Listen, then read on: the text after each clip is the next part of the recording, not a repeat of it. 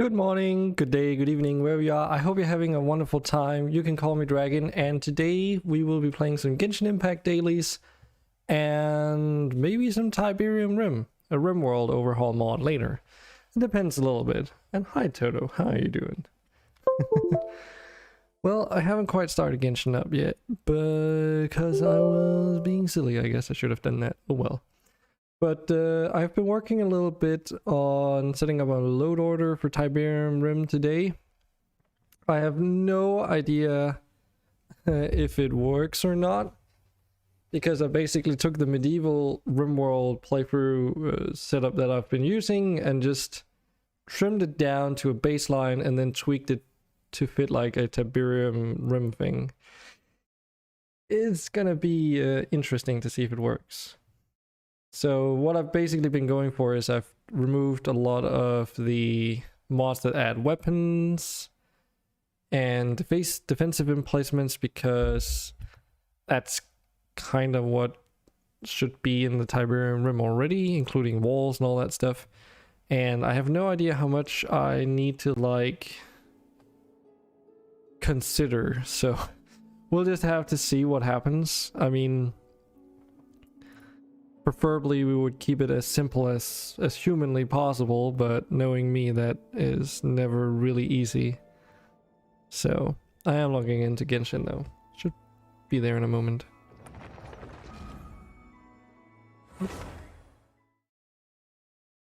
Now my stream was saying that I had some drop frames, so if you don't mind, and you can help me out just monitoring that, I guess. I don't know if it is an issue anymore. I did get a warning saying again, like, drop 25% frames for the last 2 minutes. But then when I look at the performance metrics, it says that my stream quality is good.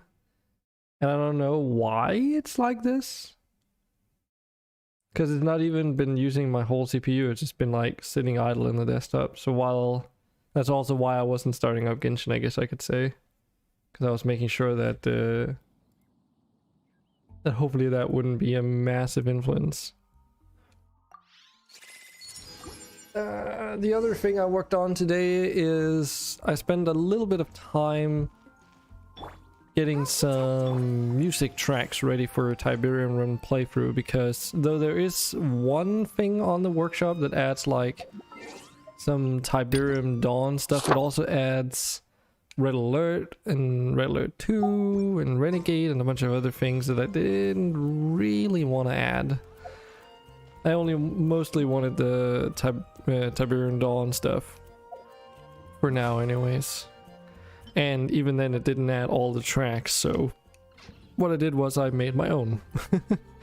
Because I happen to have, you know, the remastered version, and I just figured out how to extract all the files today.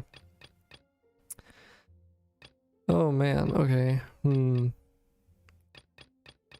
So commissions, I think, are just the thing that we're gonna focus on today.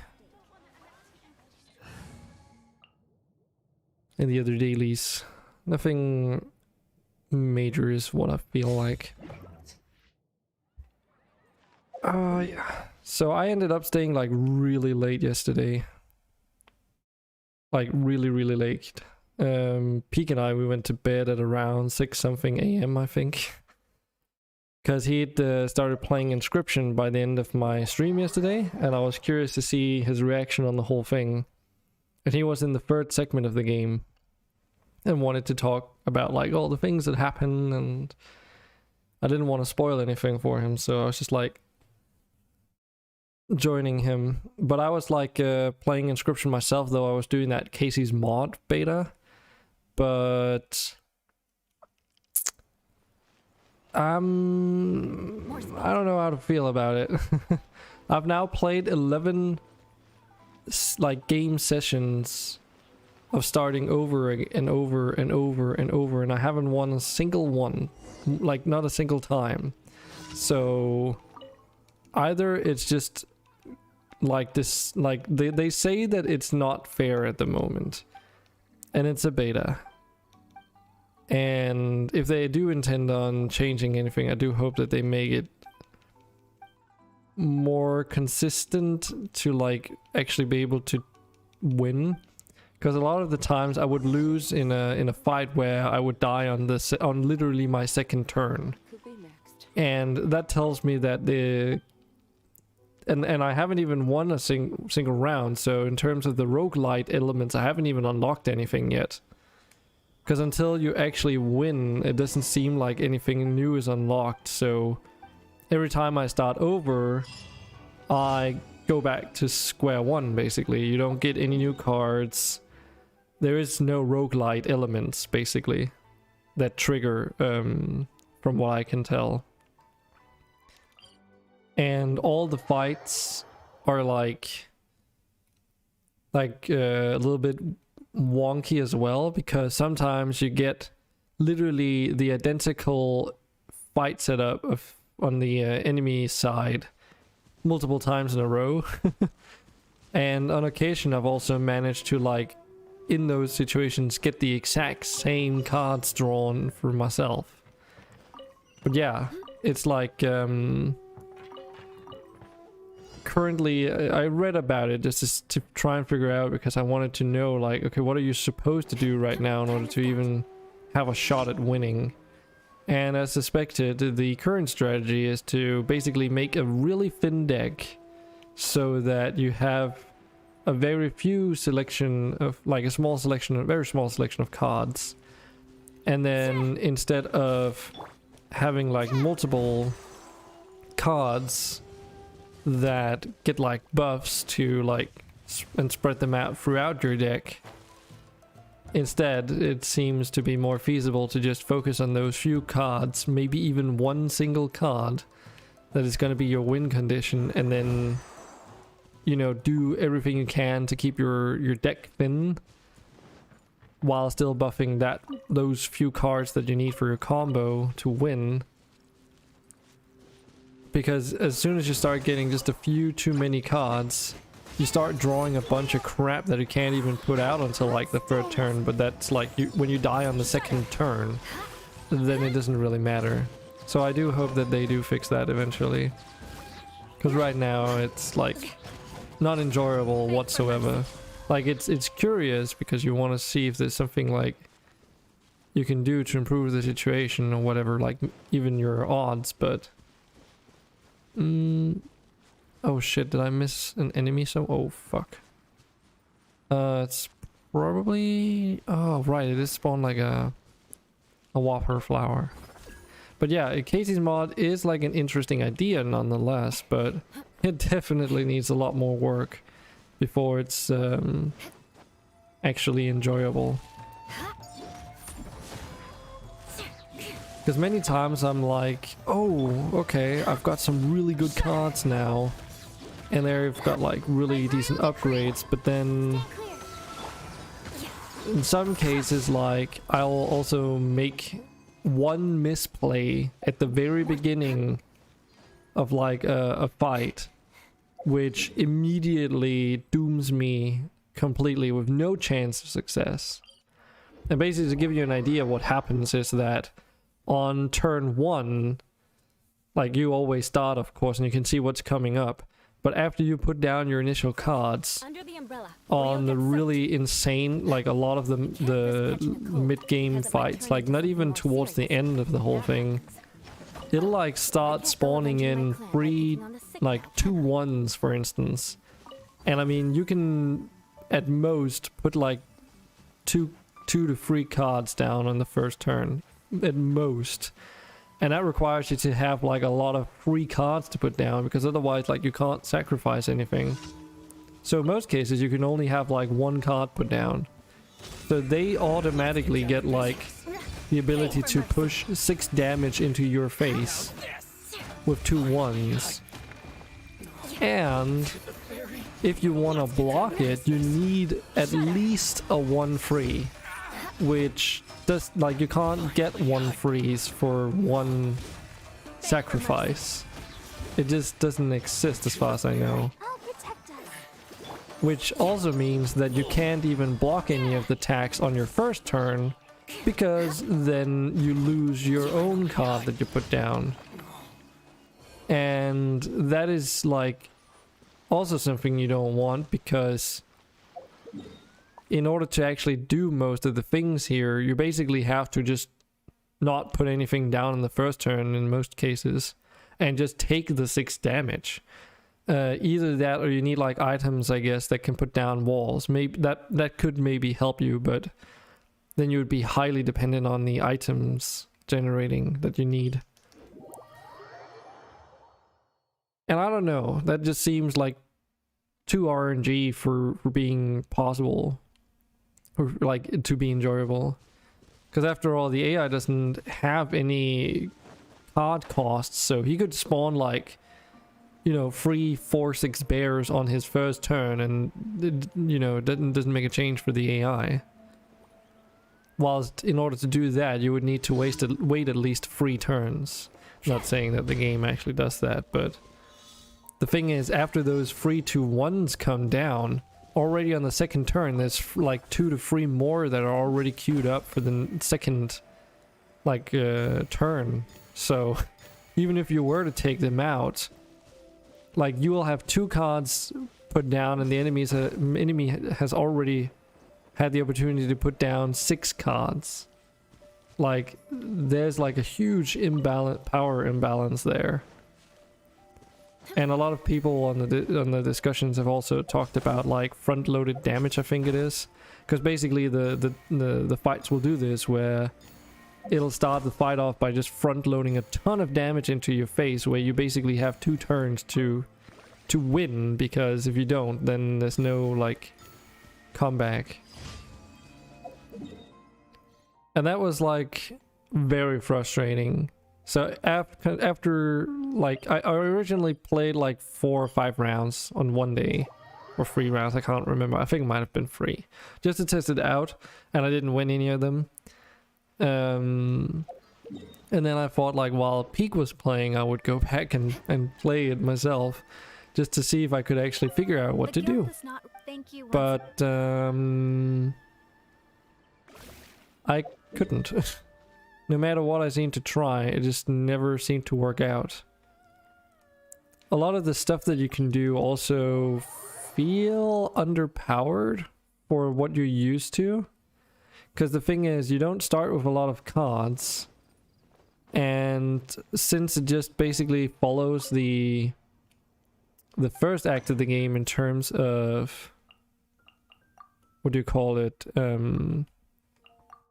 Like content or whatever, the amount of upgrades you get before you move from one area to the next are very, very few and far, like, or not few and far between, but you know, it doesn't take long to go through an area, so you don't get to build up your strength before you move on.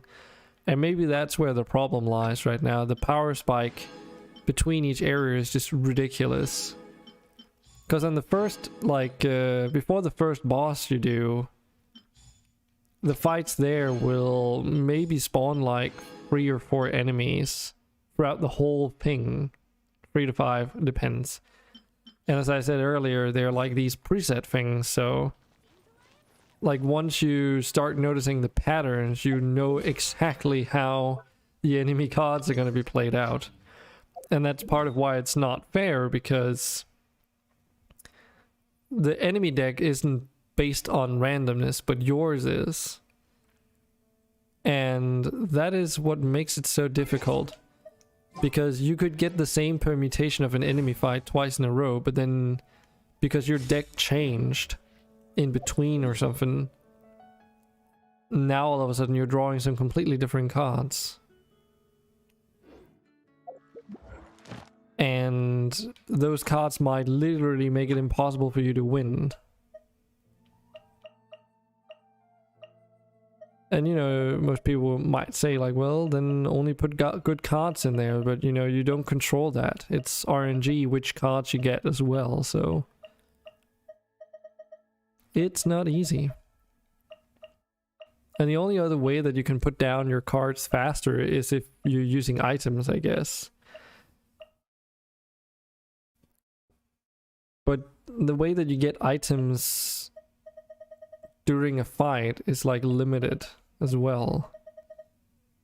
Because normally they're on the pack rats and they cost 2 sacrifices, and 2 sacrifices is a lot on turn 1.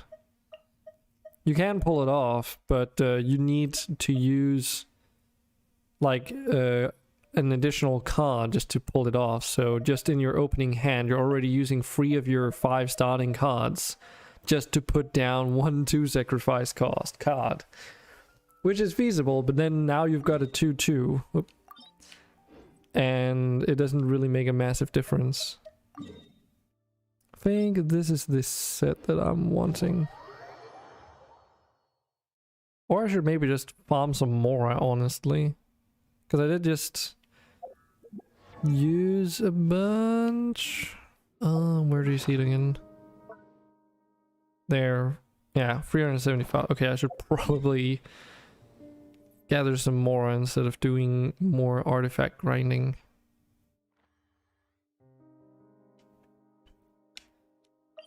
But I do hope that they make the Casey's mod thing more balanced.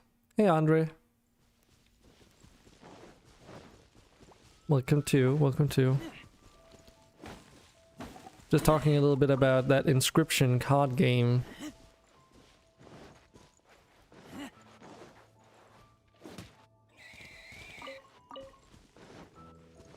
Most people have also said on the, or most of the comments that I read through were also talking about how the only things that you unlock actually make the game even harder, which, like, I can't even win once out of 11 attempts, so I don't think it needs to be harder.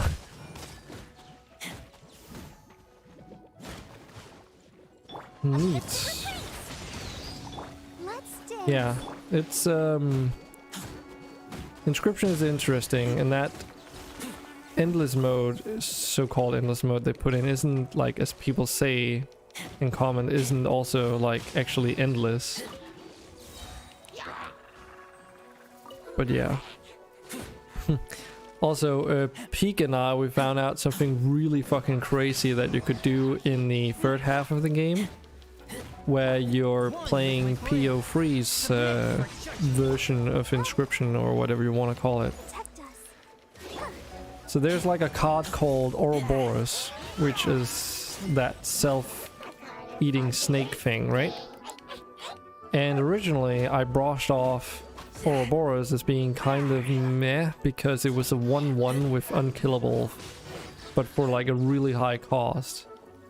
And especially for the third segment of the game, that version of Ouroboros costs like a full, like, all your energy. So you can only put down 1 Ouroboros once your energy is at max.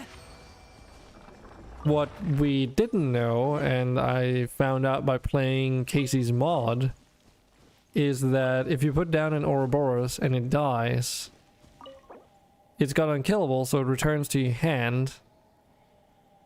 But not just that.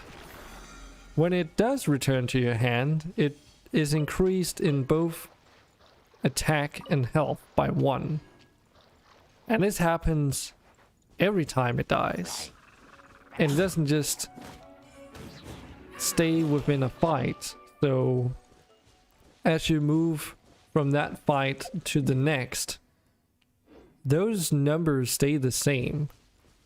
Which means in one fight, when you first start out with the Ouroboros, you might sacrifice it and play it again, making it a 2/2. But then in the next time you start playing, like assuming you win, then the next time you play another fight, your Ouroboros is already a 2/2, which means that when you play it and for some reason it dies and returns to your hand, it becomes a 3/3 or a 3/3. And I actually wanted to test this, but Peek basically did it for me. So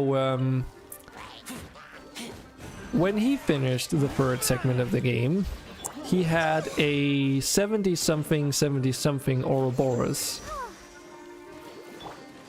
And as you probably know and remember, whenever you defeat an enemy, like finish a fight, all the overkill damage you do gets converted into foils. Yeah, probably. We were talking about trying to get it past 99, which could be a fun, you know, little thing we could do on stream just to see how far you can take it. Because the thing is, we also figured out that whenever you get defeated and return to a checkpoint, the only downside is that all your gold, all your foils are dropped where you perished. But your Ouroboros and everything else stays the same. All your upgrades, they stay the same.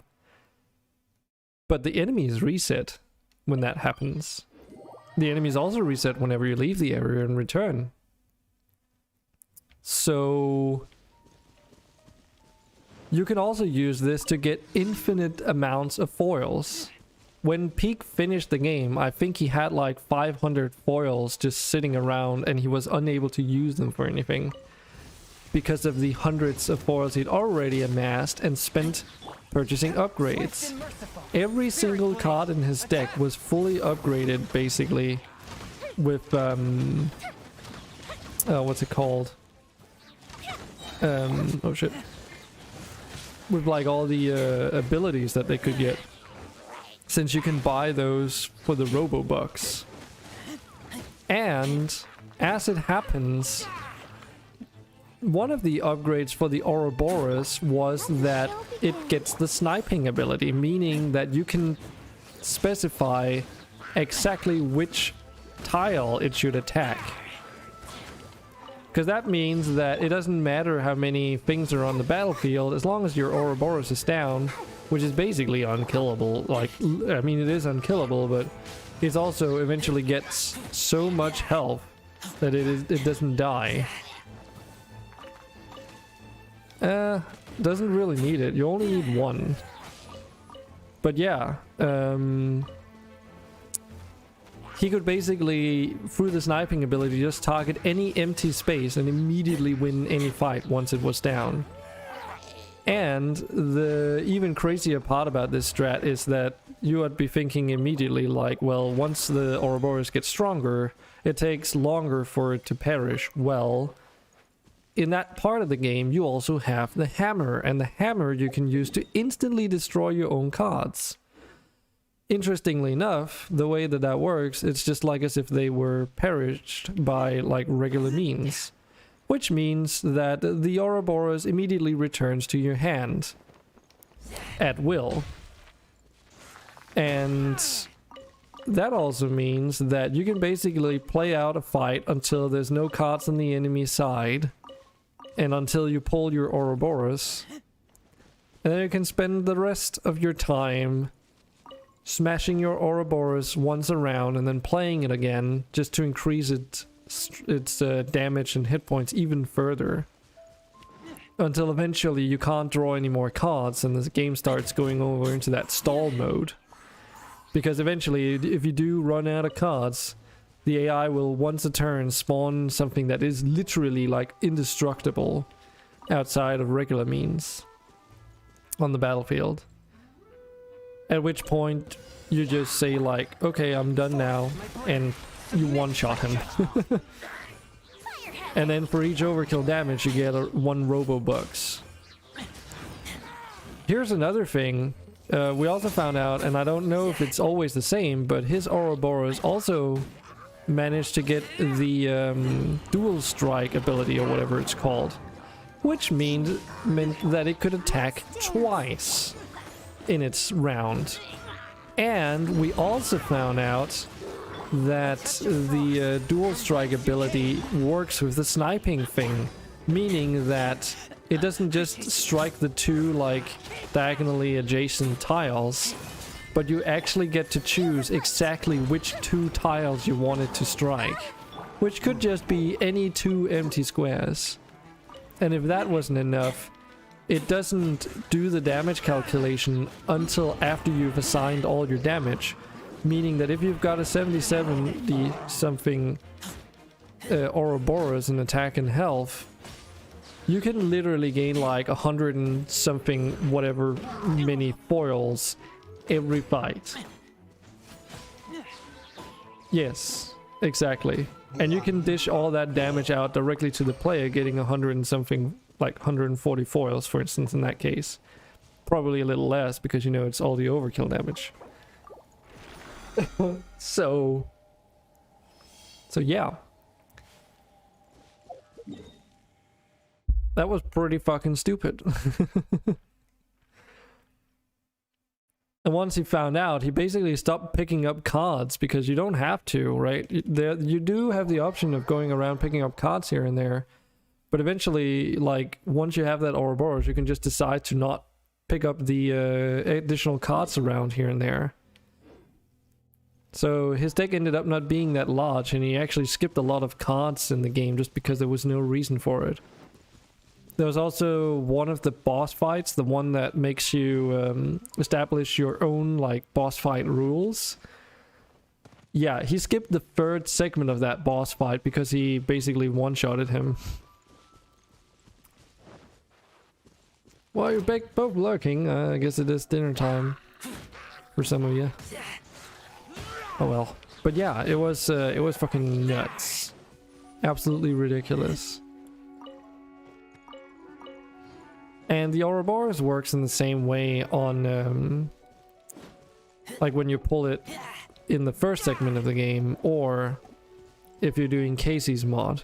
The only issue is that the Ouroboros you get, you know, you don't get to keep it, unfortunately.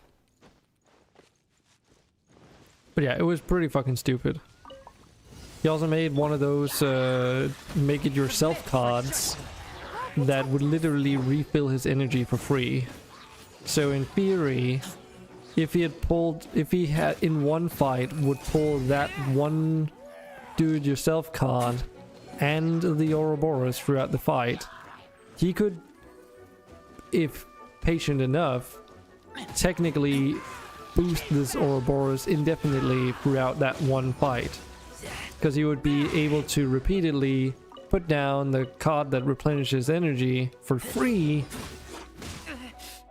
destroying it because it was also unkillable, play it again for free and get another energy, and then once you've got full energy, play your Ouroboros, destroy that one, and then rinse and repeat. Granted, it would be a very time-consuming endeavor, because for each time you want to boost your Ouroboros, you basically have to put down and subsequently destroy that other card a total of 6 times in a row. So given the controls and how long it actually takes to carry out these actions, it does take a while to do. But the fact remains that it is indeed possible. And it's not like you have to do it this way, because as I said, your fights against the AI will reset if you leave an area in return, so you can just farm one of those areas indefinitely and be good to go. But it's like, you know, once the Ouroboros was high enough level, it basically removed any reason to play the game, because there was no challenge left once you drew that card. But it's just really crazy what you can do with some of the cards. In the Casey's mod thing as well, I also started figuring out a bunch of really cool combos you could do. So there's like a card called a skink, which once, if it gets attacked by an enemy card, it'll move to the right on the battlefield and leave a tail behind in place of where it was. And the tail has the same hit points as the skink itself, which the skink normally is a 1-2. So it leaves a 0-2 tail behind because it doesn't keep the attack. Has 1 attack less. Now, I learned some pretty peculiar things about it. So for instance, if you go to a campfire and boost the skink's attack power or hit points, those upgrades will also be transferred to the tail whenever it detaches. Meaning that if you give the skink an additional attack power, all of a sudden the tail that gets left behind actually can attack as well. And as if that weren't enough, the tail also receives all the abilities that the skink has. And that means that because the tail doesn't have any sacrificial cost, and you give it, for instance, unkillable, once that tail dies, you actually get it back up on your hand, which is really fucking strong. For a couple reasons. First of all, you can put down the tail again, and it's kept those stats that it sort of inherited from the skink, so if it's got increased hit points and damage, then the tail that returns to your hand with unkillable will also have those stats. And here's the extra juicy bit. The tails can be sacrificed. They are valid sacrifices for putting down other cards. So for each time you pull off this trick with your skink, you actually get like an infinitely respawning squirrel on your hand too. Except, you know, it's also got the ability to actually block decent amounts and do damage potentially even. It does mean that you have to put all your upgrades into a skink and actually get one in the first place, and also give it the unkillable trait. But it is really freaking strong. What I do want to try and see if I can pull off one day is to have, because I also learned something about the splicing mechanics where you merge two cards of the same kind.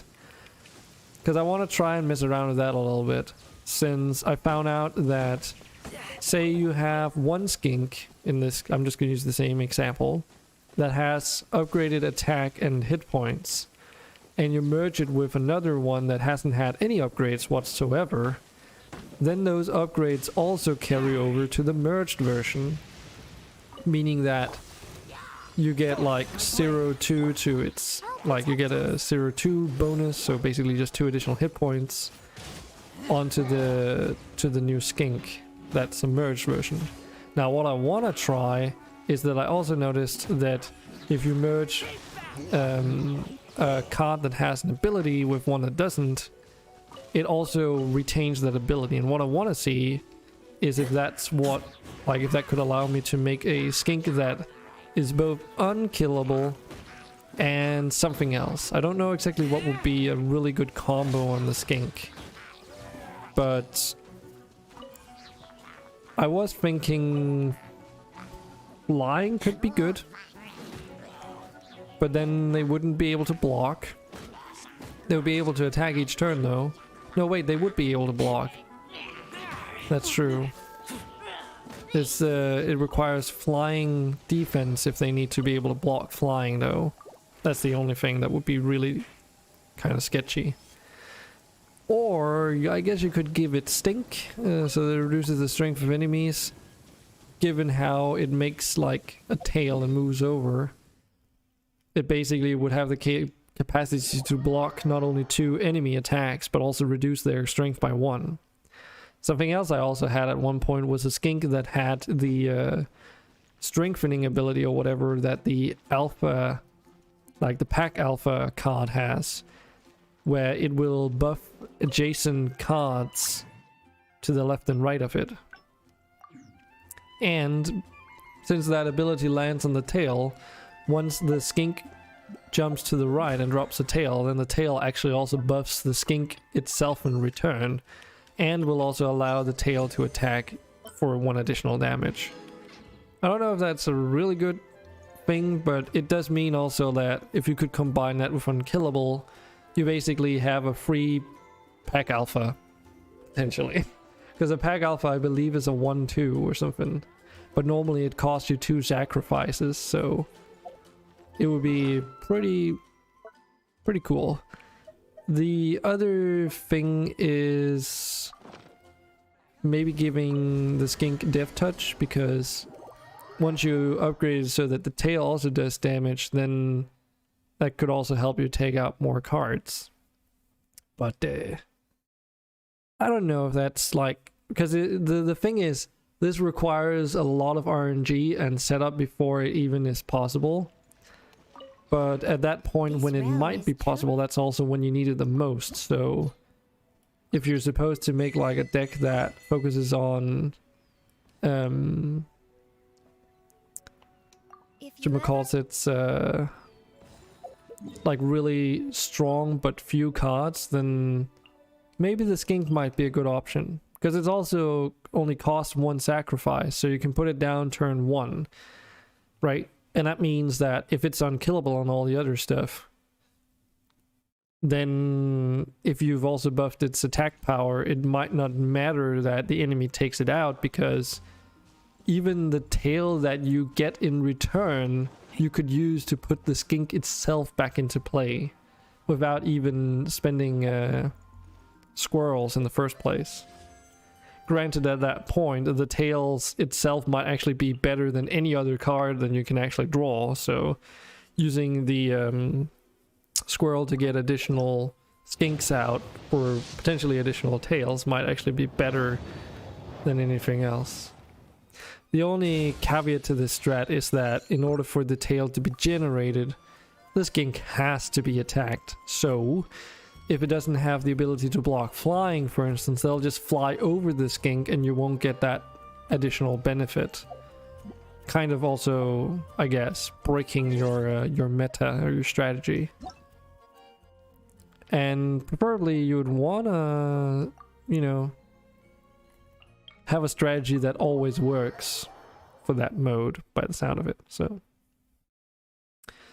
but you know,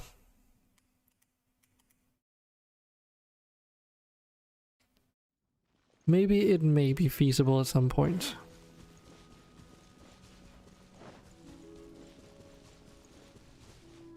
But yeah, for Casey's mod, I was kind of hoping that even if you lost halfway through, you would make some kind of like, you would gain some kind of benefit for each boss or something. Just any milestone that you would do. Like get the ability to have another card in your starting deck. Being like, because right now you can choose between different starting decks once you unlock them. And hint hint, when you start out, you don't have anything unlocked. So you only have one choice. Which is what you're forced to use. And the start is always the same in that it's always like start out with 2 pelts with the default starter deck, and you use those pelts to buy from a large selection of cards from the pelt traders, the very first thing before you really start and get into it. But the thing is, like, those cards are always random, which gives you a little bit of an opportunity to do some deck building, right? And that's because there's, I guess that might be like an option to like put deck building into the game where you sort of like get some options or whatever, because it's basically like a draft then, but it doesn't really work that well, because again, what you start with like 5 or 6 different cards, like that's your deck, that's how many cards you start with. And if the strategy is also to like have as few cards as possible that are just really strong, then I don't know. But that was Genshin Impact dailies for today. It's a Saturday, right? And I am loading up RimWorld. Does it show? Does it show? Nah, it doesn't show yet. Oh, there we go. So this might take a little while. Because I couldn't really load this up while playing Genshin Impact because the game is way too resource demanding. But we'll give it a go and see if it works, and if it doesn't work, we'll play something else. Because I basically tried making a load order again for Tiberium Rim, but I have no idea if it's a good load order yet. But we can do a little test at least to see what it's like. I have no idea about the setup either. I remember when last time we did this, I sort of rationalized that all the basic research in the game needed to be force researched, so that you start in like space attack with everything that is vanilla or otherwise modded being available at the start of the game. And the thing is, unfortunate, like Tiberium, well, it's not really an unfortunate thing, but Tiberium Rim is like designed to be merged into the RimWorld universe. Like that's how it is designed. So that is why all the things that you can do with it relate to vanilla mechanics. And that is also why that, you know, it doesn't change the fundamentals of RimWorld. So you still have to take care of food, your colonists' needs. They have different personalities, just like normal. They have all the traits, and they have all the items that are also available in vanilla, including all the materials like steel and so forth.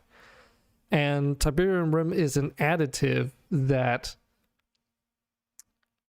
sort of is, I don't know how to say it, like it's an additive basically, right? So it's almost like a massive expansion, like Ideology was an additive, Royalty DLC was an additive. That kind of thing, you know? So the idea is that it adds into the experience that already exists in the game. And because of that, there are some Tiberium Dawn-like items in here that are, of course, tweaked to RimWorld vanilla-like mechanics. So for instance, the whole Tiberium process being one of them. But then at the same time, they also have their own research tree. And in order to basically even get started with Tiberium Rim, you practically need to be Spacer Tech. Because if you're not, then I don't even think you can even get started on it. And the research is very interesting if it's still the same, at least. Because it was, last time we tried it, we found out that it was all based on like discovery or some, however you want to say it. Meaning that the very first thing research-wise was to scour the sky, and then eventually like a Tiberium meteorite hits the ground. And that's when the mod actually kicks in. Because up until then, you don't have, like, you would basically be playing vanilla RimWorld, even or modded, without any of the Tiberium stuff until you get to endgame Spacer Tech. And not until then will you touch anything Tiberium related whatsoever. So there's no Tiberium crystals, there's no non-GDI weapons, armor, structures, anything. Because all of that is unlocked within the mod's own research, which is more like you get options, but it's also like more like, I don't know how to explain it. I guess normal research is, I mean, it's a research tree. So you do like one research just like normal, which unlocks multiple other things, but some of the research steps doesn't like require certain buildings to be built first, because your pawns need to interact with them and tinker with them as a research process. Whereas in normal RimWorld, they just sit at a research desk all day and fiddle with papers, and then voila, nuclear power plant or something, you know? But in Tiberium Rim, you kind of have to go out and make your pawns do stuff. That also means that you can't progress your research until you've made those structures naturally. So for instance, at some point you needed like a Tiberium refinery before you could even like start tinkering with anything that could stop the Tiberium from spreading, I think. And the refinery was really expensive.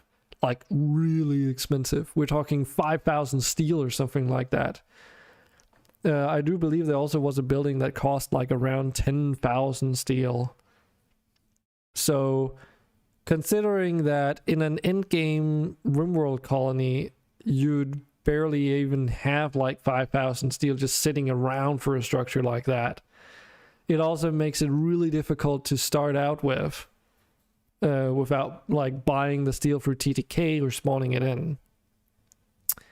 So it's like, what do you do then? Like, because until you build that refinery, you basically also can't do anything with Tiberium, because you can't even get it yet. And that consequently also means that the Tiberium will keep spreading. And if you wanted to try and acquire like 5,000 steel, the map would be overrun with Tiberium before you even get one refinery built. And last time we just spawned in like I just bought in the resources with TTK and called it a day. But I mean, I don't know how feasible that is, you know? Don't know how feasible that is.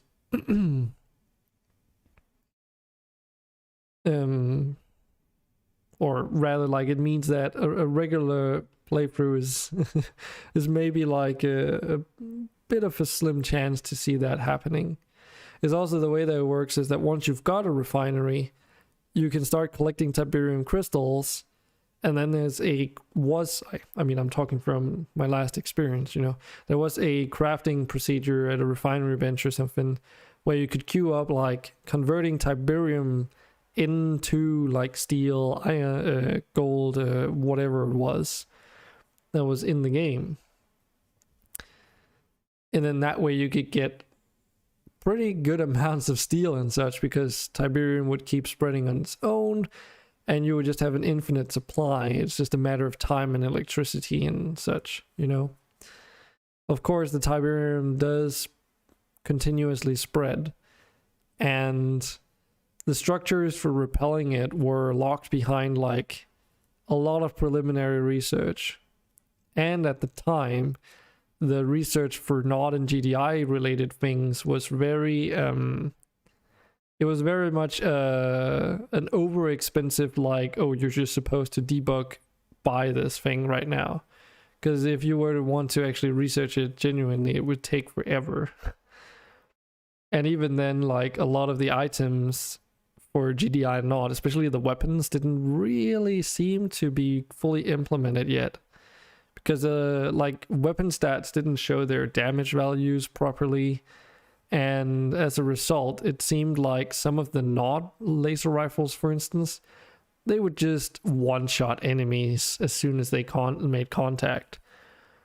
And, you know, that basically meant that there was no balance either, so the only thing that really seemed to be working properly was the Tiberium spread, and then some of the refinery stuff and resource collection, and that was pretty much it. So, because it was like the research for NOD and GDI was also just like, oh, here's all the NOD stuff in one research thing. So it wasn't split up between, like, you know, different types of buildings and weapons and armor and all that. It was all unlocked all at once. So hopefully we'll see some new additions to it. I still love the background on this, because it really goes in the spirit of what the mod tries to do, you know? Make a Tiberium Dawn inspired RimWorld experience, you know? So it's not supposed to be the CNC universe, but like rather taking the CNC universe stuff to RimWorld. Okay, game. There we go. So let's see. And if this doesn't work out, we'll figure out something else, as I said, because there's a lot of mods in my mod list. All this stuff here. But I've basically gone in and I've got like a relatively bare mod list in terms of like really specific content. Whereas most of this is like really generic stuff, like being able to manipulate your roof tiles, being able to train your combat skills, grow ambrosia, have like build tents, which can still work for like a Tiberian themed thing, you know, till terraform your ground, fences. I mean, you know, just anything that doesn't strike me as a very non-Tiberium friendly thing, like Rimsnol, for instance, right? Because this adds a bunch of weapons in here. So the mostly I've just removed all the weapons mods and armor related mods in favor of you know, promoting Tiberium Rim. And then the rest is like, I don't know, there's all the event mods and diseases.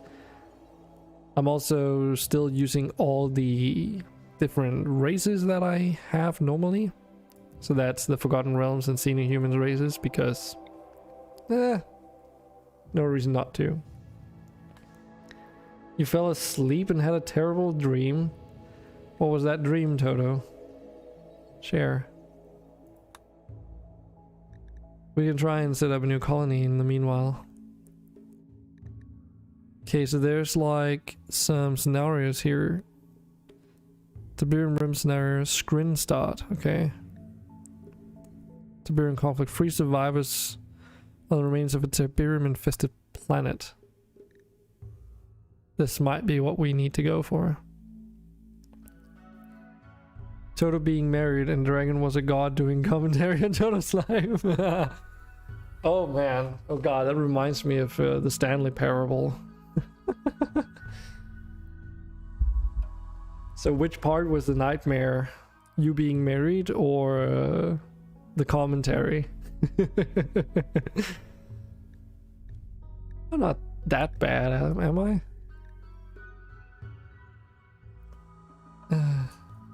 That's funny. Being married. Nice. Nice. Man, marriage is also like so overrated. Like, why do you need to officially like bind yourself in such a terminal way where, like, why do you need to promise that much of yourself to someone else? Because like shit happens and sometimes people are not who they seem to be when you first meet them. But yeah. So we'll try this one, I guess. Map is scattered with blossom tree, ship chunks, steel, and plasteel.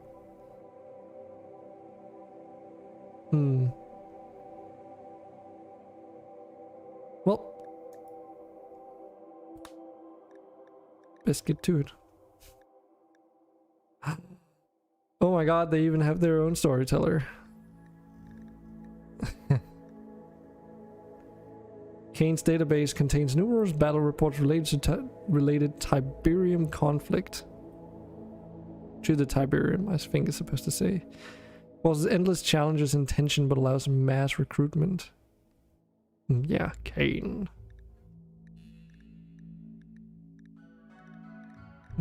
Peace through power and all that stuff. Still have all the other storytellers, but yeah, let's go with him. Ragnarok awaits. There's like so many fucking default things. Let's just, yeah, strive to survive. We can always change it. Let's try and say like this. 100% globe coverage. And let's take a look at the factions here. They have actual factions now. Very nice. Then I guess I don't want any of these amalgam factions because that would probably mess things up. So what are these like anyway?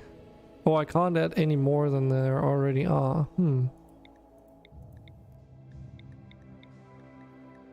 So we don't. I assume we don't want a mech hive or insect gene line. Possibly. I don't know actually. I guess we don't want the Shattered Empire.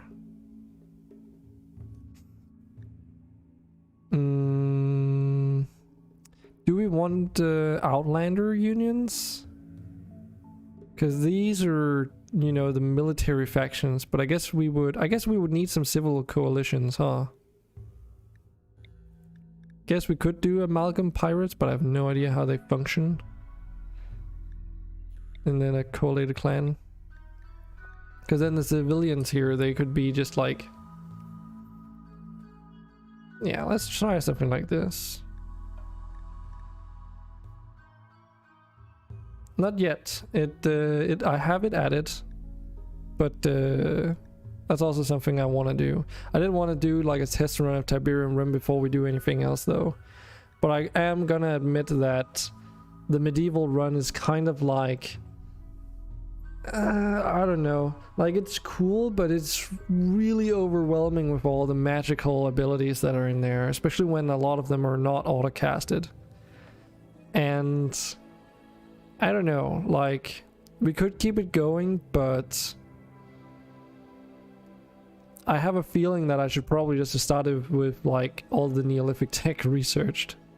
So yeah, we might maybe like not continue on the medieval one, but I don't know, it depends.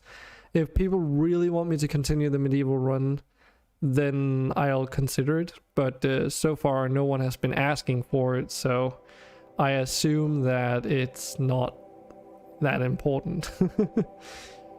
Not like the 1.2 colony, because that was like, I had a goal in mind. World of Magic is lame. I mean, it does occasionally make things very easy or ridiculously hard depending on your settings, right? But yeah, there's just too much like stuff in it. Too many activated abilities. There's too much stuff just. But it's also like you can get a priest and then it's like, oh, your limbs are fine. You know?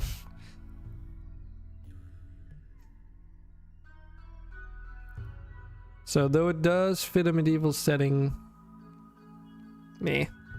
It's also like the apothecary mod is a little bit too much too. Though it is supposed to be like a a medieval replacement for the industrial medicines and such. It also does a lot of additional things that, you know, I didn't really care about, so I'm a little bit on the fence on apothecary. Because it's cool, but it's like, oh, we add charcoal, so now you can have a charcoal fuel smithy and everything else, and it's like, but why? Why is charcoal part of the apothecary mod? There's no reason. Or at least it doesn't feel like it, but I think it's maybe because of the ammonia stuff that you can do as well, which you can use to make alternative medicine, but it's just too many processes again, and it just... for a stream, it's like already hard enough to concentrate on like what you need to be doing in order to progress. So I just end up not using it because it's too much of a hassle. I mean, there is the one point that I did keep telling myself is that people could use TTK to buy medicine for themselves. But no one knows what the different medicines do. Like, I don't even know myself, unless I read up on every single one. So my guess is that no one would be using it anyway. Consequently, that would mean, and then I guess you would just like not be able to gain immunity towards something very easily. Or I guess it's not easy when it's like microing all this herbalism stuff. But I digress. So here we have our planet.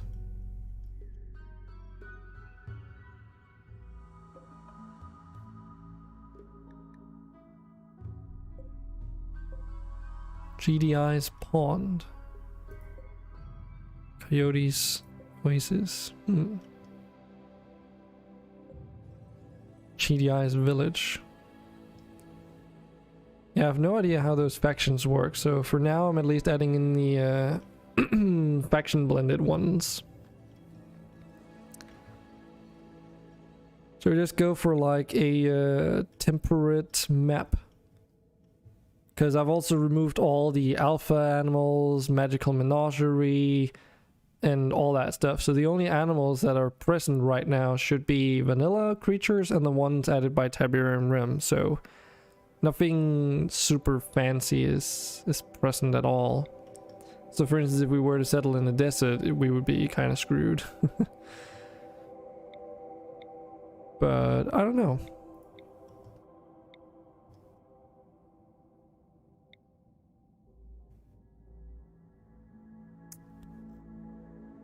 Just trying to see here. There's a lot of like civil coalitions here that we could interact with if we build around there. There's a GDI base up there. There's a lot of nod over here.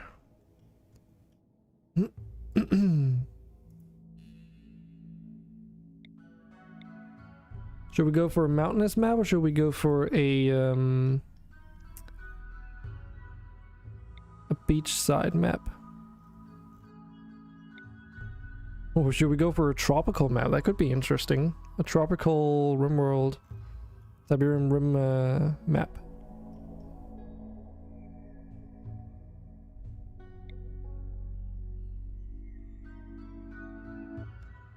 Don't know if we can get a tropical area that's next to civilization though. There's actually a lot over here, but there would be no roads.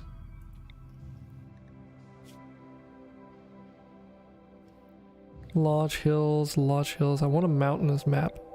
I'm a fan of mountainous maps.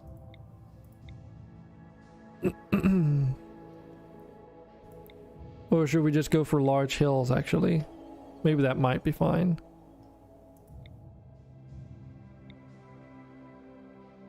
It's also rivers, but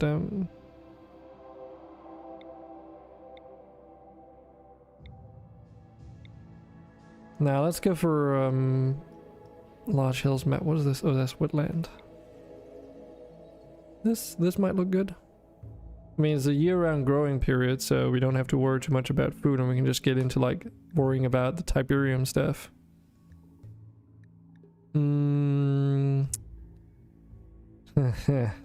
That's true.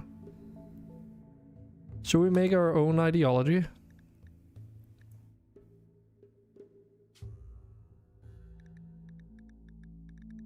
Oh my goodness, I forgot that I've got all these options now.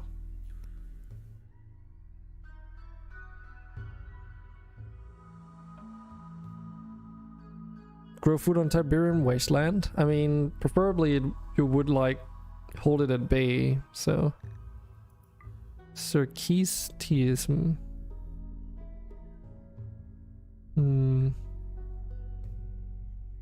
Oh, total says good luck. Yeah. I mean, I guess you have Hydra Trace.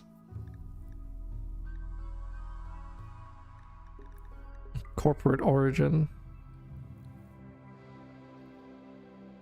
No gods or kings should be worshipped, only man and his unslackable desire for wealth. Colonies should be managed like companies. Could do that. Authoritarian?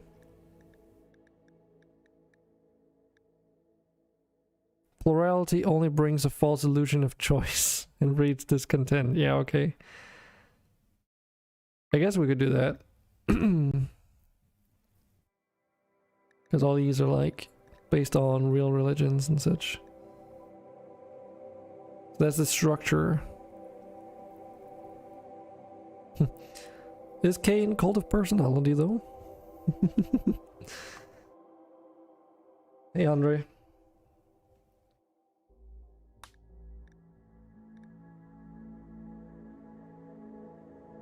Oh man. I've got so many more. Oh my god, I've got so many options here now. Holy fuck.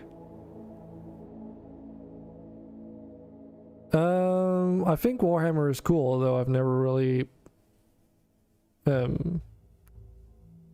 what do you call it? Cultivated my passion for it. Oh my god.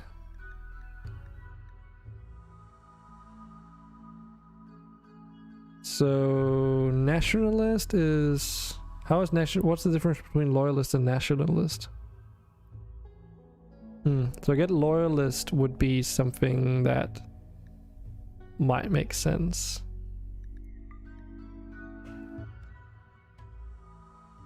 Oh yeah, I did. I've seen Alex play some of the 40k stuff and it was really overpowered.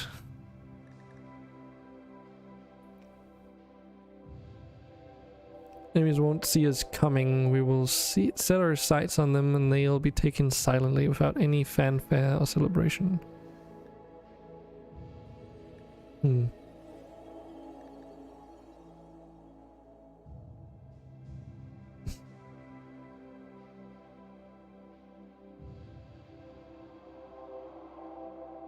I mean, yeah, that message is just being withheld, by the way. But nationalists is also like Nazis and stuff, right?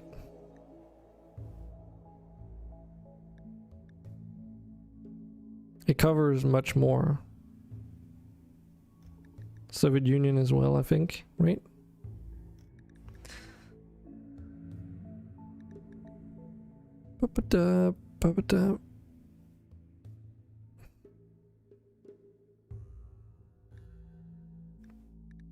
I guess this also gives me a chance to like take a look at all these stuffs here. God Emperor. Damn. Yep, we got vibe checked. Nationalism will bring us victory. But loyalist as well is a very similar thing. Stand for our own before others, right?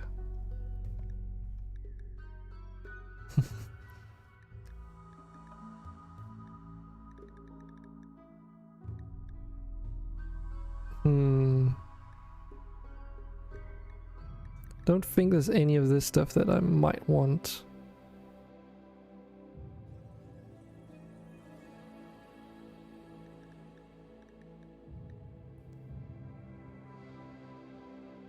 It's the hillbillies part.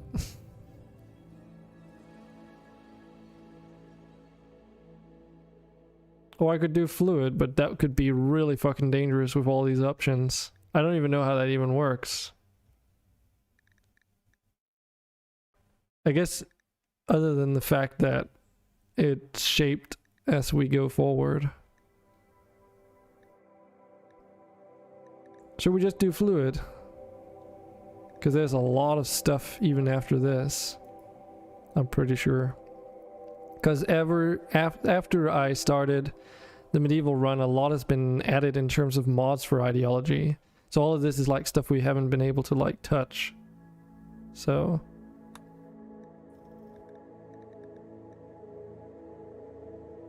oh my god, like for instance, look here. Just how many rolls there can be now.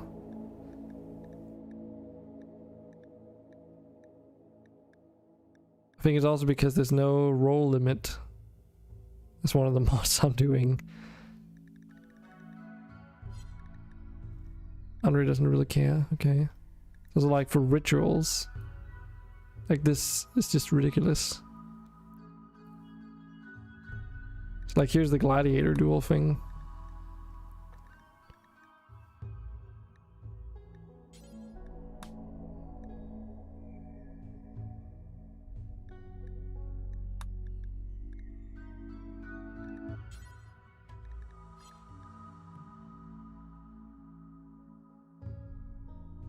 Doesn't matter about mood debuffs.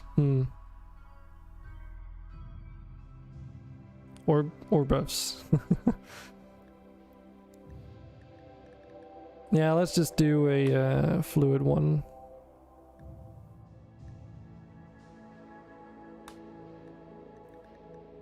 So we still get to choose this. Okay. So that was authoritarian. It's also not the main thing that we're testing right now anyway, so I should really just get through this. So we can get into the juicy bits. I was also just curious to see what all this was about.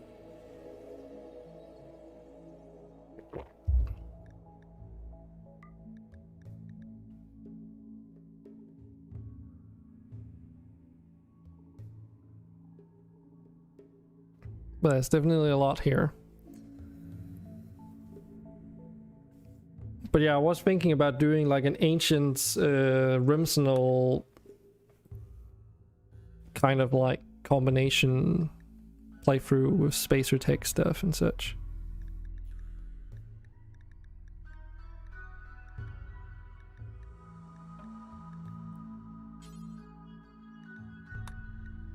The corpses thing is just something I really don't want to care about.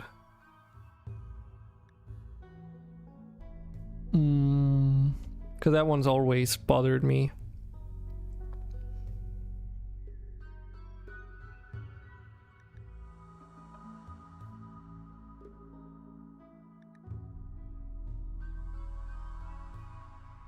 And this is probably also going to stay the same.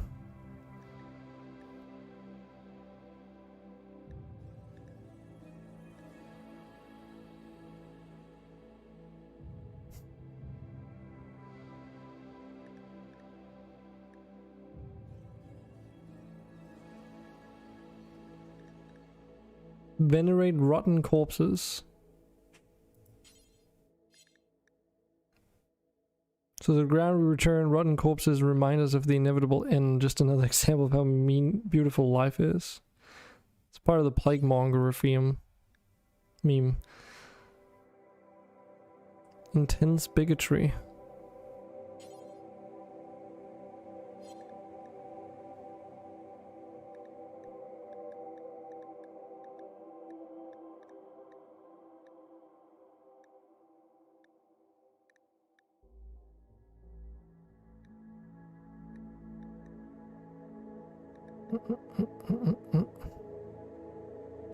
I think the plague monger theme is also this, where it's like you can basically be all about diseases and stuff, but then like in return we get high resistances. Let's also maybe do fast research.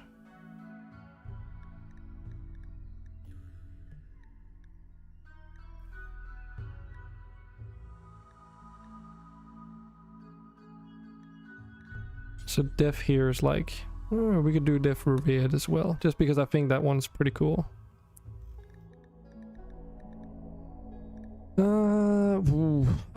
Shield. This is a bit much, isn't it?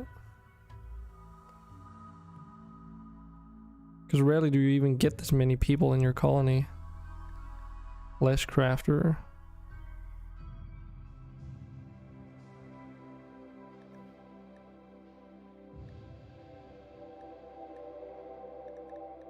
Party animal. Mech hacker. I don't even know if mechanoids even exist. Firekeeper.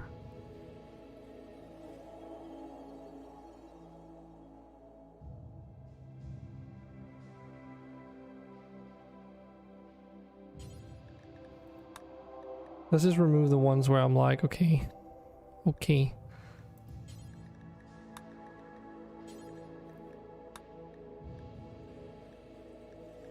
What's a commissar?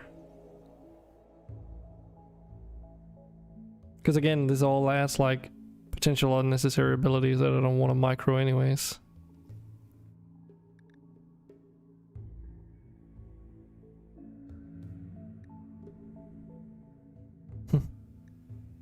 Second triumvir, third triumvir.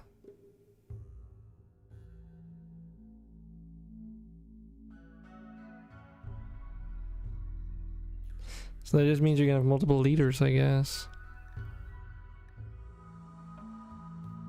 Party animal.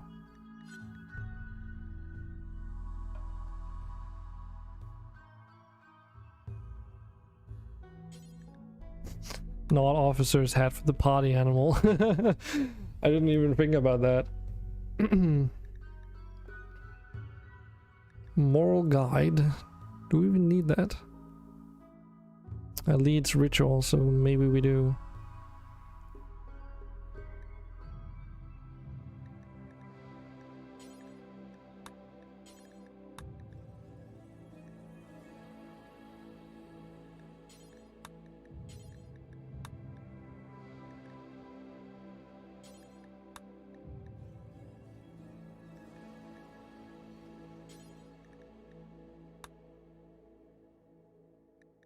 Six rows, it seems fine. It's all these rituals too. Holy shit. Ook.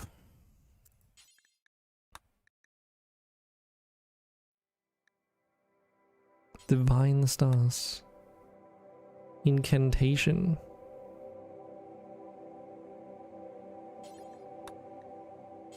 Sectoid him, leadership challenge, maddening chant. Relic destruction.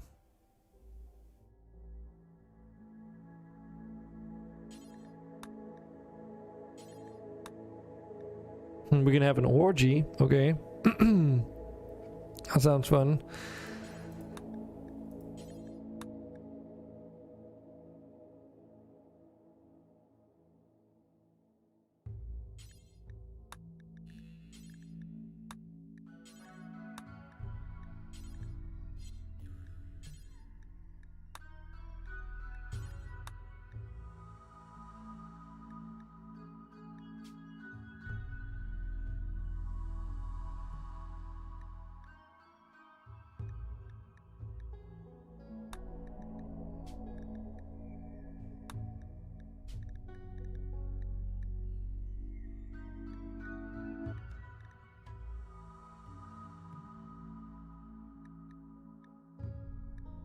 Ceremonial suicide, jeez.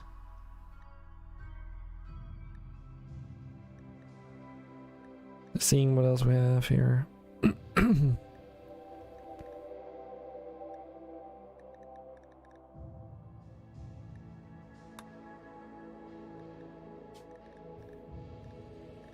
Colonist duel, let's just add that for fun. And where's the other one? Gladiator duel.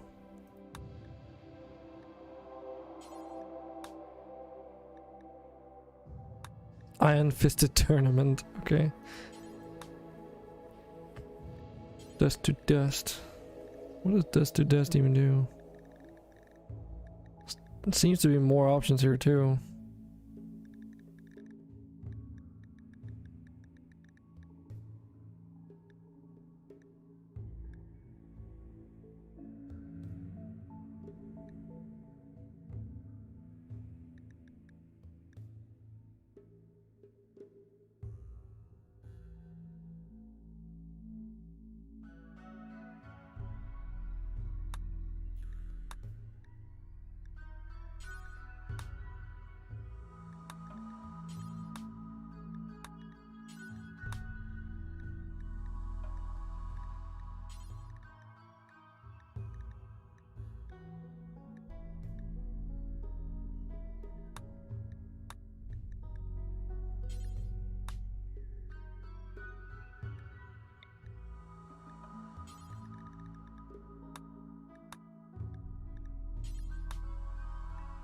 Grief.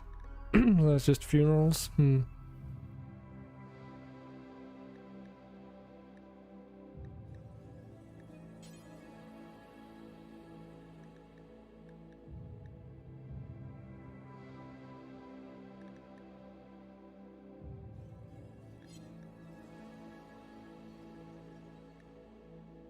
We got some relics.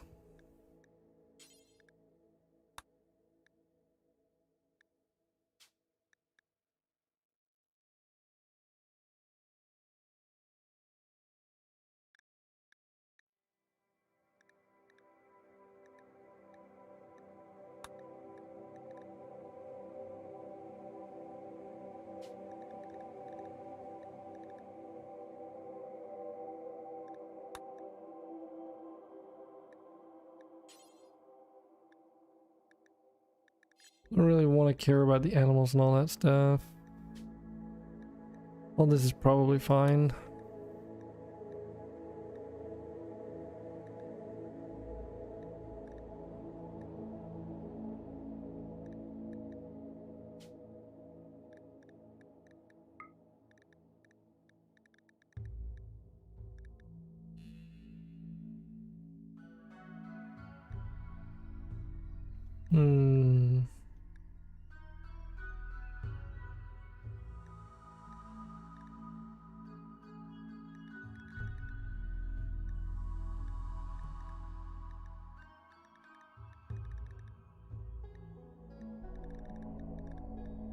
Black Mesa.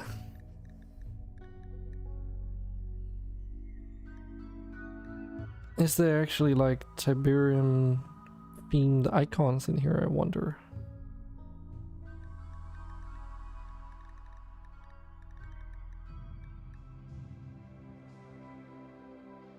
Otherwise we can just use like something like these symbols. Would work just fine. Yeah, let's just do that. Keep it simple.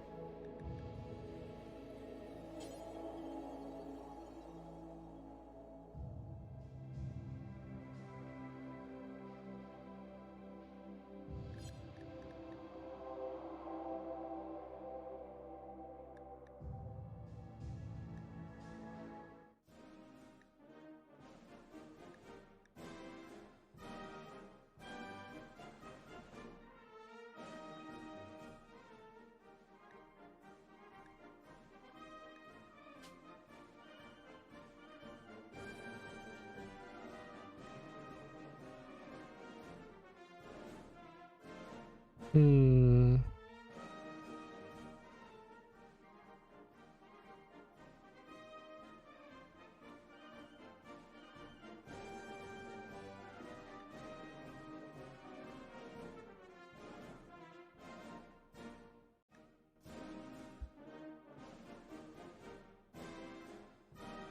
Ritual room is your headquarters.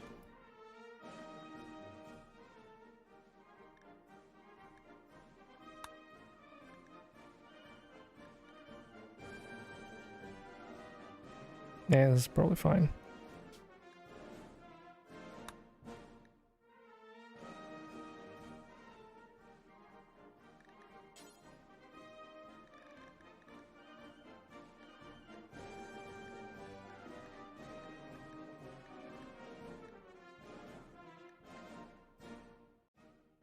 Action specialist.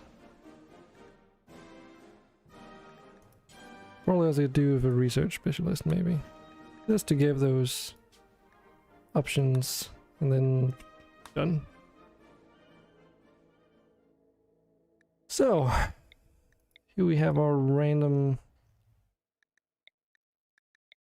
generated pawns.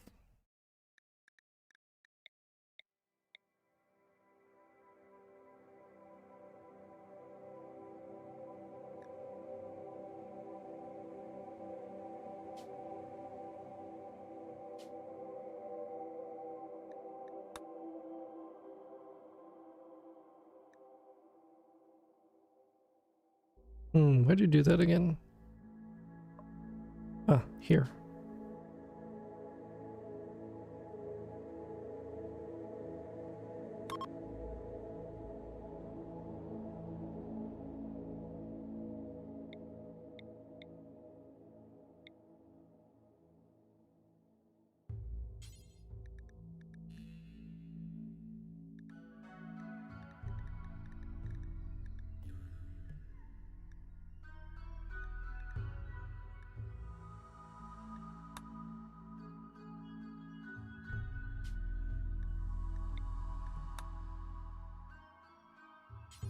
Wear some pants.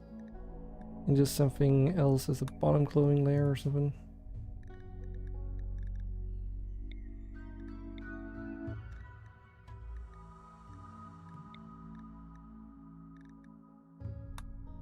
That's good enough for me.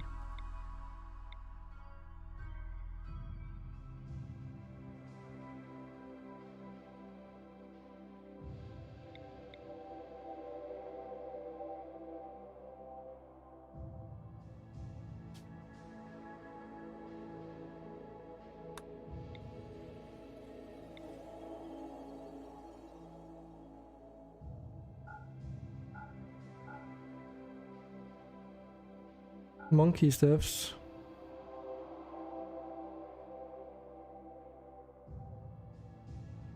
Yeah. I mean, we do start with some things.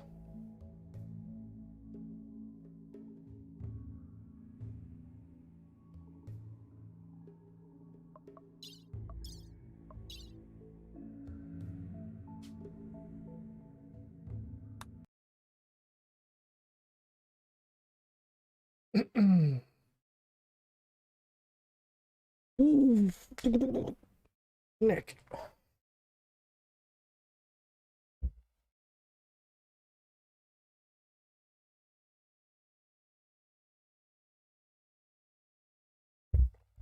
K-neck.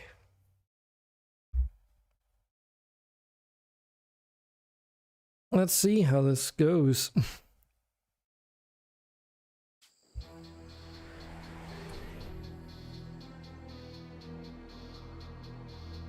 Okay. Definitely need to fix up that research, I think.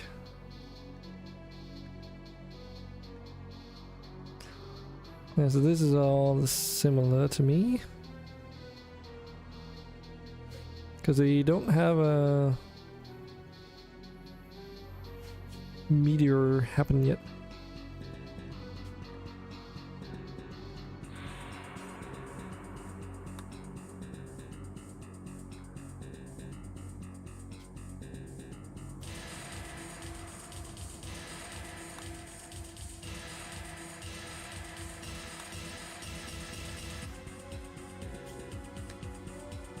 Yeah, okay, let's fix all this.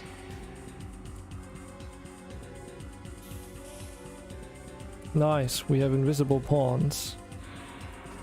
Why the heck do we have invisible pawns?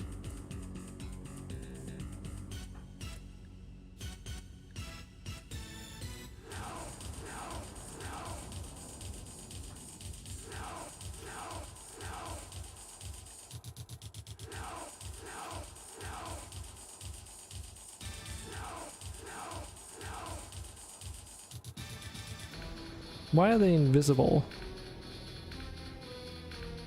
I can't even see what race they are, can I? Oh, Wolpine Morph. You're just a regular human. I mean, I did say that it's possible that some things might break.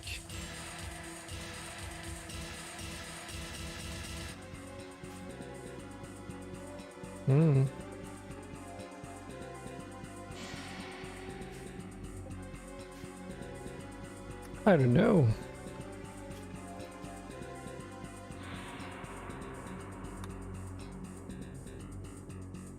Normally that only happens with TTK and you like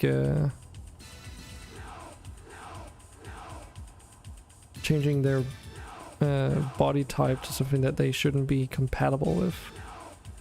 So unless it's because I reroll these characters and prepare carefully, did some weird shit. Okay.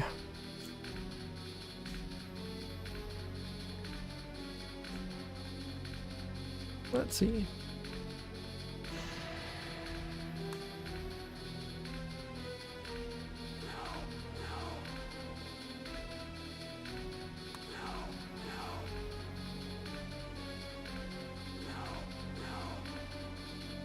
Just gonna do a couple tests here. These are all humans though, so this doesn't really tell me anything.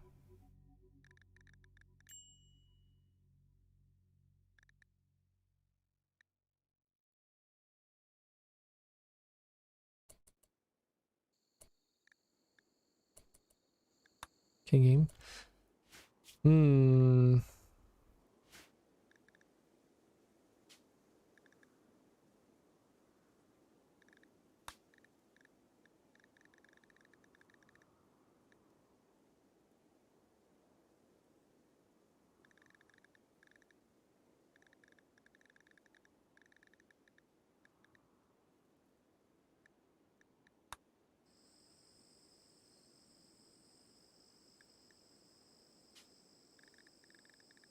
So were they Lupin? No, Wolpine Morph. Yeah, it's just like, just the ones that are generated for us. Okay, so we'll just load a save. Let's see if we can't just spawn in some new ones, because I have no idea otherwise how to fix that. Because if they're invisible, fuck.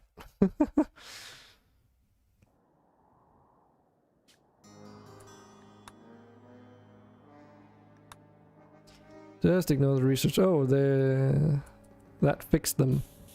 I just had to reload. Fine. Okay.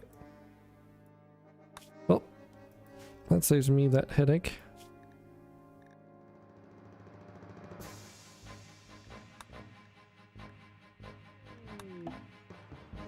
Okay, let's finish up with this entire tree because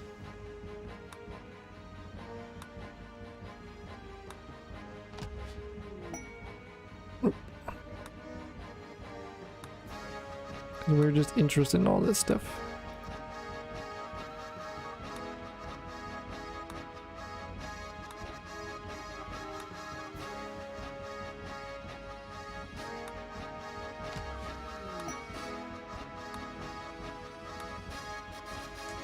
This is also what I did last time we did this.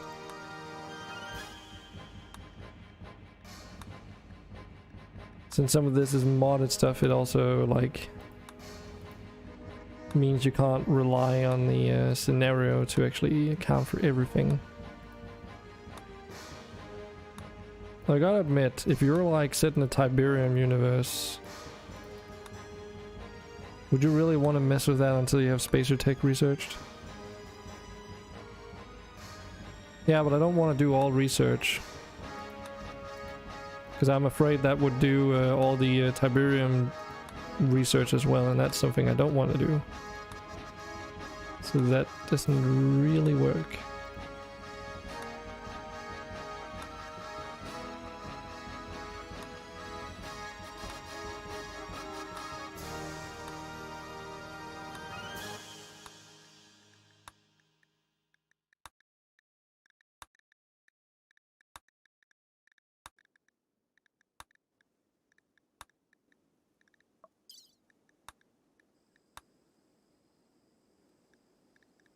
Yeah, because I don't know if it's gonna do all that research. And if it does, then it's like, okay, went too far there.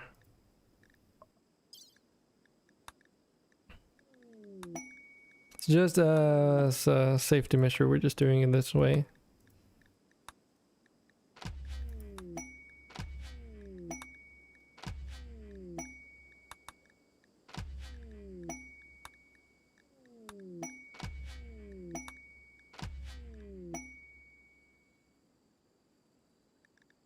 Eh.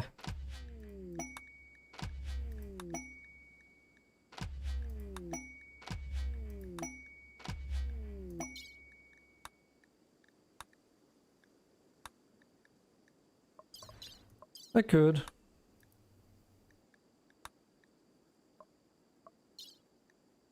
Don't know why I've got medieval prosthetics on here. That's maybe a little bit unnecessary.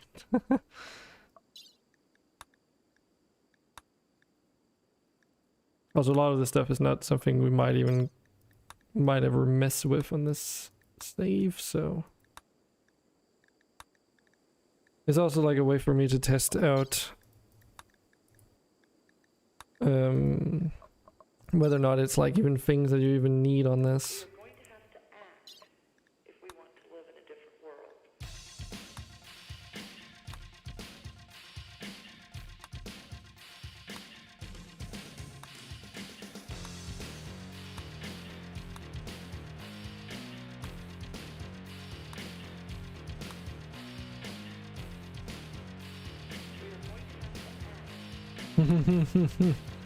Exactly. There are other things too, though. Like I did add Dub's central heating here because I'm curious. Oop.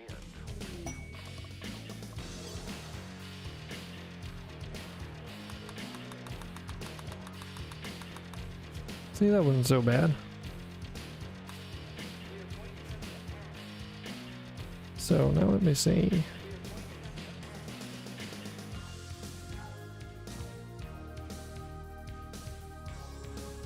Okay.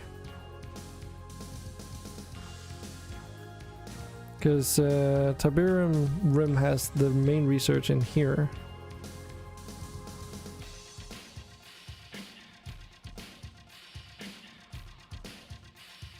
Yeah, this still conflicts with one of the other mods I'm using here.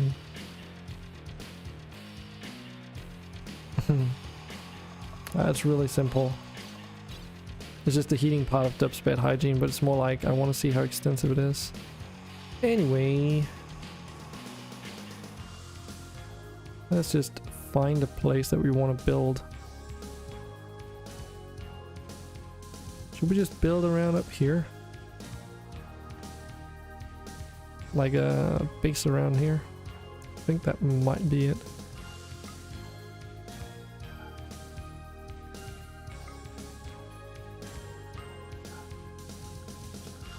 Because the thing is, we still need to make like a colony that works. So, by the way, TTK should be enabled.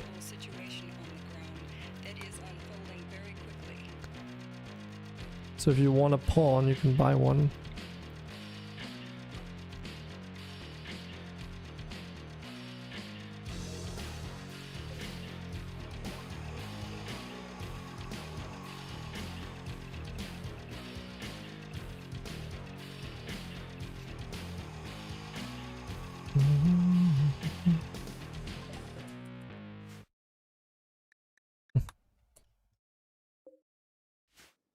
I guess TTK research should just have been disabled, honestly.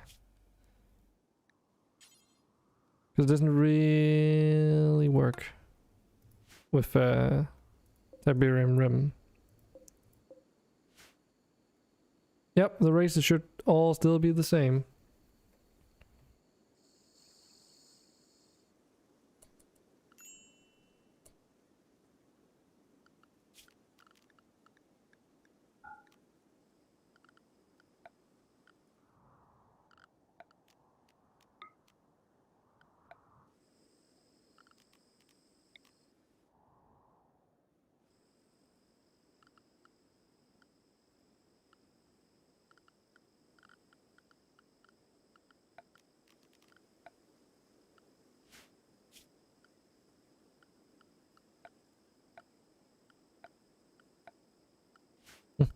The Tiberium menu here is a little bit wonky.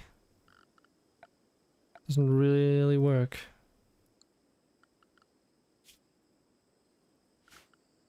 Does it behave now?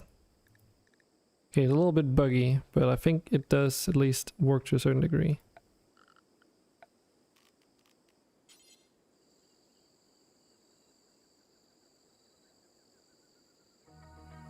Upgrades? What do you mean upgrades? Do you mean body parts?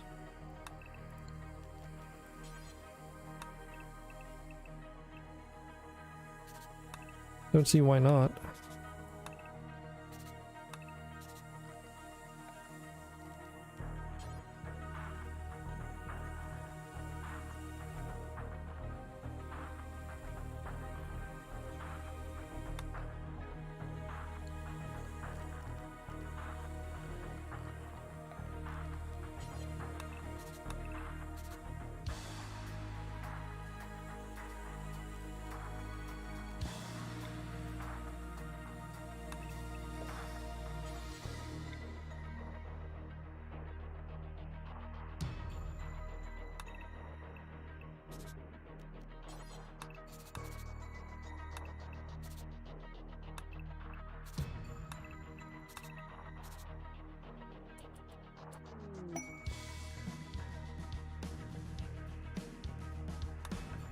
There you go.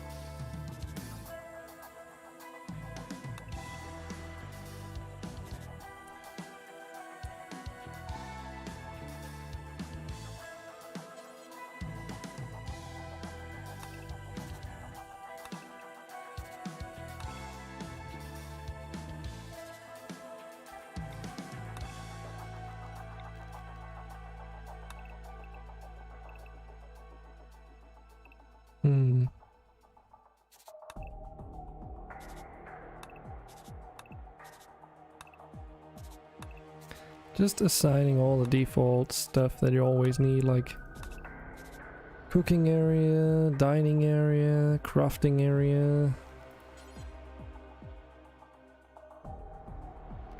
And then like a barracks somewhere.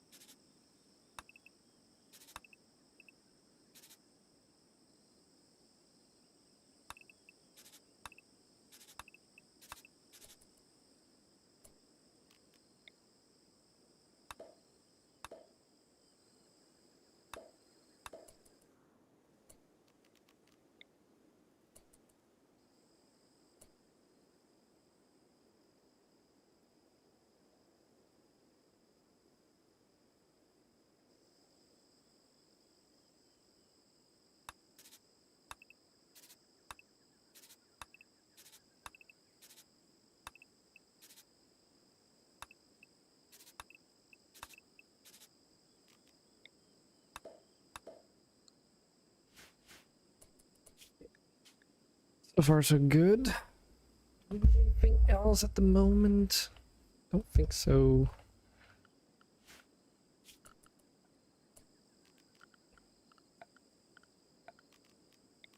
So this is a stockpile for now.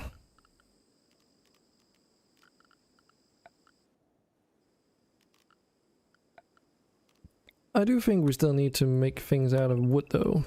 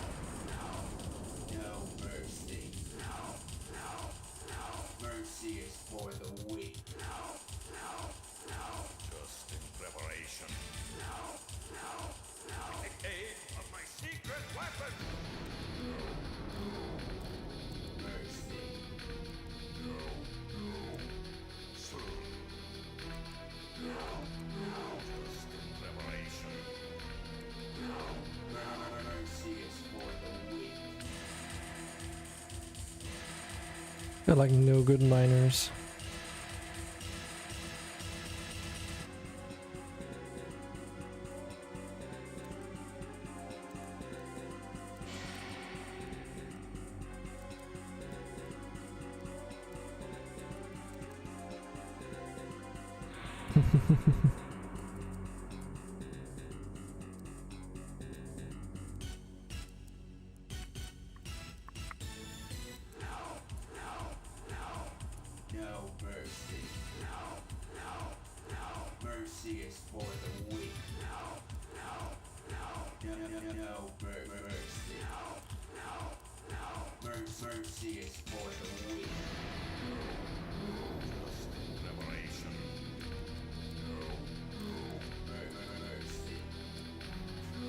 Okay. After that, let's save again, just for good measure's sake.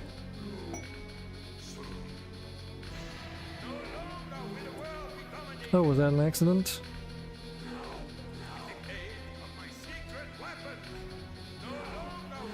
Also, your pawn is just called Minoru Person. Heck.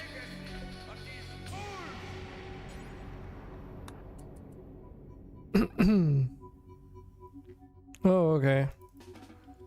They kind of ended up over here though. Probably because I haven't set everything up yet.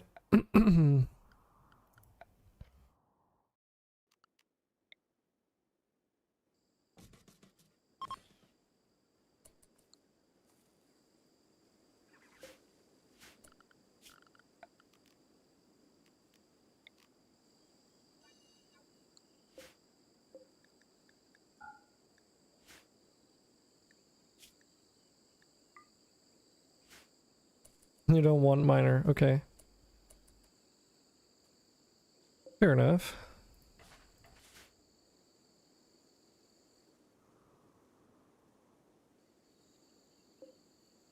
Tiberium protection suits. Covers a lot of shit. Safely traverse in Tiberium infested terrain. Shields the wearer from getting infected and also any possible radiation.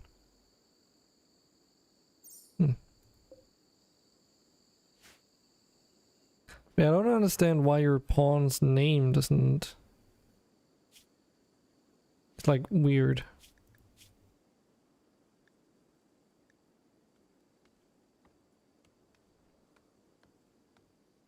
Yeah.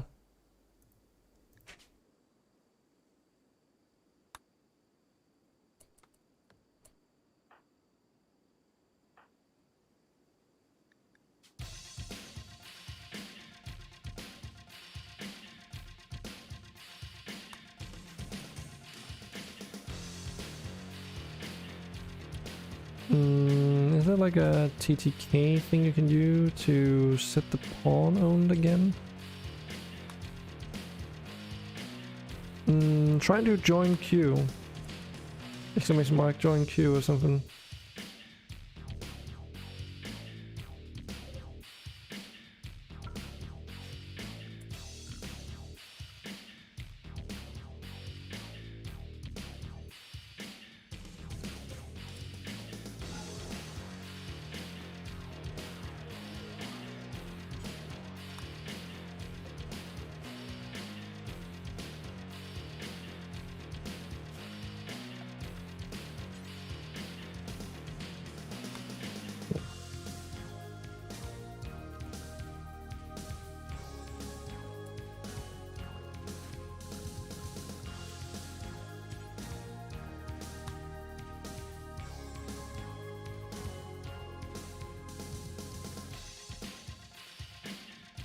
I don't want to ban you. So...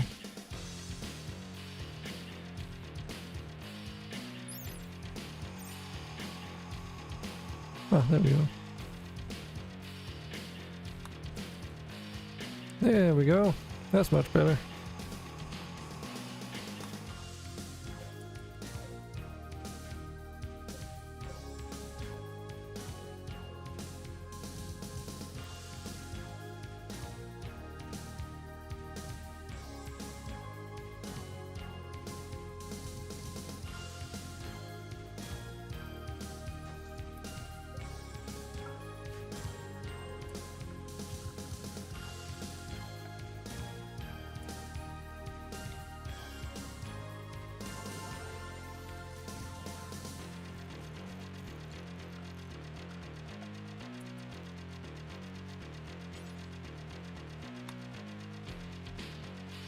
Do we want to make this out of steel?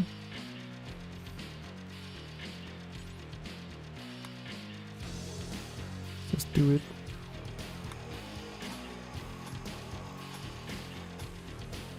Normally I don't use steel like this, but we'll make an exception today.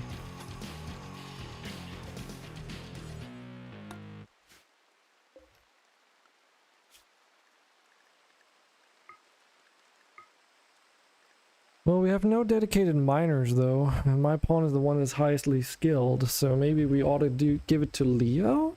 Or do we want to make someone dedicated? Hmm.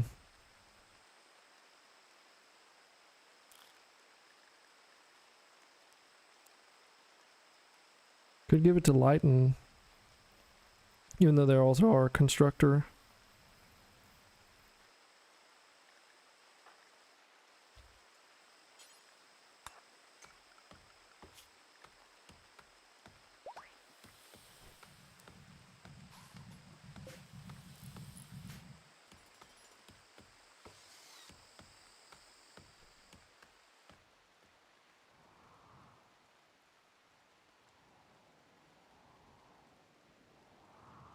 Maybe a little bit of a too big of a map.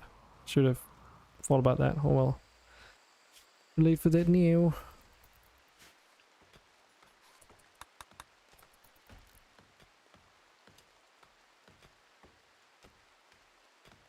Not really.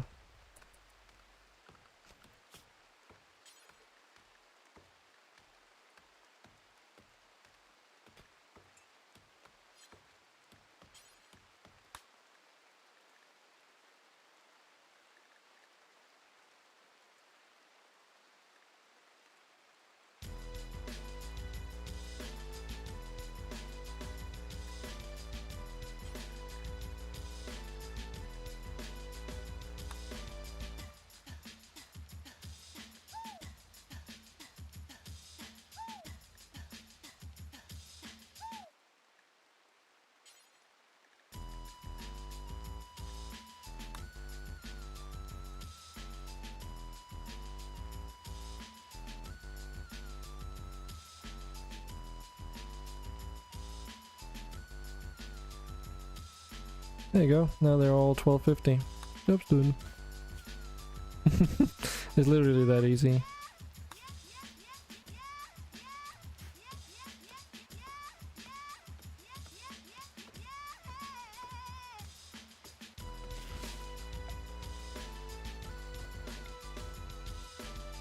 Doesn't reflect in the store, but the store right now doesn't really reflect much anyway, so...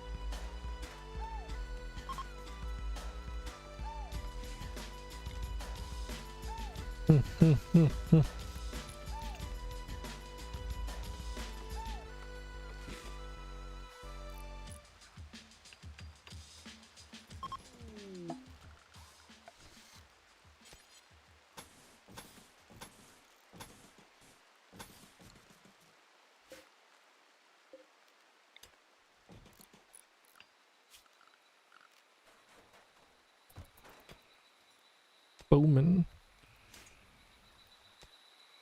Oh, hero.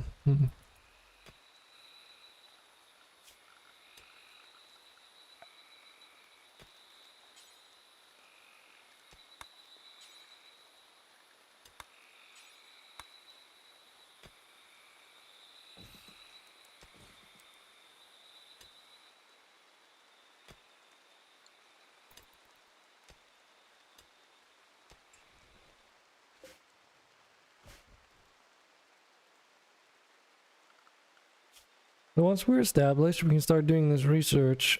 I do believe this is just, yeah, it does require a research bench. But, we'll get there soon enough.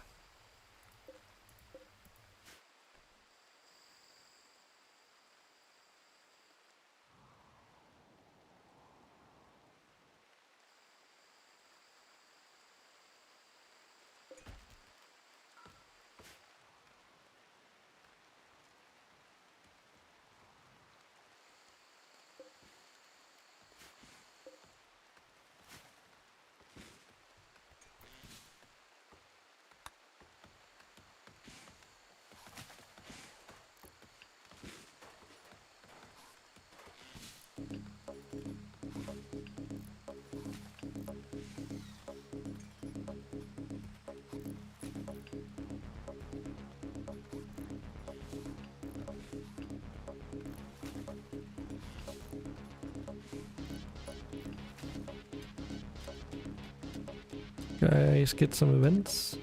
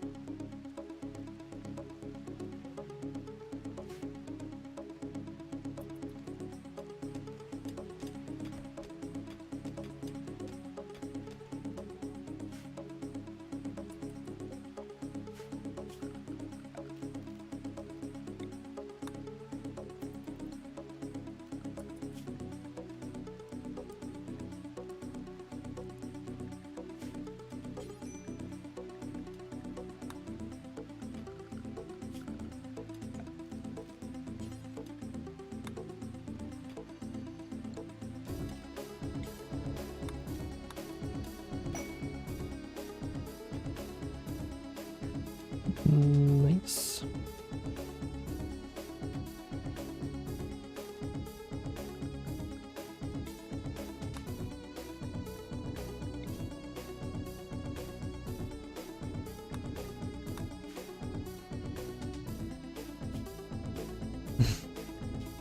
Oh, Andre, I think you misunderstand here. We're doing Tiberium related stuff. I don't think you understand quite what that means.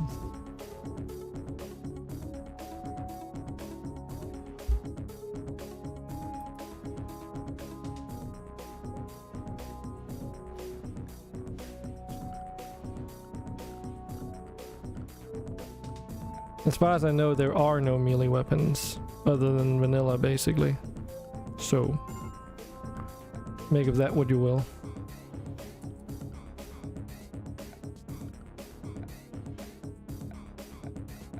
Could be wrong, but I don't think there is.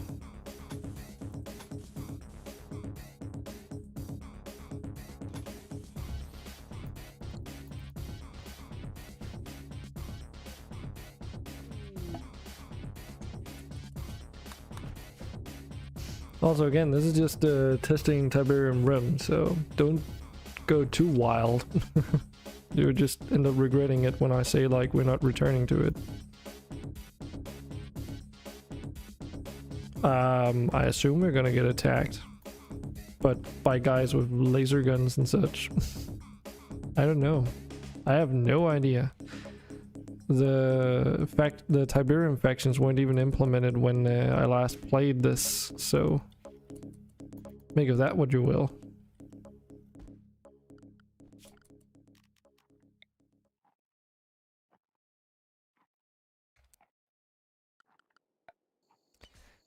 I know very little.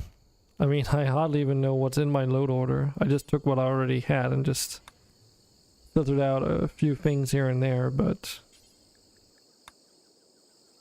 it's not like fleshed out in any way whatsoever. It's just enough so that I could basically start doing this today.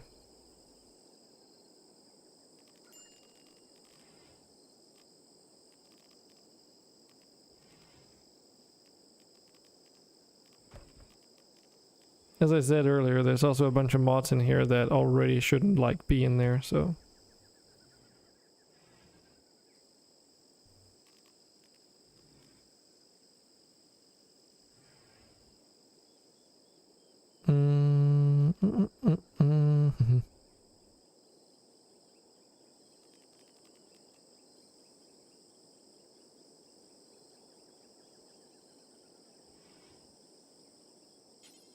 All right.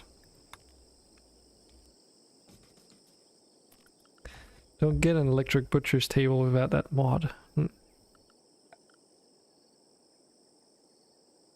Thanks for the lurk there.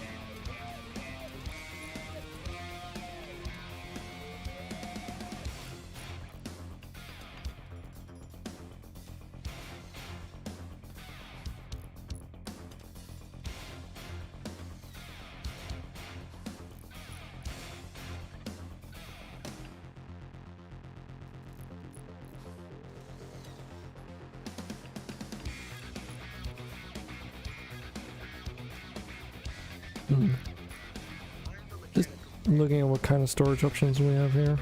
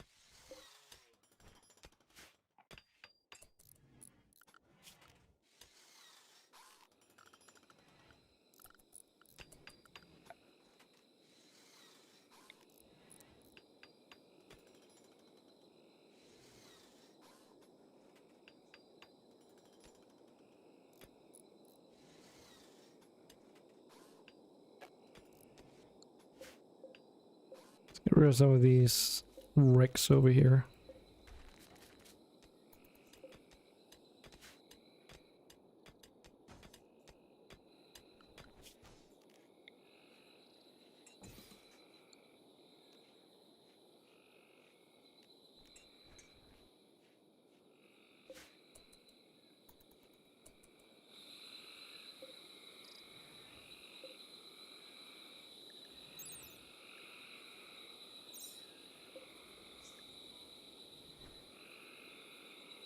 Not Pilgrim of the All Pact.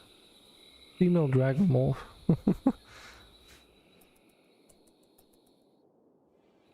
Okay.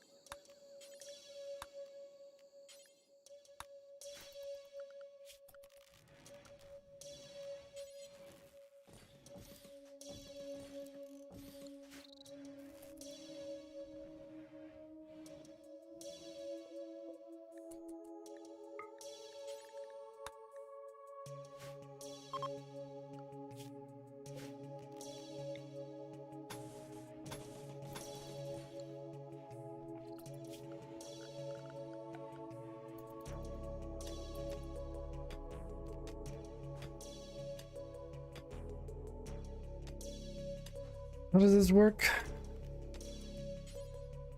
Heating pipe, huh? Alright, and then we get aircon pipes for aircon, okay.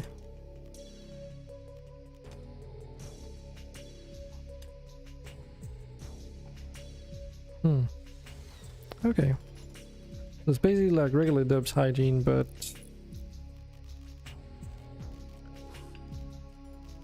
without the with the heating pipes or water pipes for heating being like, I guess, not using water or something.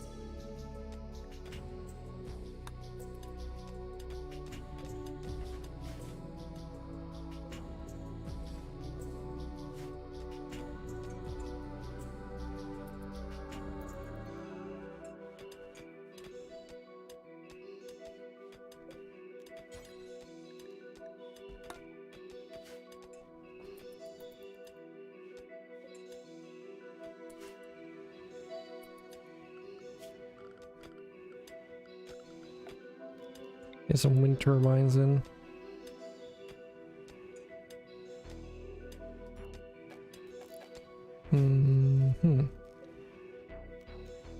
Still won't let me do it, okay. What gives?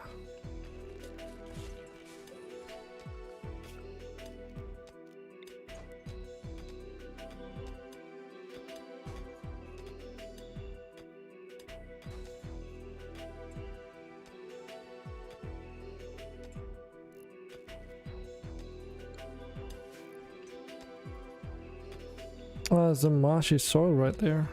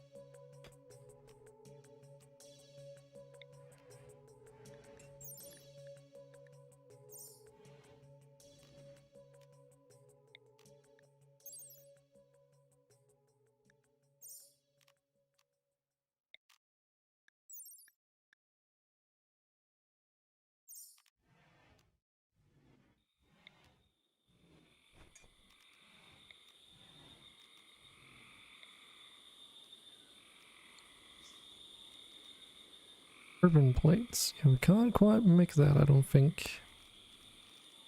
If we can, I have no idea where. So,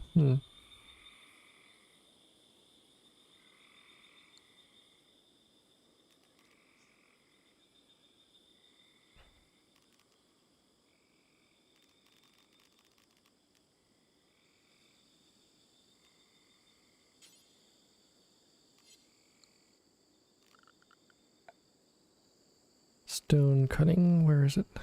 Or actually, maybe we need to make some rooms for people first.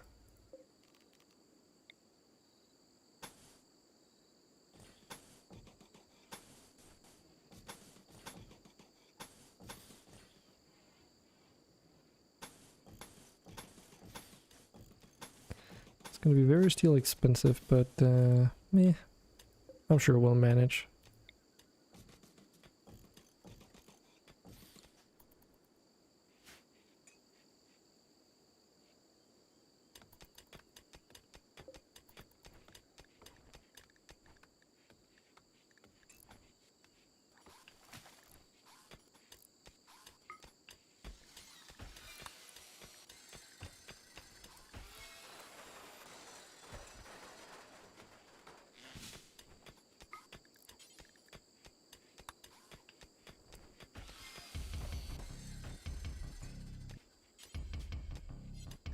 Oh, there's a invasion event coming up. Actually, those should probably be disabled, honestly.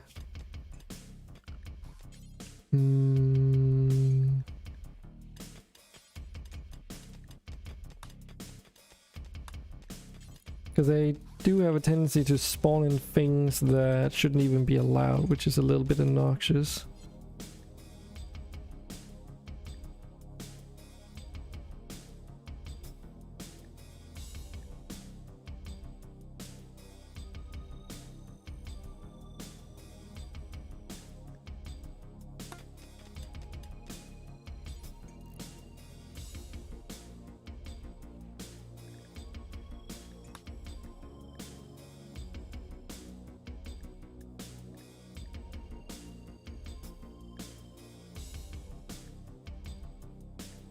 Here. Disable that.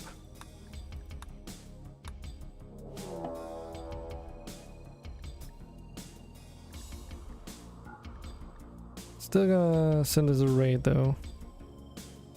We don't have any weapons.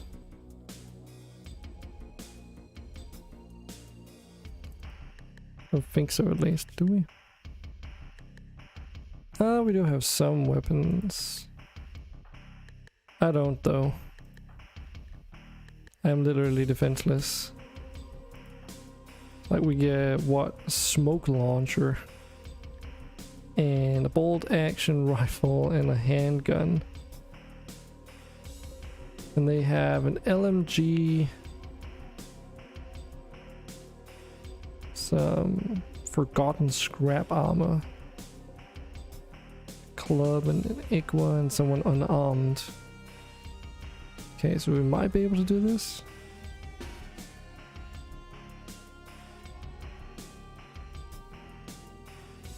Did they attack immediately? Yes, they did.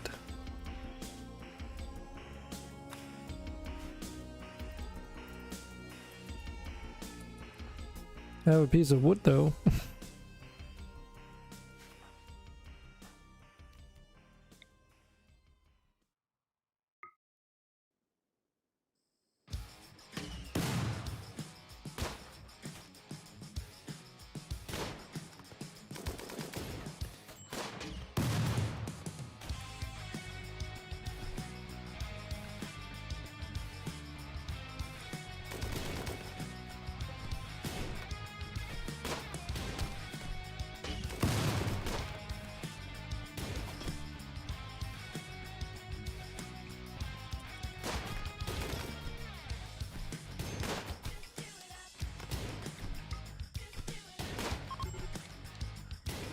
I don't have the highest of hopes for this. Without any weapons, at least.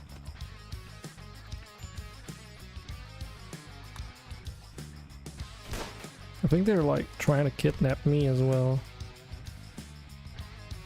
Yeah. Yeah, I might have to like do a bit of trickery on this one. Just so that it doesn't become a slog. Because we could just deal with it, but that's so far from what I'm doing right now anyways that I can't be asked.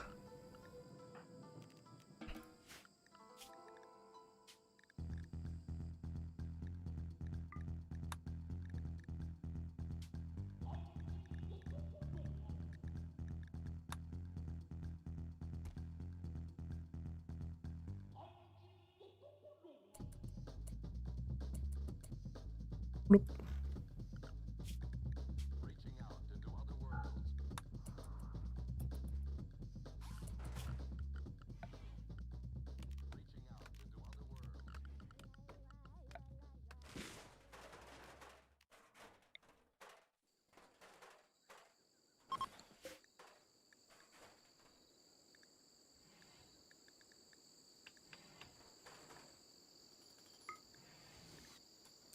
Well, I guess we'll have to just make some great bows. Or does it even make sense? I mean, we could make a machining table, make some guns. I'm just not. I rarely ever do this kind of stuff, so I'm like really unacquainted with how you go about it. Wait, what? Must have missed this guy. Okay, we should be able to take him out though.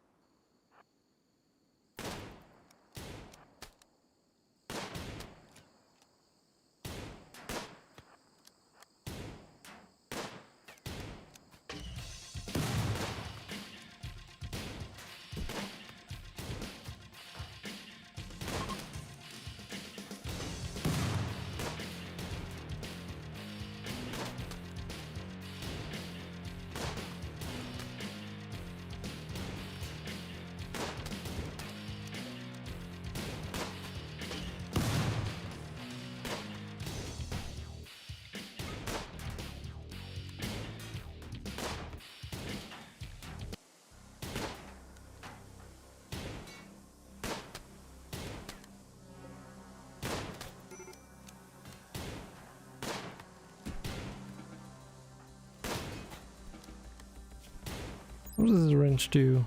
Global work suite plus 50%. Jeez. That's pretty crazy.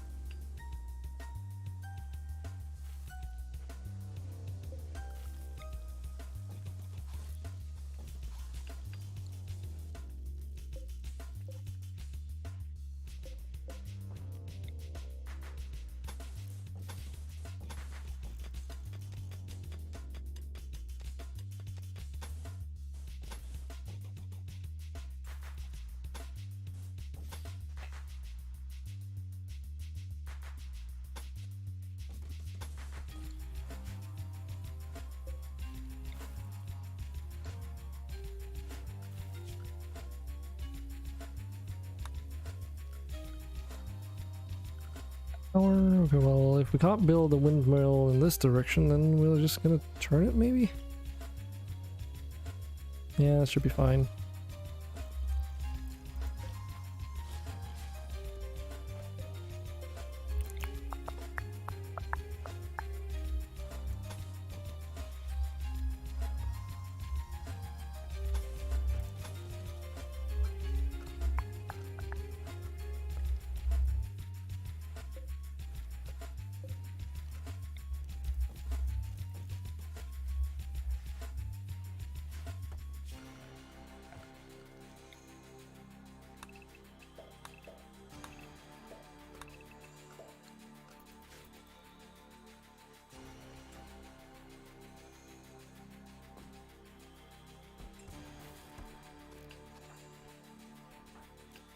Well, any weapons as good as none.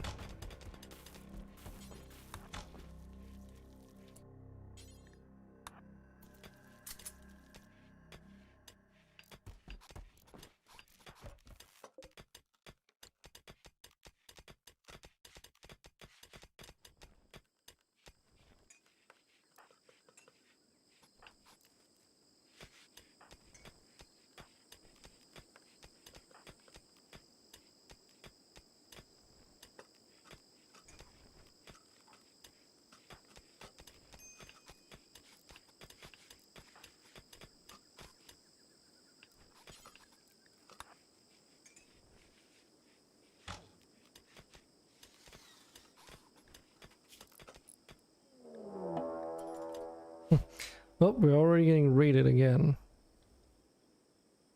This time not an event though, so it's not as insane. It's a bit more what you'd expect when you're just standing out.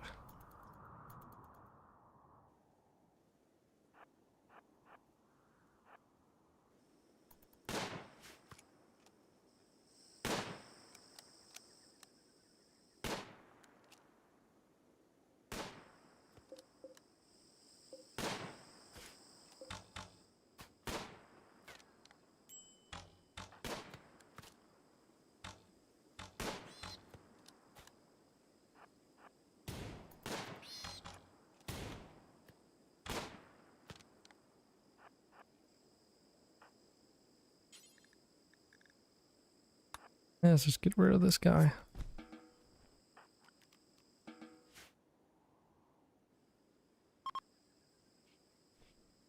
We are going to have to act if we want to live in a different world. Whoa, what? There's already Tiberium growing? Wait, what? Okay. That caught me a little bit off guard, I'm not gonna lie.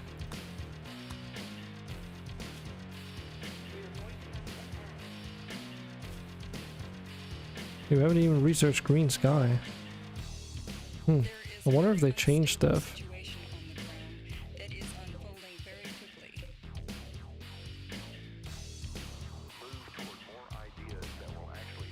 Well, hopefully that's not going to be a problem.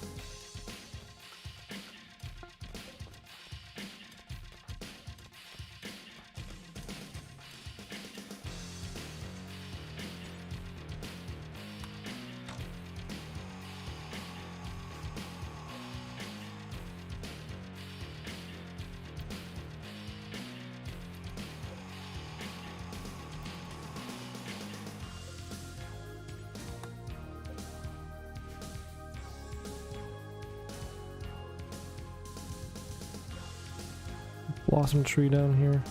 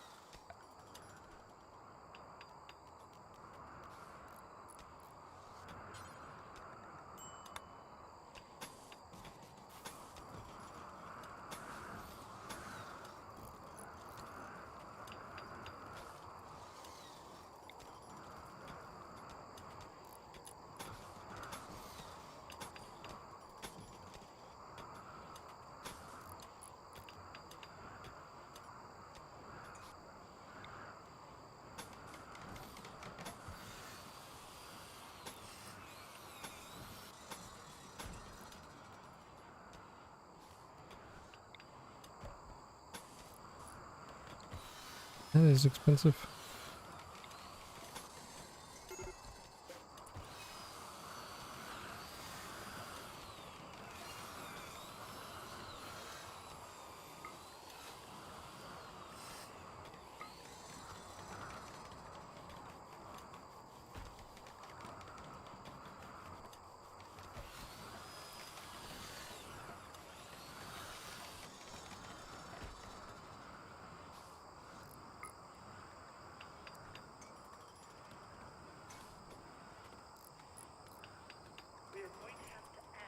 Yeah, what else should we make as a starting weapon?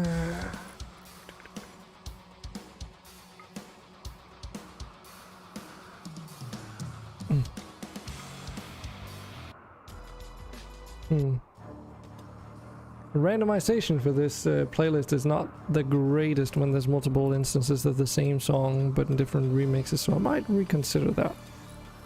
Basically made like 3 different mods for different Command and Conquer related songs, but might need to like filter out some things and just settle with a few.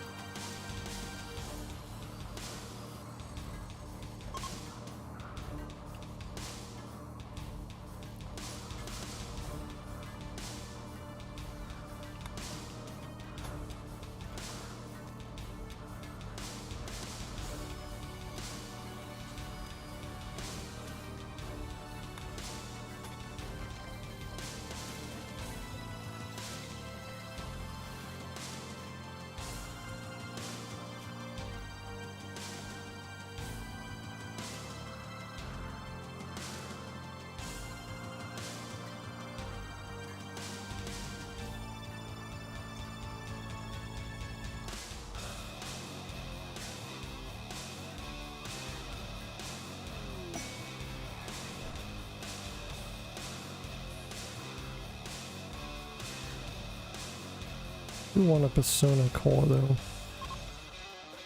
Something I'm just gonna rationalize that I can get away with buying.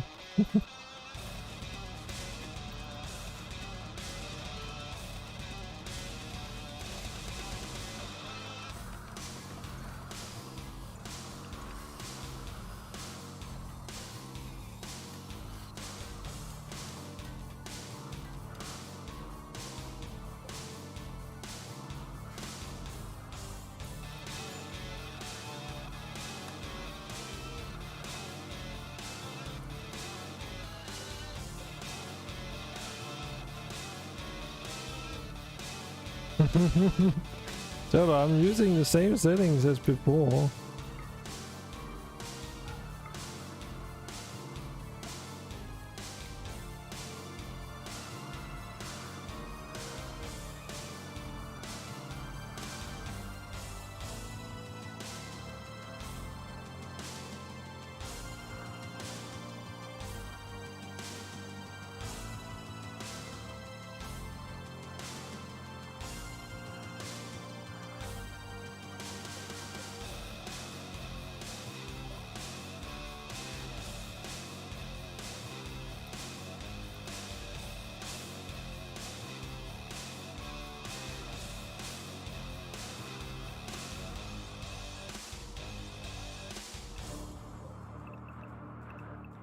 That's absolutely mint.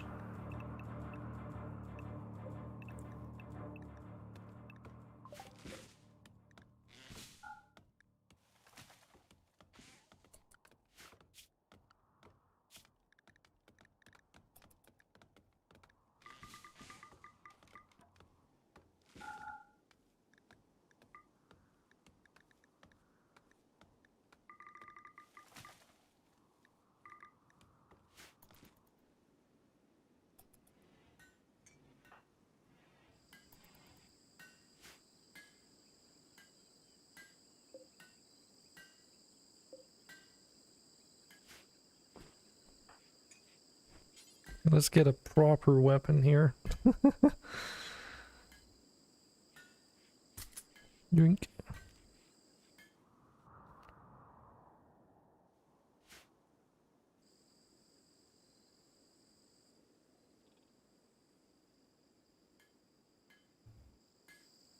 Just so we can start getting food.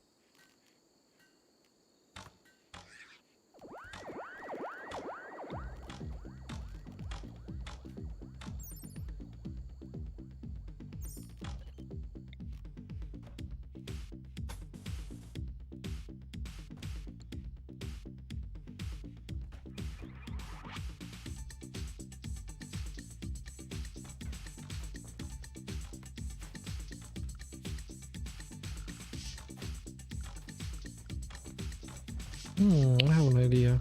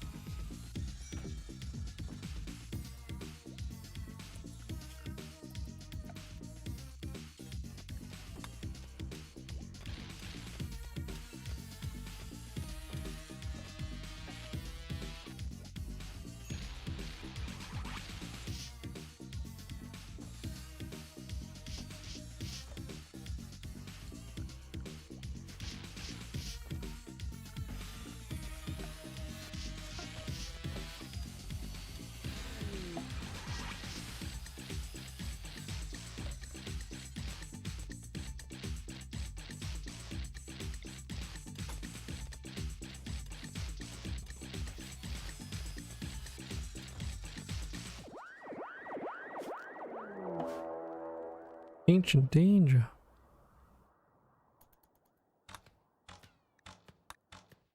There's a huge metal node right next to it.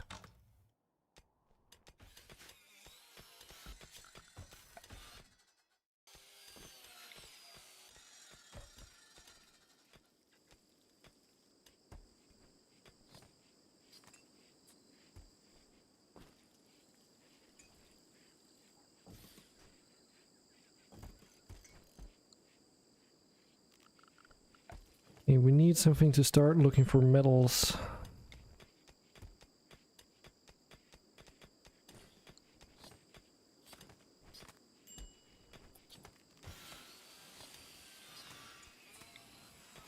This ground penetrating scanner here is what we need.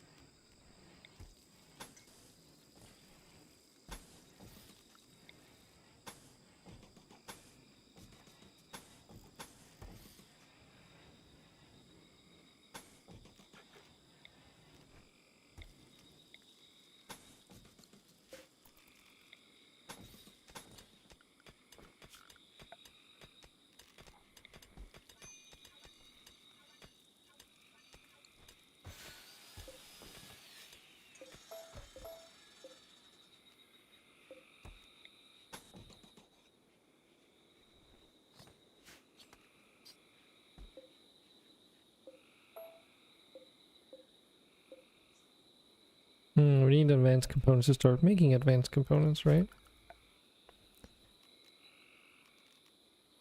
Can we even do that without, though? Because that's always been like a thing for RimWorld, hasn't it?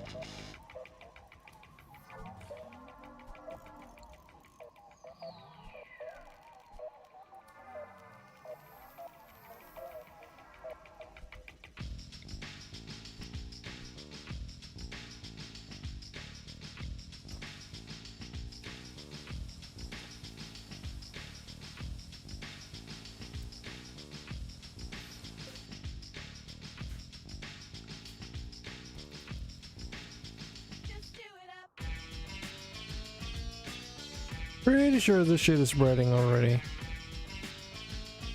It's not good.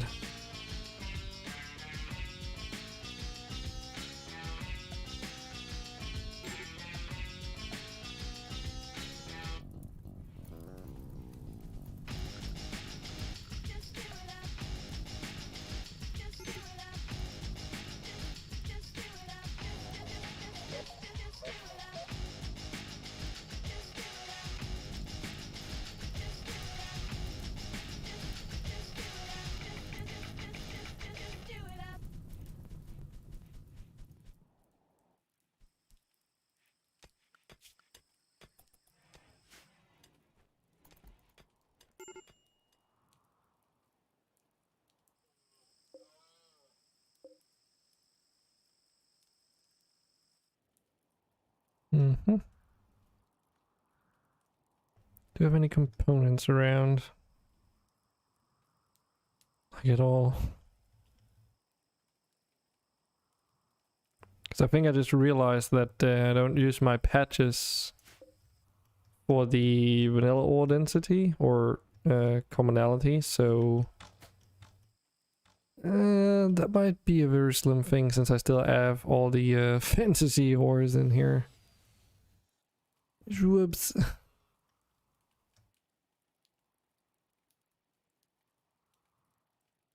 Damn.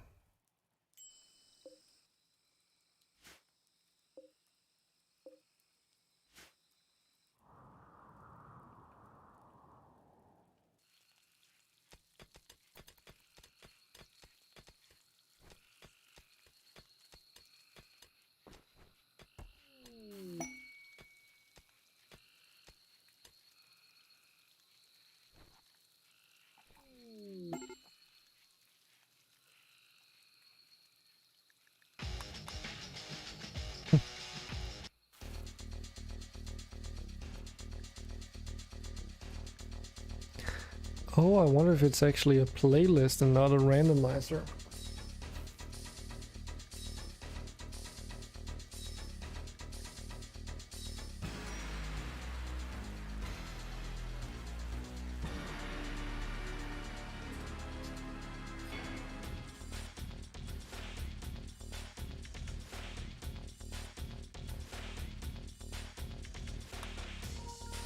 Yeah.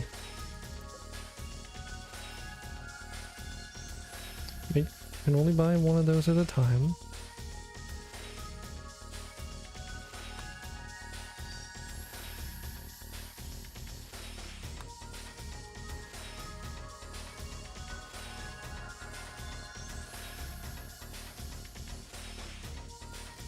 Oh.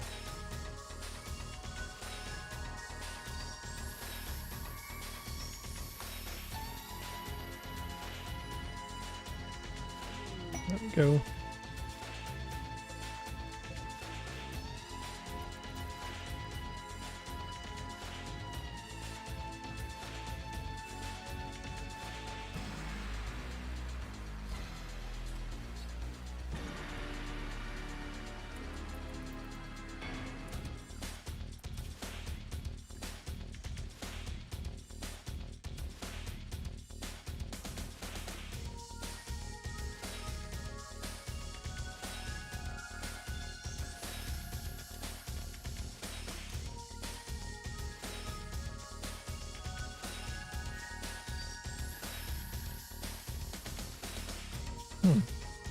My research is complete, so now we gotta build a telescope. That should be in here, right? Oh,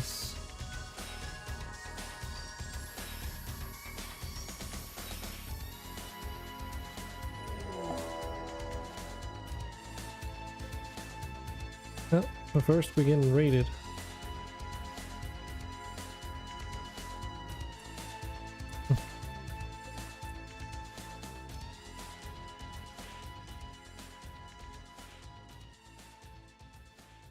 Surprised these guys are like tribals, though. Oh, Amalgam Pirate Band, okay. Not sure why they are tribals, though.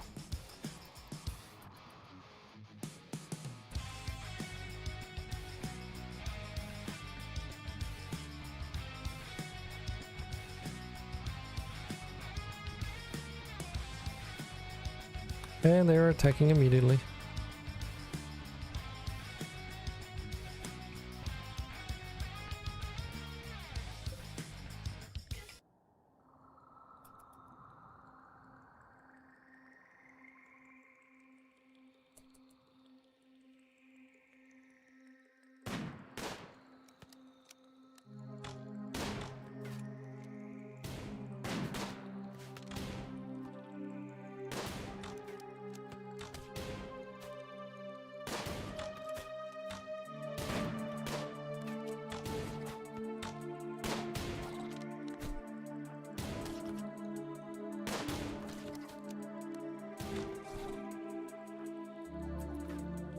Oh, they're getting themselves killed by these insects.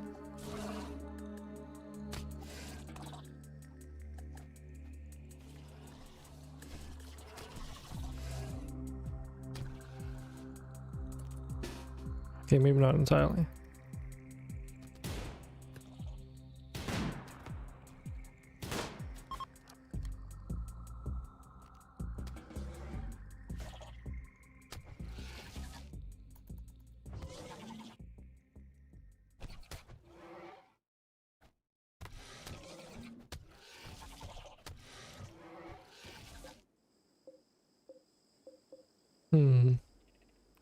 Something does seem like I might have fucked up when I made those mod thingies. Because the combat music isn't really playing when it should do. Wonder what I did wrong.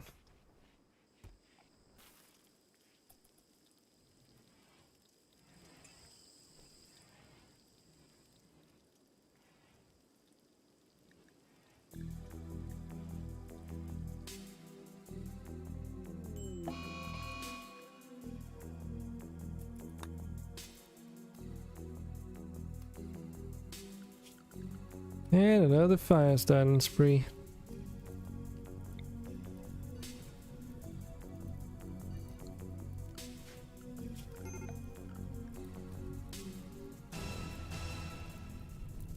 So why? Oh right, those are the... Yeah, you just start with a few things unlocked.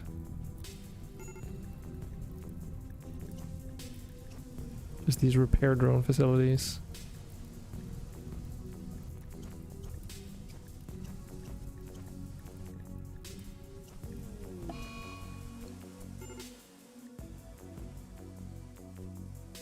Yeah, we also need more recreation really badly.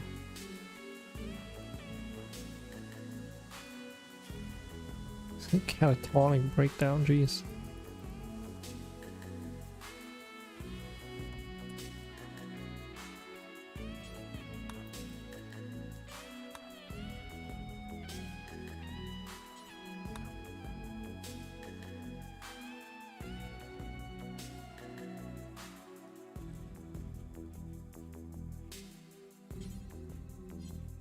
Oh, his construct skill is too low, okay.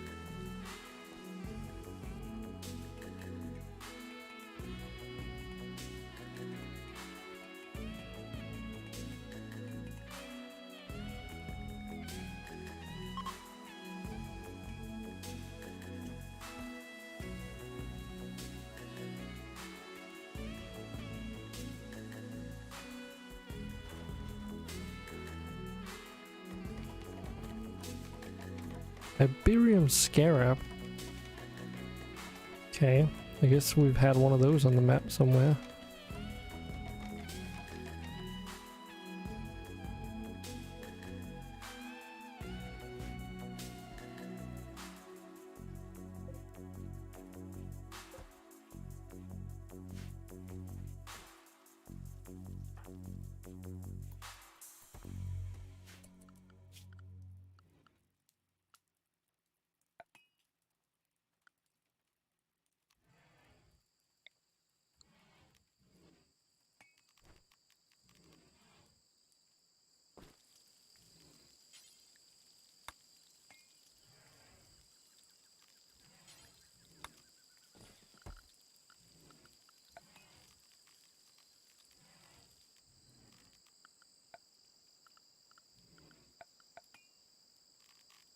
Chairs. There we go.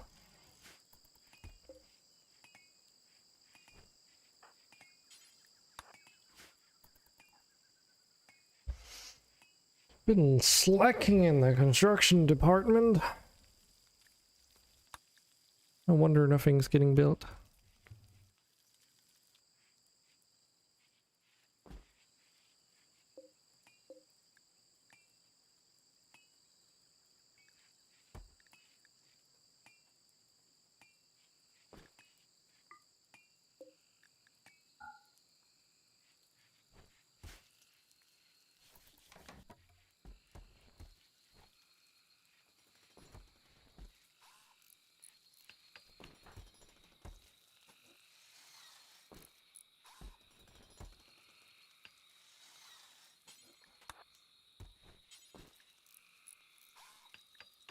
We are going to have to act if we want to live in a different world.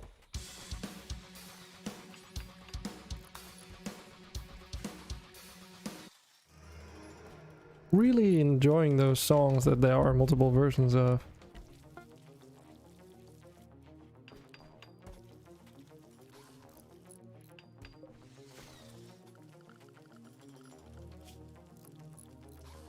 So observation research.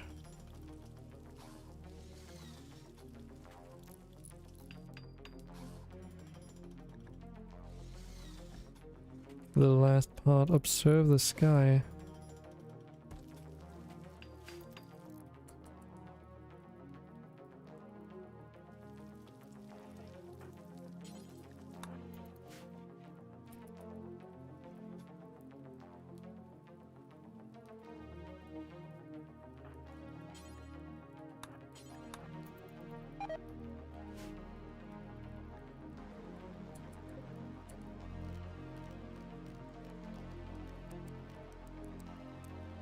Might want to adjust these to actually do cooling.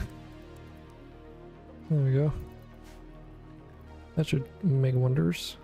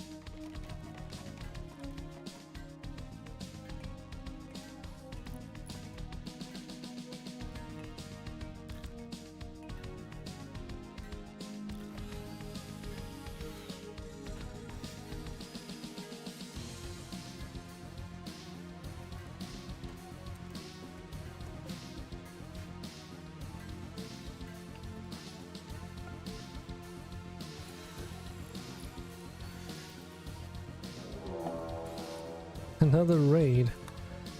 Okay, Kane, take it easy. Actually got grenades and stuff.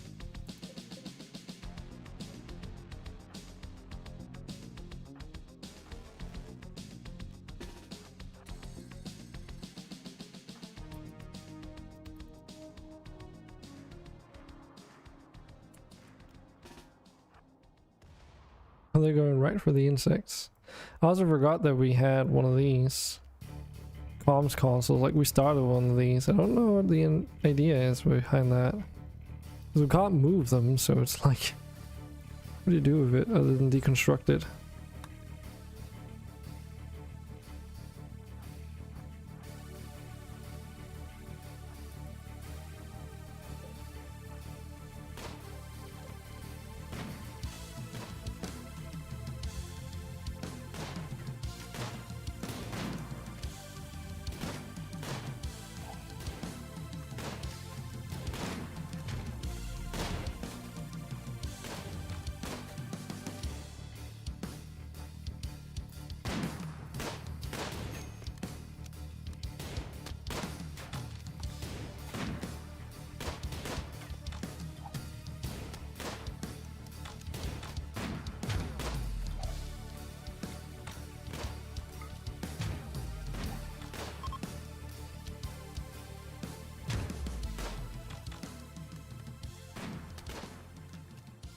Like, the battle music is also like...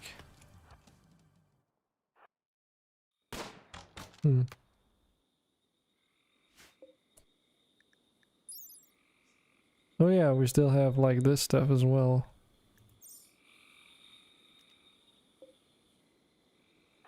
Things can be infused, I think.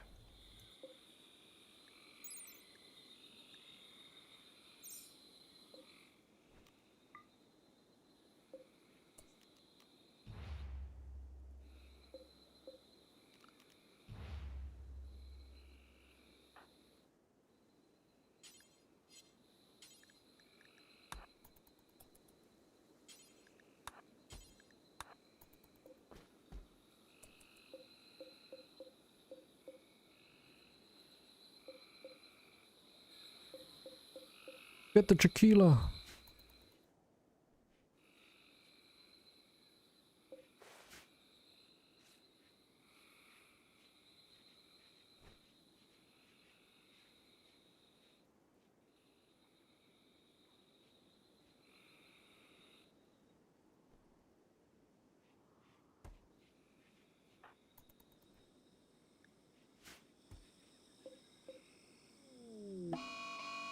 Mad Mega Spider.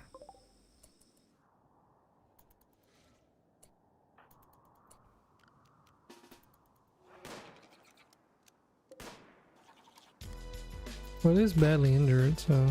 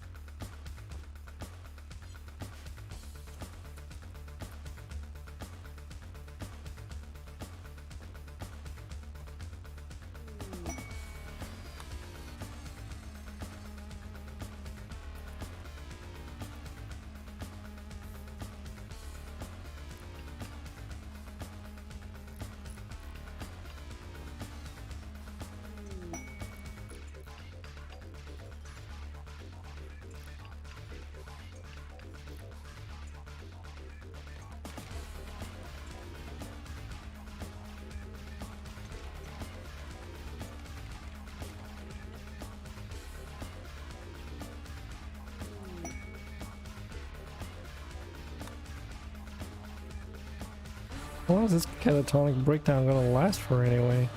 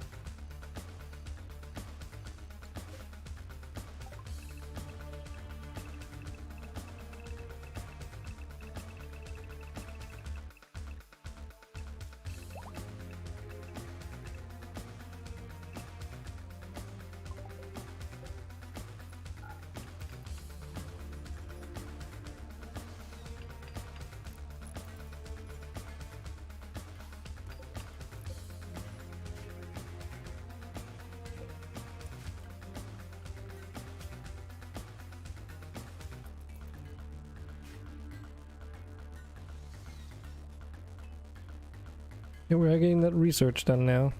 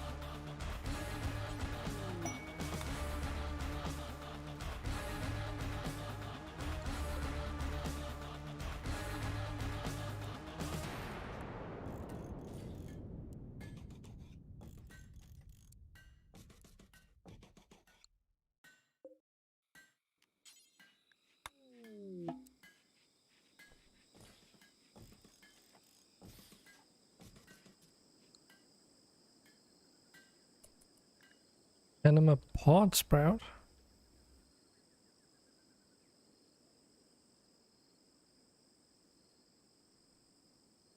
Anima nixus tree. Oh.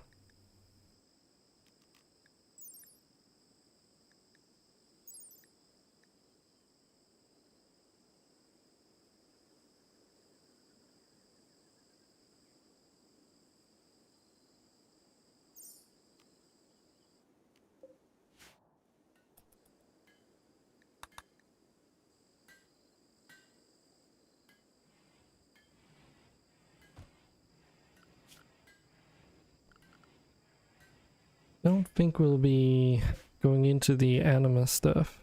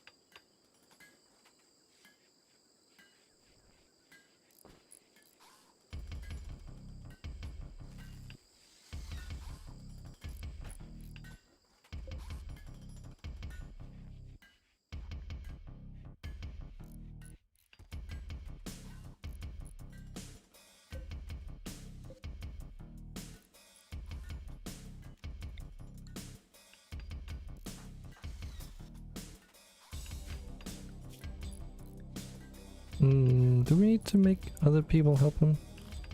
I think we might. Otherwise, it's gonna take one guy a long time to build an entire base by themselves. But I guess there's also all the research and that stuff. Because this Tiberium is getting further and further away from that blossom tree there.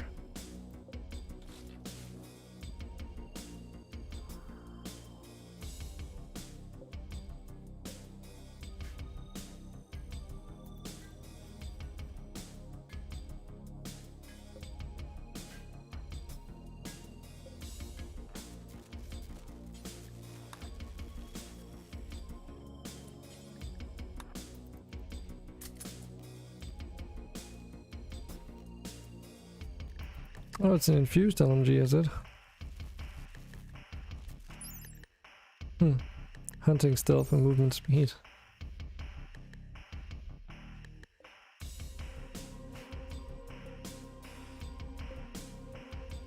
As expected, we can't quite afford the energy for the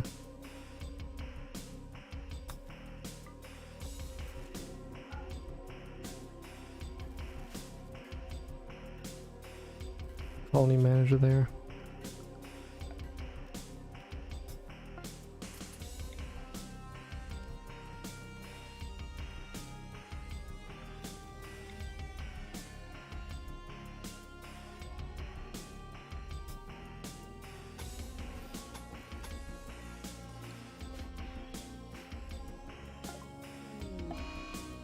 Green sky.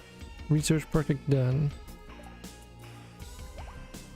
So it's really Oh my god, okay. That is interesting. To have the meteorite spawn right there. Right next to our base. Can we load an autosave and maybe have it spawn somewhere else, please? The mod should probably check how close to the base it is and just try and spawn as far away as possible.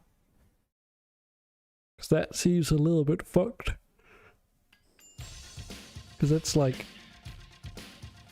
a lot of all the Tiberium's gonna spread away from there, so.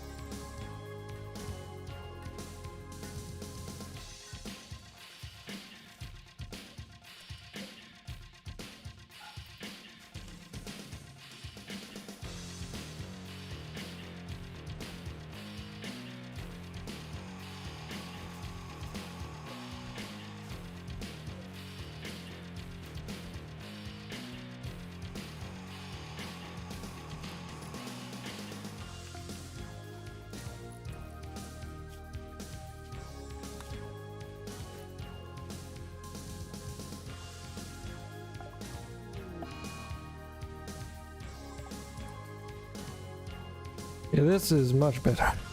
Like that's what I expected to see. Okay, there we go. We're gonna keep this one. This is the meteorite. Attack this to destroy it. Really? Can you just straight up destroy the meteor? Well, anyway, so that's the green sky research project done. So now we've got mineral analysis. That crash nearby, it seems like what the colonists saw landed right next to us. We should try and figure out what it is. Since we don't know what we're dealing with, someone needs to investigate. It could be dangerous, so they should stay at a safe distance and observe it.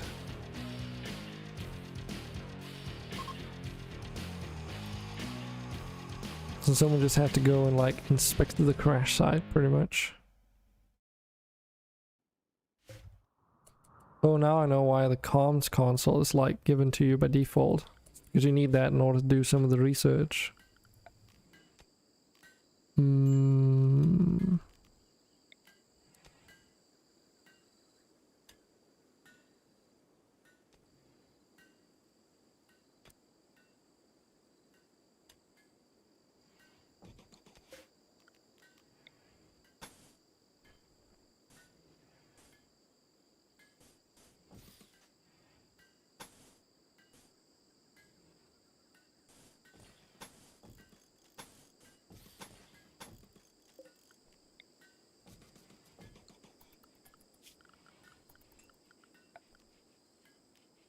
Well, let's make a room for the comms console then.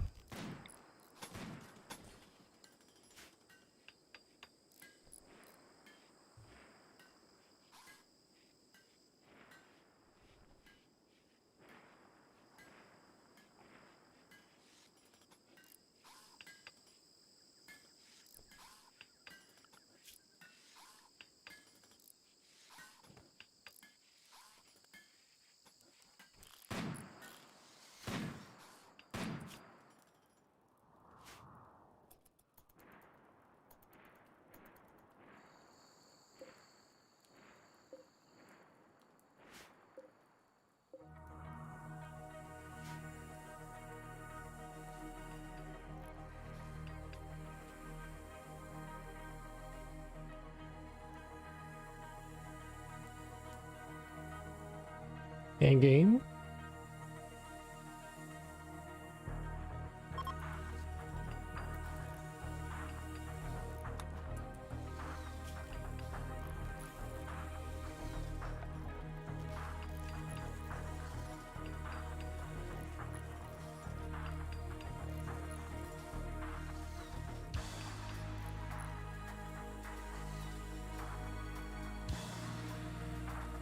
Hmm.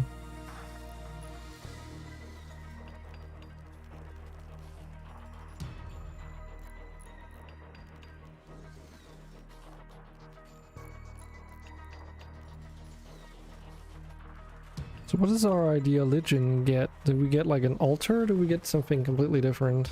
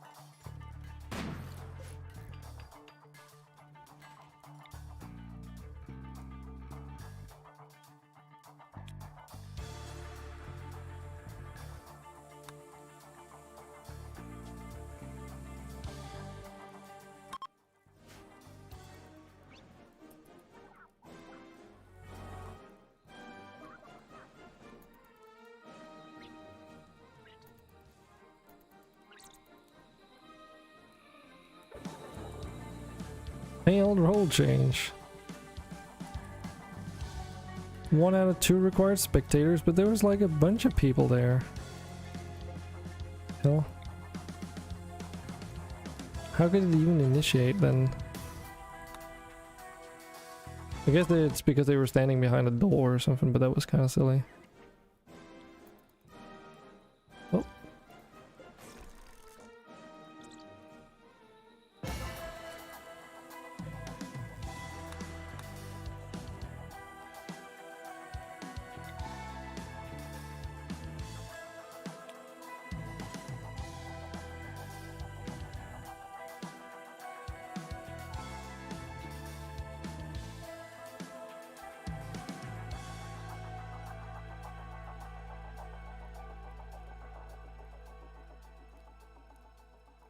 Oh shit, I forgot to remove the required apparel shit.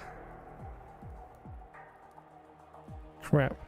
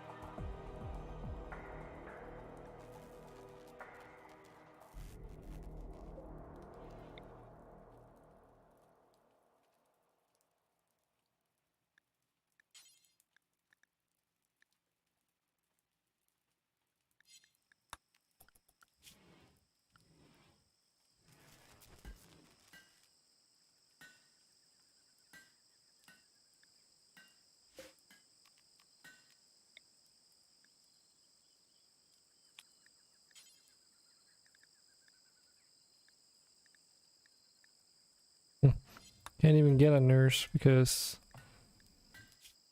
the people that are best in the skill are not gonna be nurses.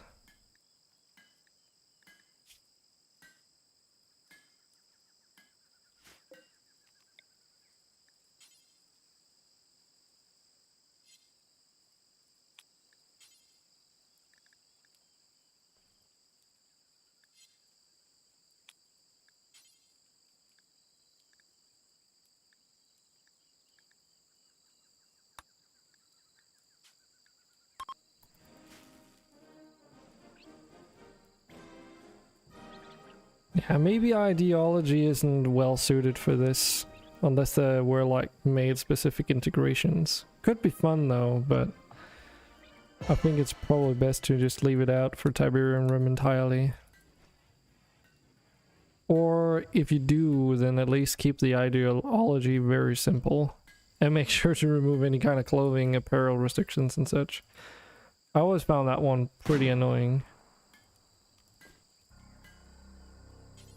It's not like it's a bad idea, but it could have been like a...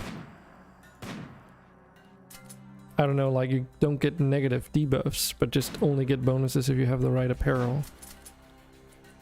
Or if having the right apparel unlocks something rather than not having it sort of kicking you in the nuts.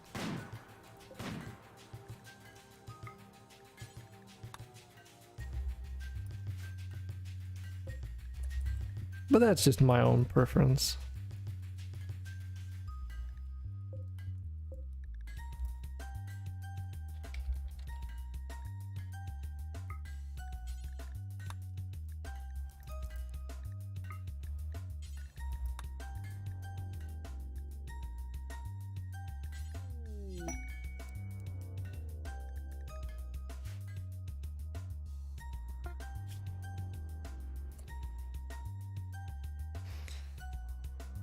Liam Hawk Kelly, first nuncio of Brotherhood of Nod, is requesting a favor. Friend Nona Sims is interested in learning about her other cultures. He wants you to host her.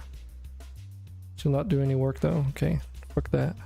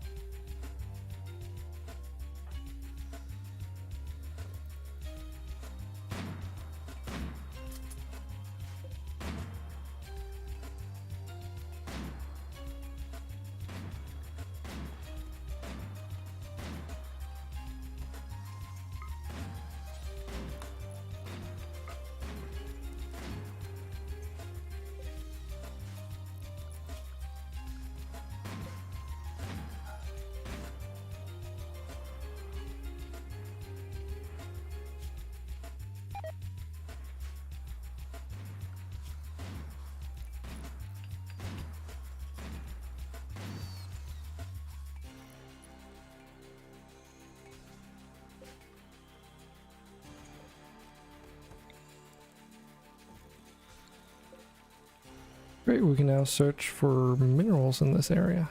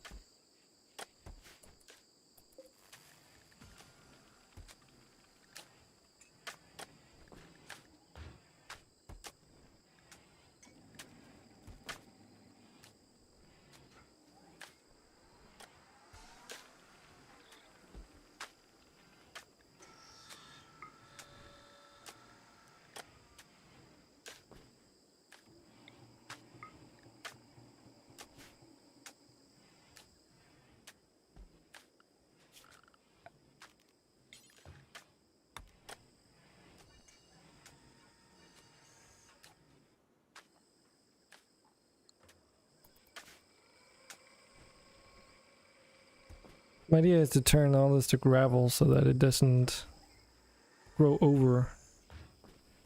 Keeps the turbine spinning.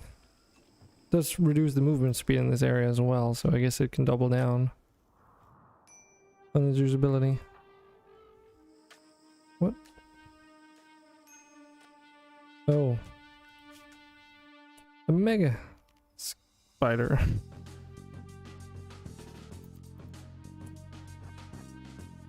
Oh shit.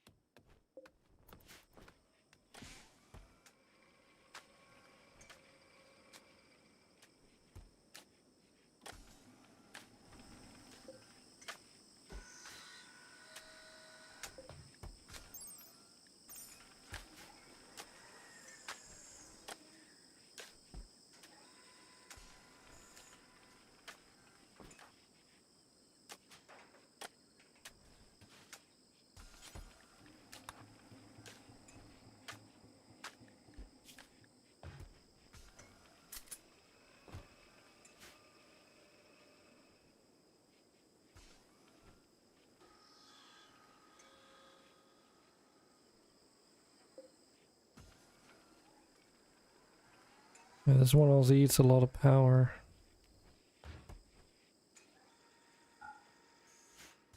Guess we'll just turn it off for now because we still have local steel, so it's not super imperative.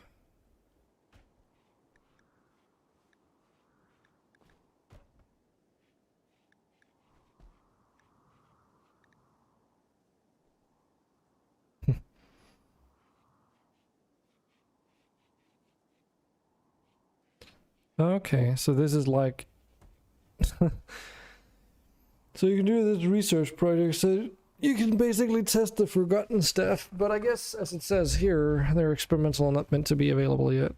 So we'll probably just stick to GDI and odd things, assuming that they are. But it does seem promising since they are not like available at the get-go.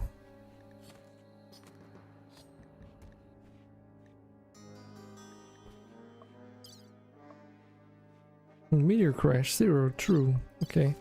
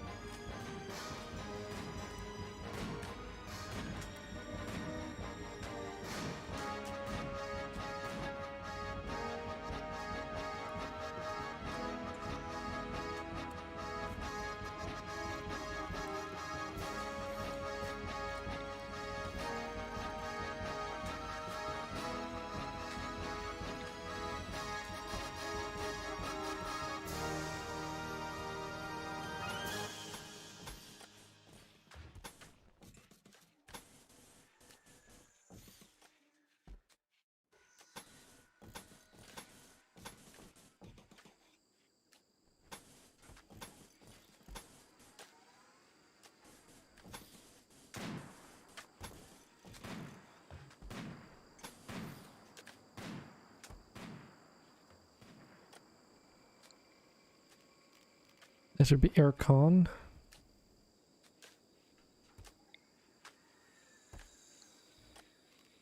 Now radiators.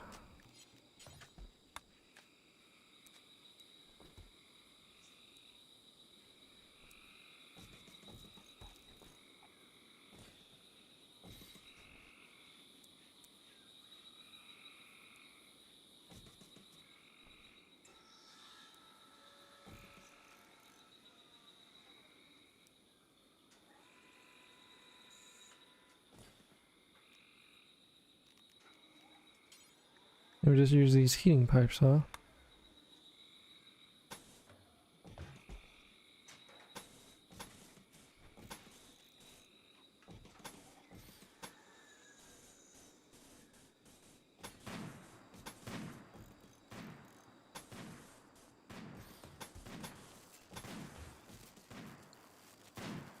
And they will need an electric boiler somewhere. Guess we can put that in here and just make that a utility room.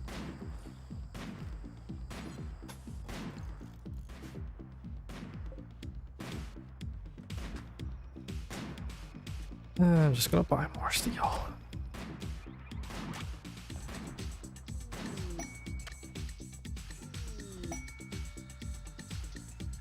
So we can get things to continue moving.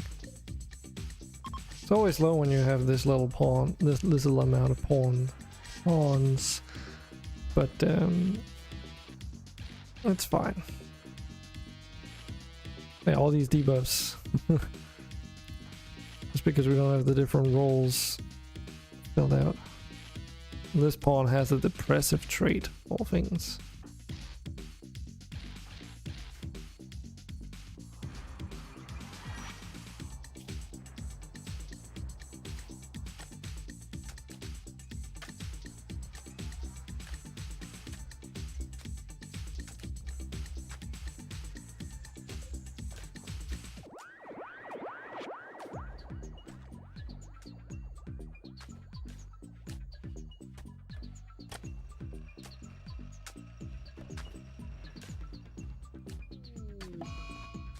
Food binge, nice.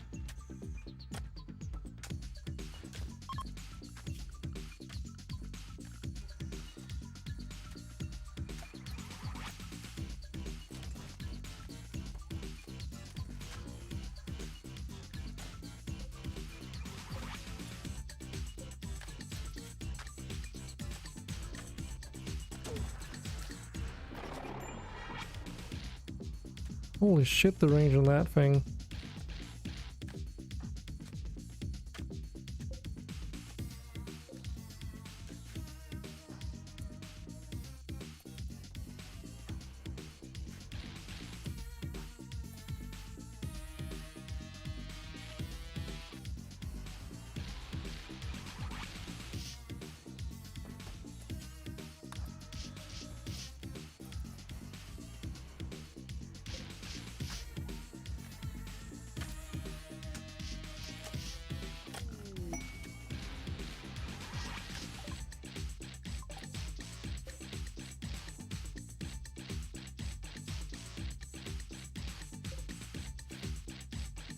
We don't have a hospital yet, but we can still try and save some of these people.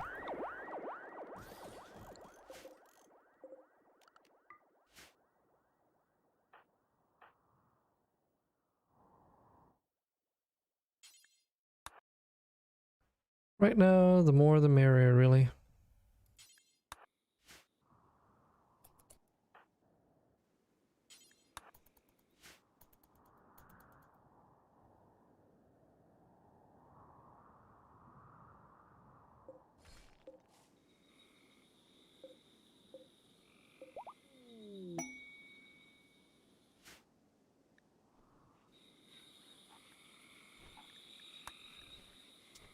Well, instantly Jamie joins, but will he survive? No immediate danger. Awesome.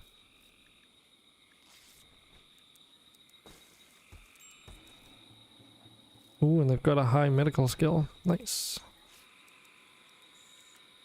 I think we found our nurse.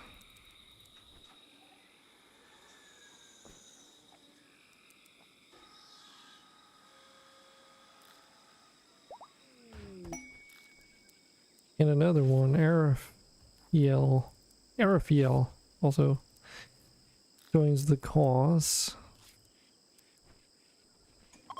Seasoned Warden. Ooh, and she can do construction.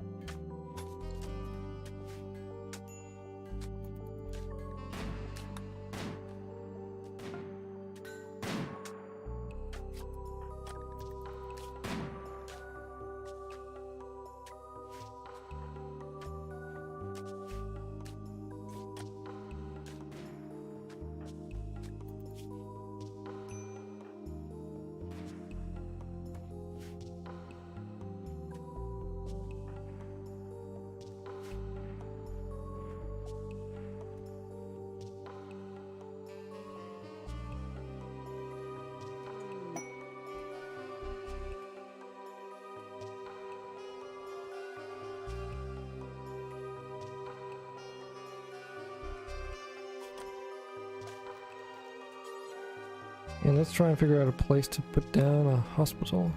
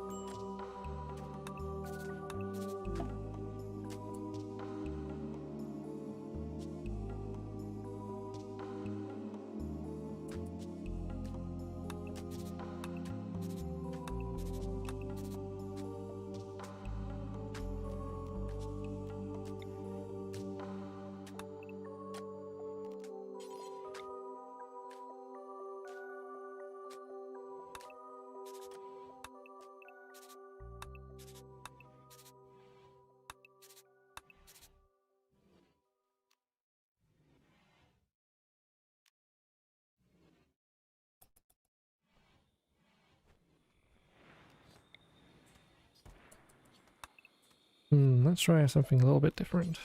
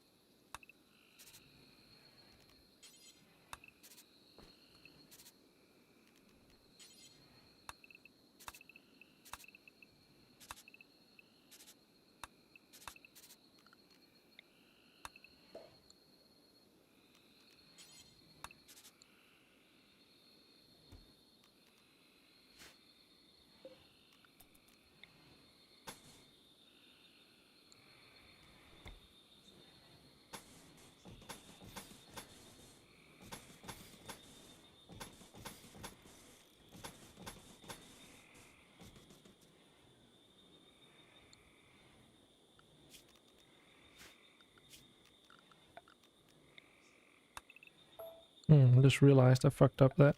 Try this again.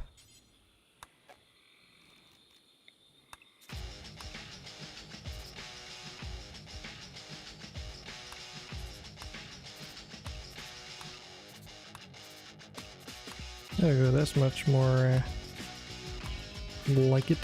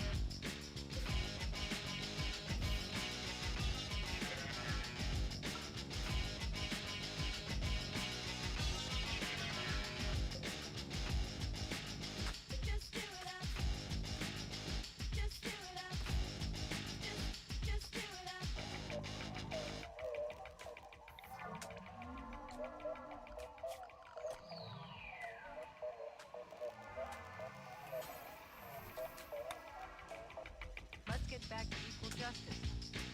Increase fear and suspicion. Repeat. Let's get back to equal justice. Repeat. Let's get back to equal justice. Increase fear and suspicion. Repeat. Increase fear and suspicion.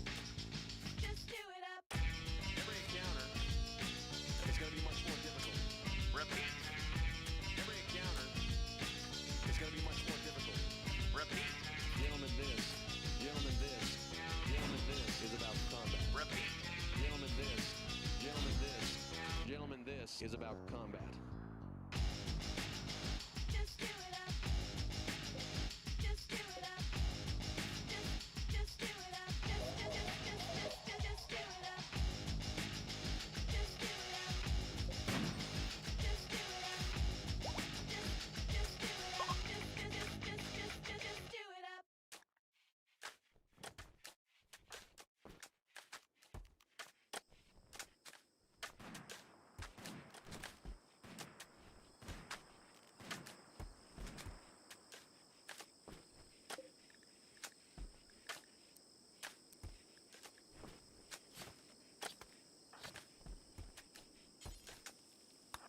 There we go. Give you a better weapon here. I don't know if we should just give you a bow though. Meh. It's better than nothing.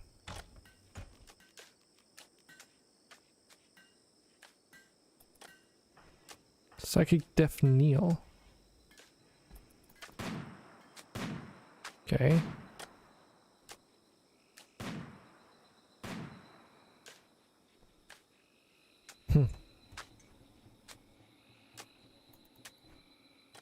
Interesting. I wonder why they have that.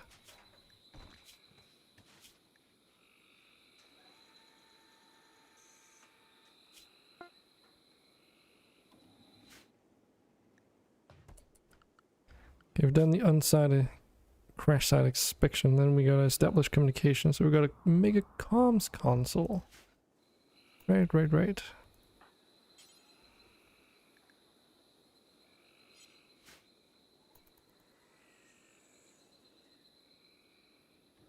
going to have to act if we want to live in a different world.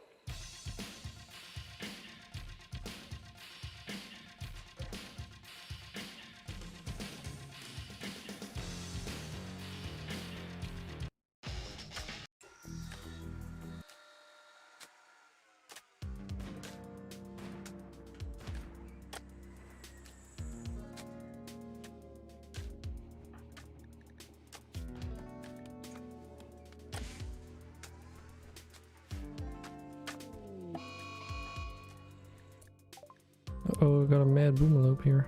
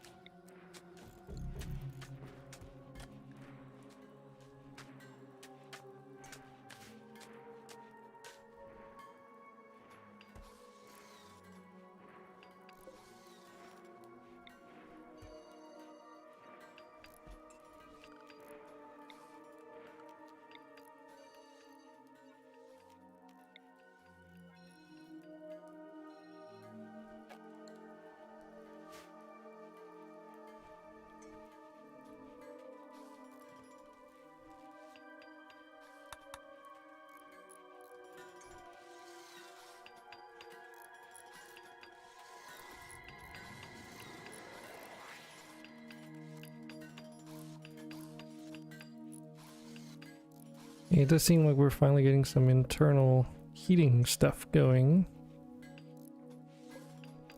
This one should be pretty expensive though. Oh, okay. This is like really cheap though. Huh. It's overheating, but we need to, so we just increase its power. Why does it say 20 watts needed, but then cooling units slash power is 1000 watts? Is that just how much it's allowed to go to? I never remember how these work. Could all just be because they, oh, it's, I know why. It's not hooked up to anything, goddammit. Like, this one down here exists, but it's not connected yet.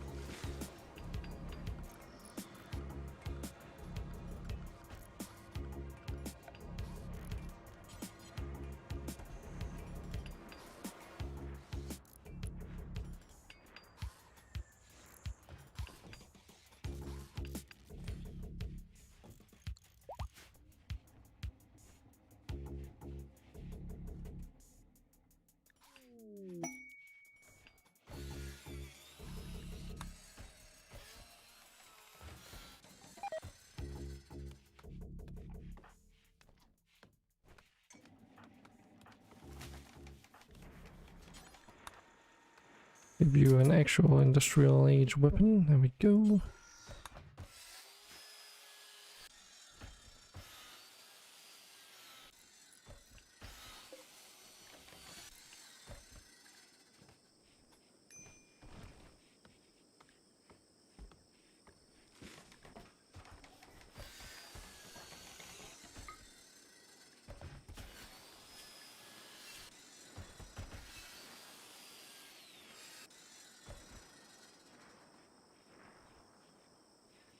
Where the heck do I make beads? Okay, I can actually make those.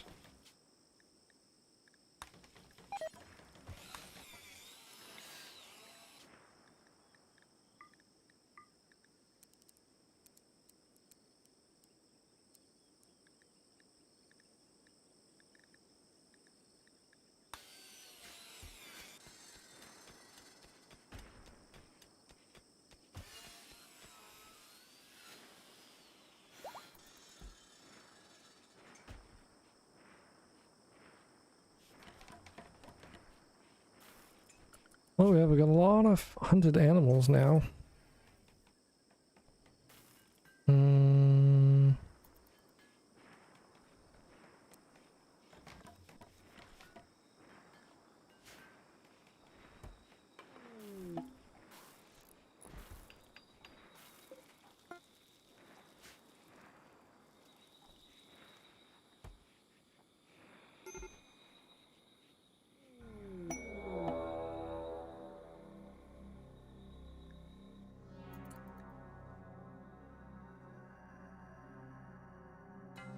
Oh, they're coming in drop pods?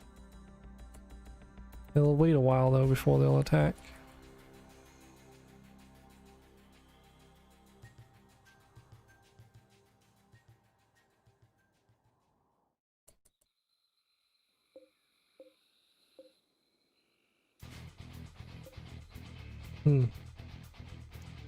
Guess because their budget's so low, they don't really spawn with weapons.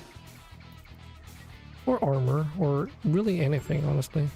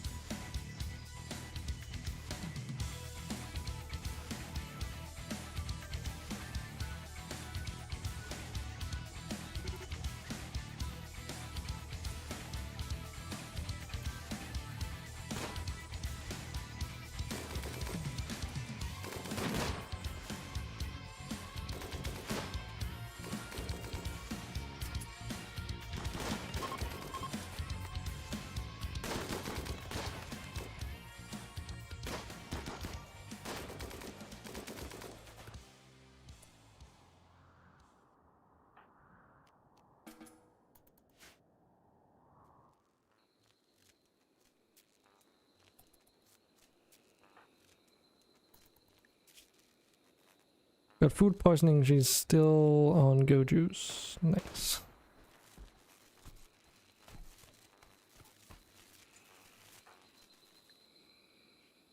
No, or rather she has a go juice addiction. Oh hey Hamp. Everywhere but nowhere. You're a hamp, that's what it is. Oh, this bastard's trying to steal our steel.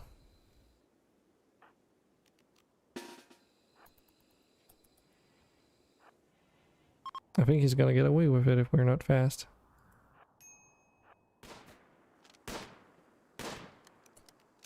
Well, and Andre made sure that didn't happen, I guess.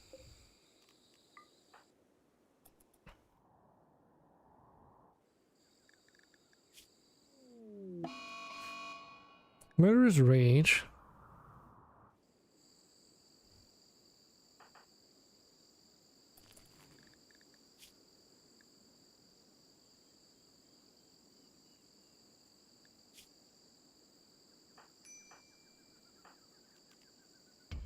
An Raphael is oh boy. It's defenseless.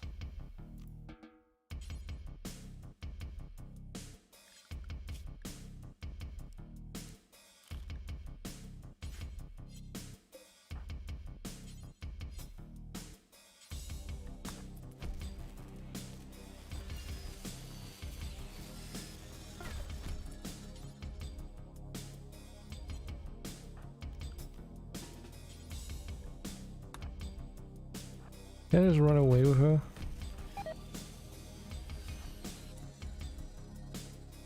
Oh, then he just redirects his anger. Oh no. Hey, Hamp. Your name came in just fine. Interesting. Shoot.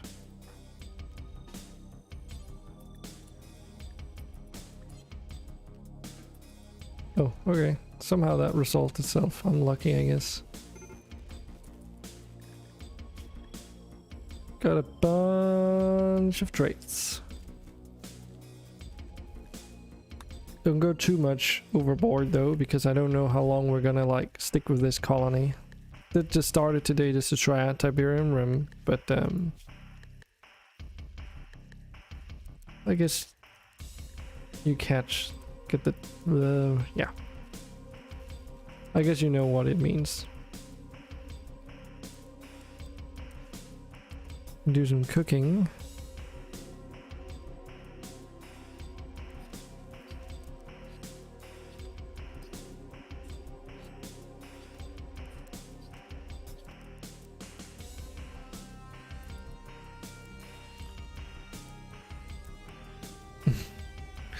Words are hard.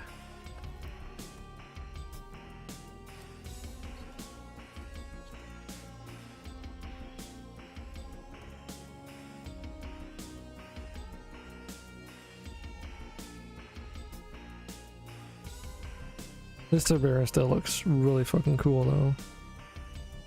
Like the visuals are pretty good. Does seem like they've changed the density of Tiberium crystals to plants, which is kind of good because it was a little bit, assuming they have, because it seemed last time I remember the crystals were like the plants were like pretty dense compared to the crystals. Sure, let's call it that. Let's call it that.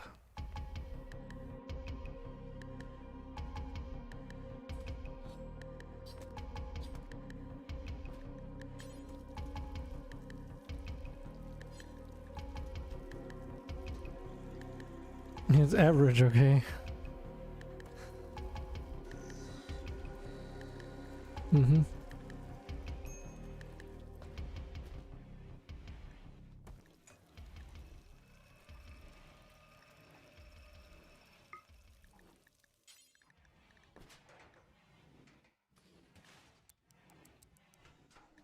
We do pans, 1 per colonist, +2, set them to 50%, make sure we check everybody.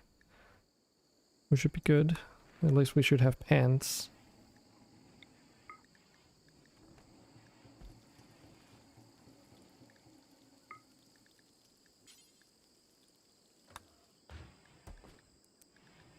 Let's do the same for t-shirts.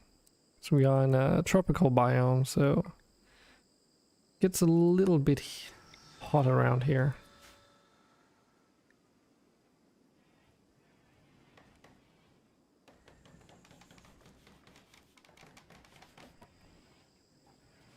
Okay, now it is actually operating. So now we actually get a better indication of how much power it needs too.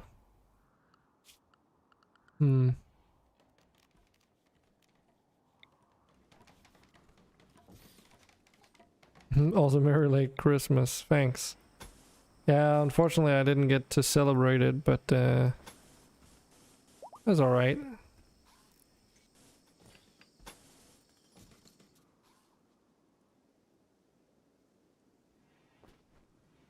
We'll admit Toto was expecting almost Toxic Fallout play? You mean with the Tiberium? I mean, we haven't really gotten into it, to be fair, so...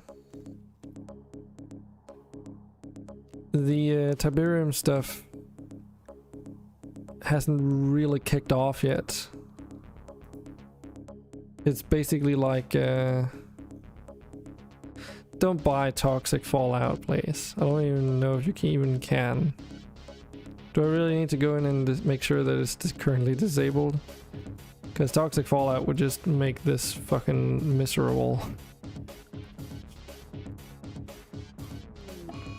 And doesn't really coincide with what we're doing today.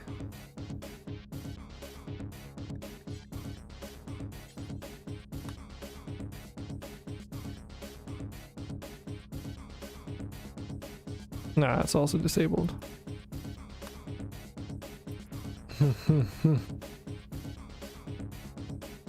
Aha.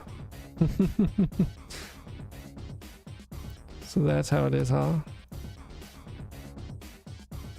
But no, so the meteor crashes, and until you do the preliminary steps to continue on with the research, like, you don't really... Like, the only reason all this Tiberium is here is because of this blossom tree randomly generating it, I'm pretty sure. If that hadn't randomly generated, there would be no Tiberium on this map.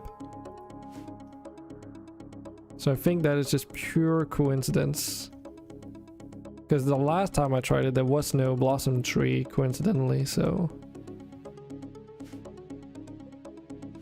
There's that, I guess.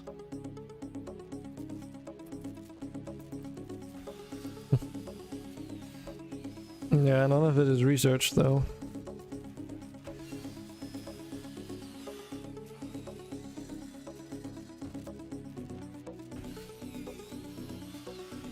This gives me flashbacks to last time we tried this. Because everyone in chat was like so eager to figure out what was in the mod that they just like started buying random things. Like, oh, what is this? And what is this? And I was like, okay. Suddenly we just had like Tiberium infested creatures and all this other whack ass shit.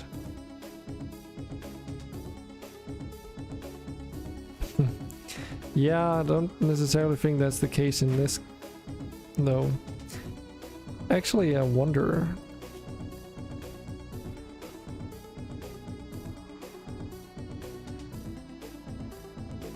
So it's like there's a little bit of plot in the way that the research works here as well. So like each of those steps like document the happenings and stuff. Yeah, I mean it is spreading. It's just really slow. The stuff from the meteor is pretty bad though. But like each of these steps here documents basically like a story of what's going on too. I've seen this object start to spread. There's a need to find out what to do about it.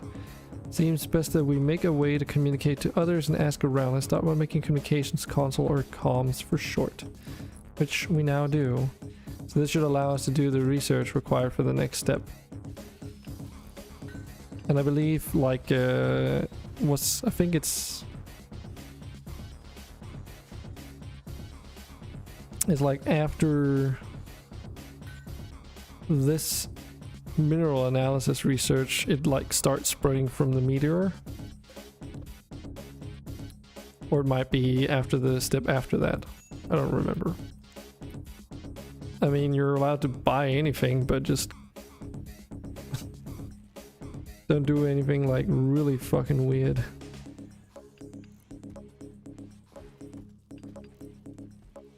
The Tiberium Terror.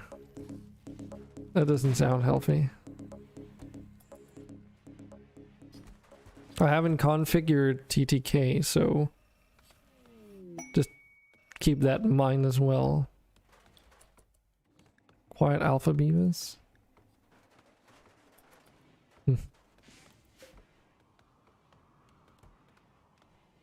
Hey Maka. Welcome to. We're testing out Tiberium Rim to see what's changed ever since I played it like a long while ago. Merry Christmas to you too. Unfortunately, didn't get to celebrate it, but maybe we'll get back to that one at some other point when it's not as problematic to meet up with people.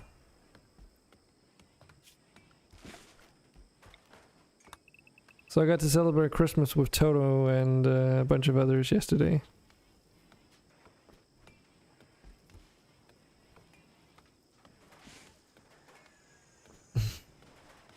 Calm down, Hamp. You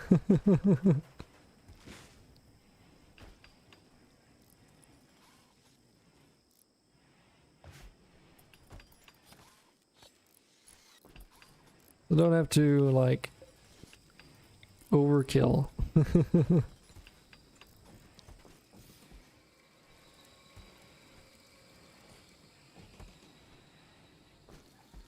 Yeah, still. Just watching and eating is still participating. And just being present is enough. It's because I don't know how crewmen work. Well, yeah.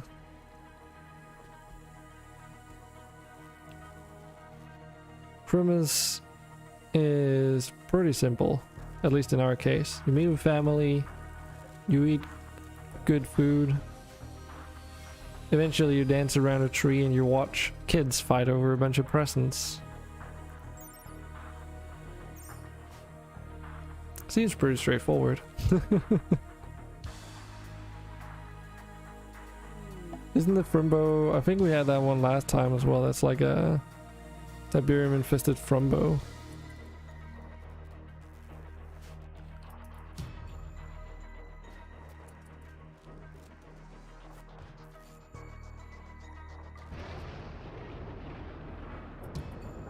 We can use this.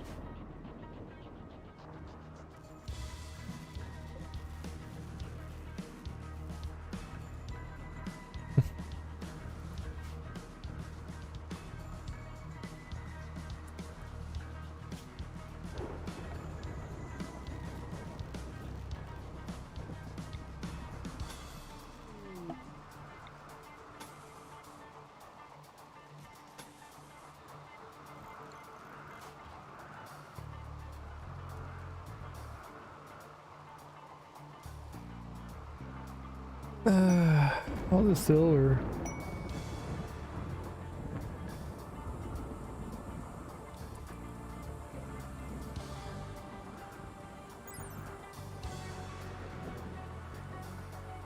So it's just a Tiberium infused beetle. It has literally no capabilities.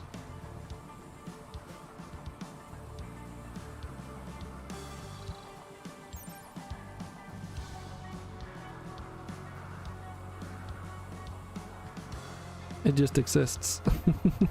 Fair enough. Can you say hi, saw you were streaming, can you say Merry Christmas and you got to go have dinner with family. Alright, have a good one, Marka. Thanks for the lurk.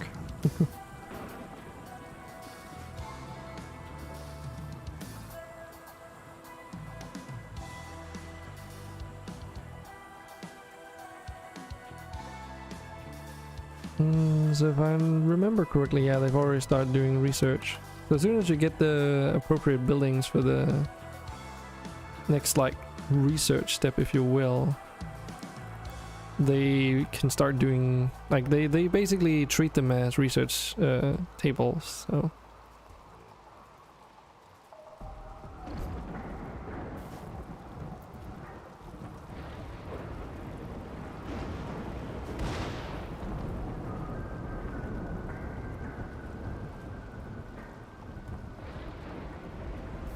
Gotta say though, this is still very steel heavy, but it's also because I decided to build the entire base out of steel just to get a faster base up and running.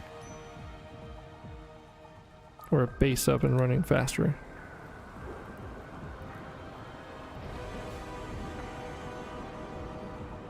Because though that is compacted steel, it's not gonna last long.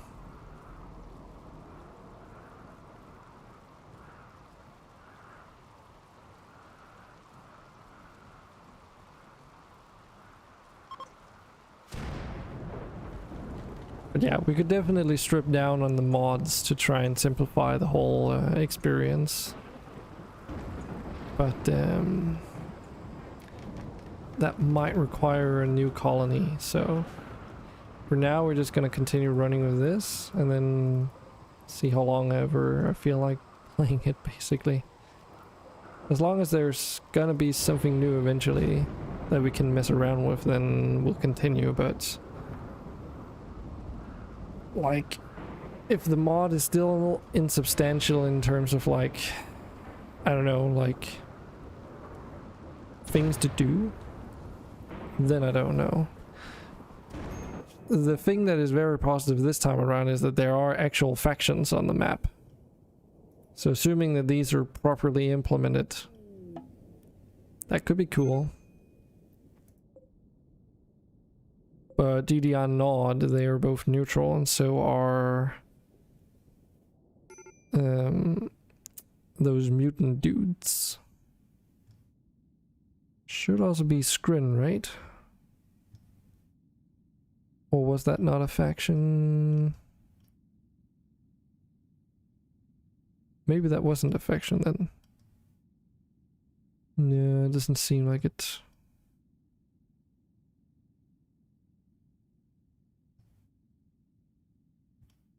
But yeah, I do wonder if like the factions become hostile depending on which research you do. You'll be on your best mod behavior this stream? Oh, you mean the remaining time of the stream? It's okay. I'm just joking.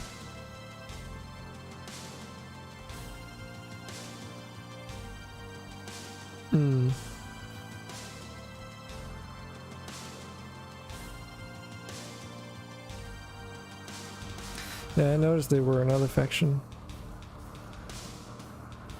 Yeah, Skrin are the aliens, but isn't that also technically a faction?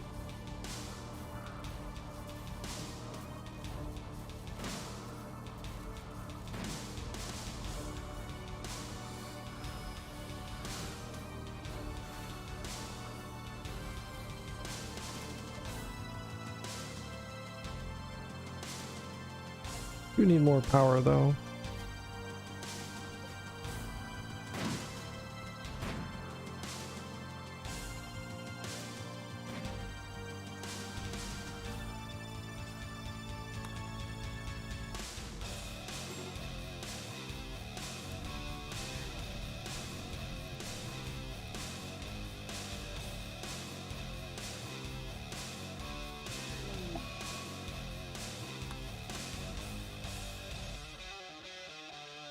Well, at least we've sorted out our food situation for a while.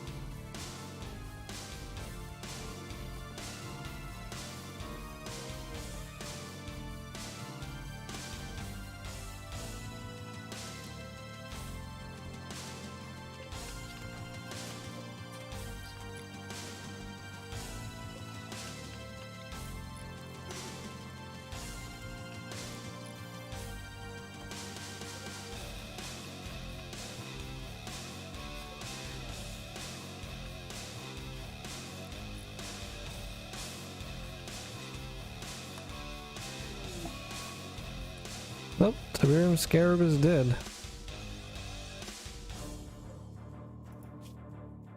It was killed by a monkey, of all things. That just says something about how fucking weak they are. Yeah, you shouldn't have found the Visceroids. I don't know if you can buy them. You probably can, but...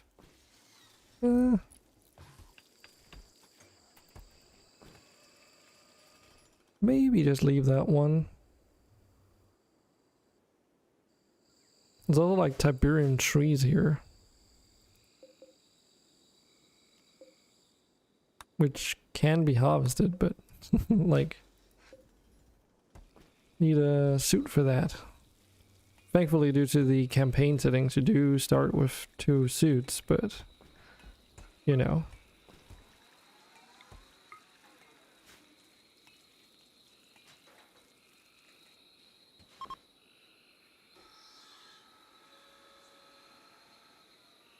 And there it is again, those fucking links. I still can't believe that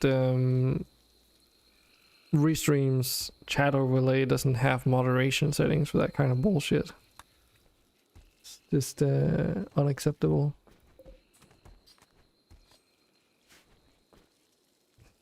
But I don't know what to do about it. It's like, I already said this on one stream, but...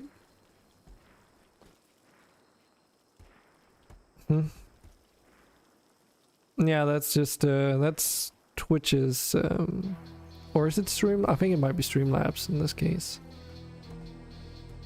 Streamlabs chat moderation settings. That's just how I configured it. By giving someone 1 second timeout, it also deletes their messages from the last, like, X amount of time, so... that is why.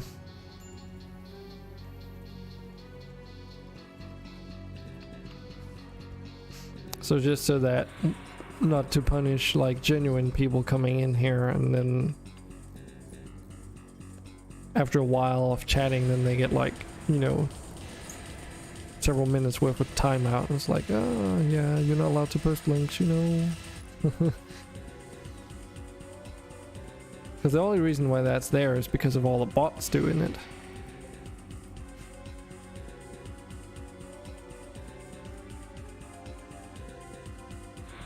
I know, that's what I just said. Yeah, there is. Normally, I mean in this case, there isn't. Normally though, there would be. Let me explain.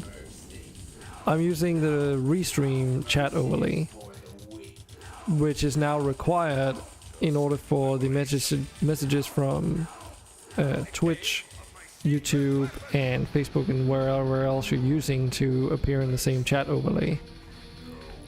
Because before we were doing it where I was using just the relay bot, but they changed something and then all of a sudden the messages were being shown like as they were being duplicated because of how all of a sudden it was changed to work. So to deal with that, and the solution was to use Restream's own chat overlay, which is what I'm now using, instead of the one from Twitch. But the problem with that is that Restream is not affected by the moderation settings on neither Streamlabs nor Twitch or Facebook or anywhere. Which means that if someone, whatever you write in there, like unless I in the chat application filter out specific words, they don't get removed. And that's literally the only thing you can do right now. You can filter out specific words, but as soon as there is any variation on that word, it doesn't work. And for URLs it's completely useless because there's no setting for URLs, generally speaking, so the only thing you can really like remove is stuff like the www or https and such, but the actual URL itself you cannot. So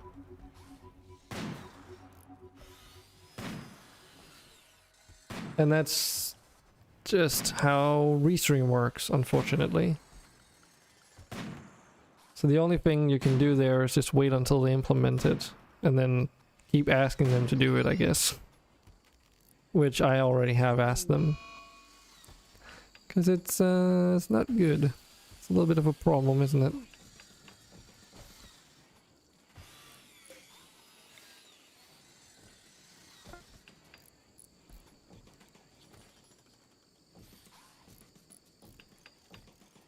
And though you could maybe argue that I could go back and use Twitch's chat overlay, it also doesn't.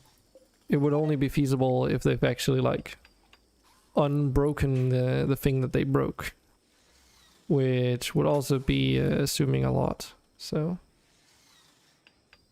yeah, it's not the best situation for sure. I actually got like on my YouTube channel, I actually got a notification from YouTube saying like, oh, this one video you have is like not complying with our policies regarding spam and malicious like content or something like that. I'm like, what?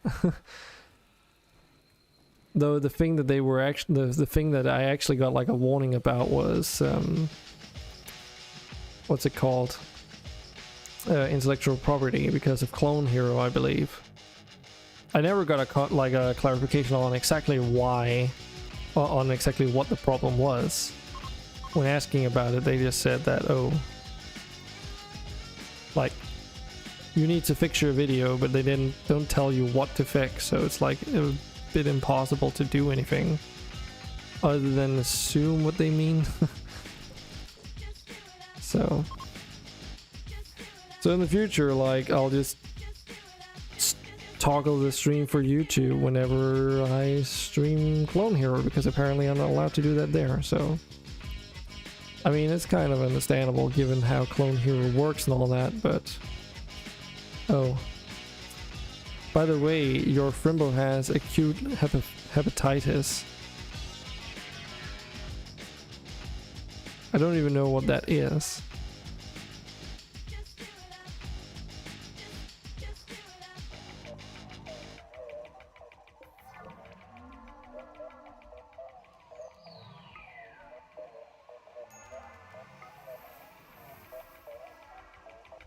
Let's get back to equal justice.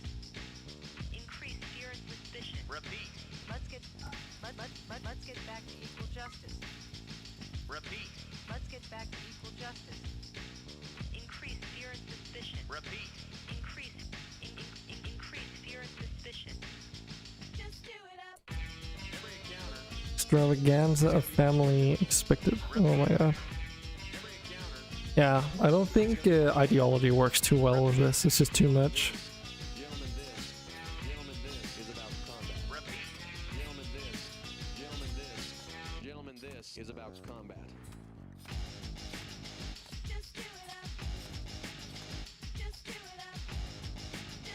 Just do it up. Just do it up. Just do it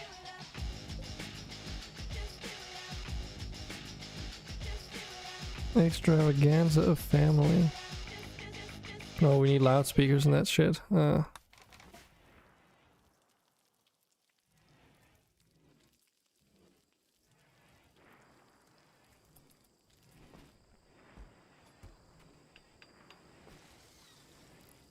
blah blah. Something less than 6 months since getting it. It's called acute hepatitis. What?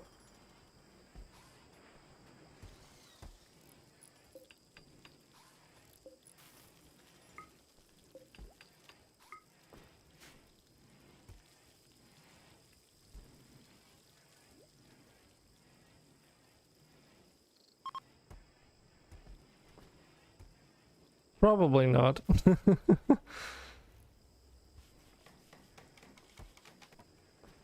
But if what you just wrote was supposed to clarify what it is, it didn't really do anything. It just made me more confused.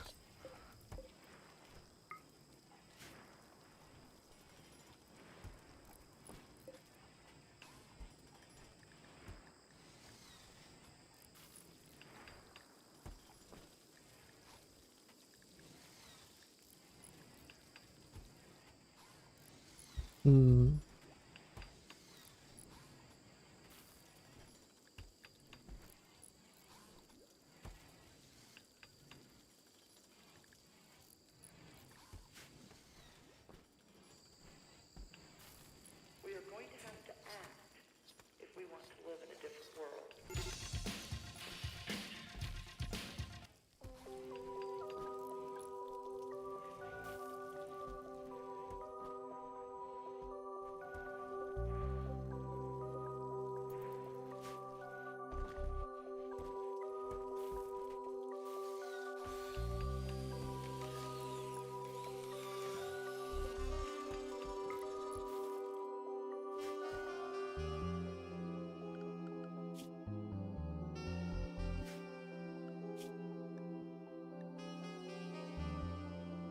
Hmm.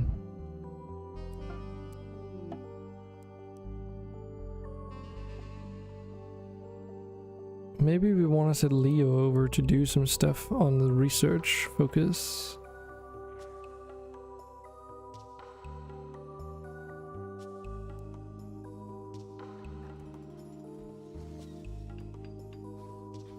New discovery. Oh shit.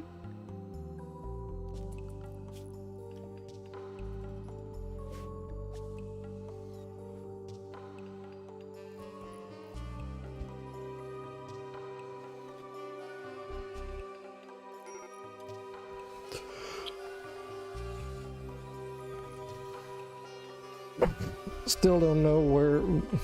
Yeah, it's chronic, okay. Which just means that it's ongoing. So it's just an inflammation of something. Because it's the inflammation of something scientific name.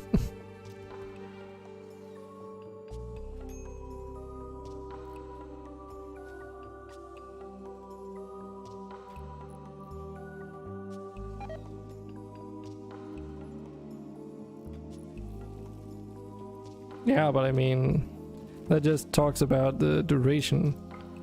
That doesn't tell you what hepatitis is.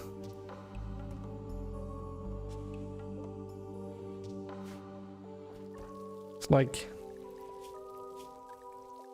gone as well, so it doesn't really matter, I guess. Who cares? It's some kind of injury disease. Yeah, I said I don't know what it is. I didn't say I don't know how long it lasts.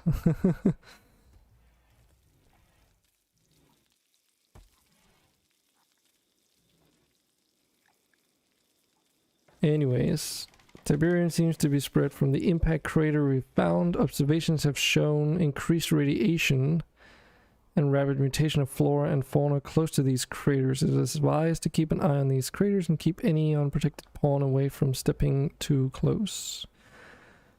Strange crystals are known as Tiberium, an extraterrestrial mineral known throughout the galaxy to be extremely aggressive towards any matter.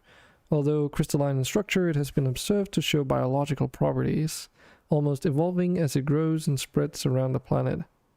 Any contact with the substance should be avoided without appropriate gear, as it will fuse with the victim's body and slowly crystallize cell by cell in a process known as Tiberium toxemia, usually ending in the victim's death. However, sometimes the victim may survive and become a mutant, living with the Tiberium infection, often showing improved strength and abilities. So, that means that next up we gotta construct the research crane.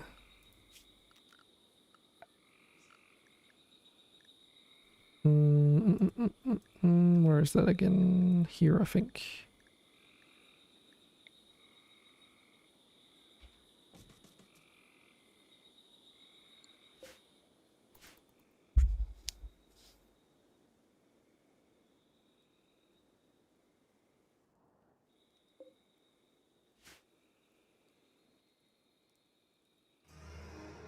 Why are you talking about color?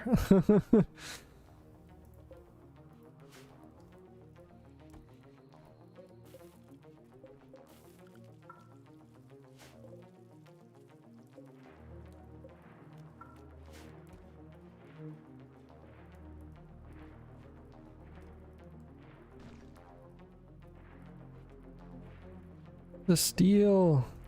Steel must flow.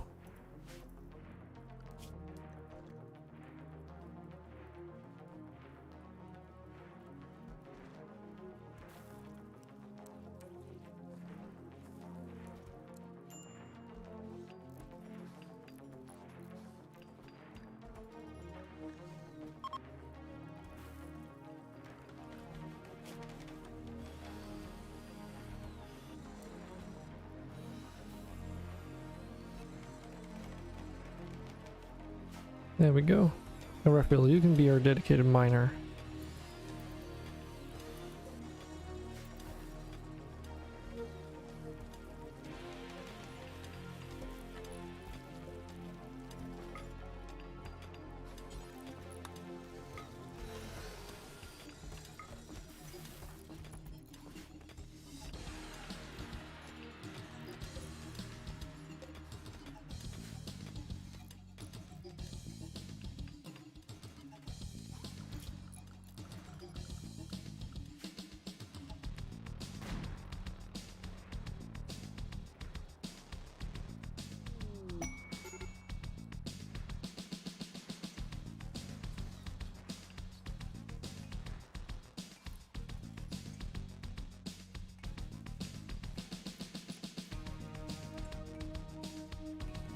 That would be new.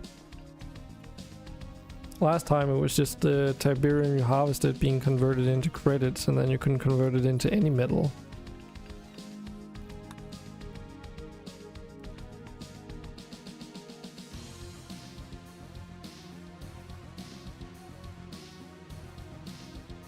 We've learned thanks to our random hits on the nearby ships and... Okay, let's deal with this panther first.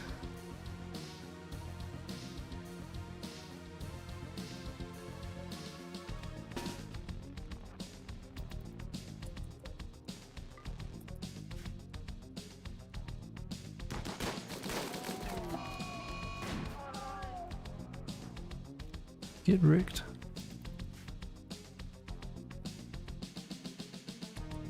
Oh, actually, we should probably also...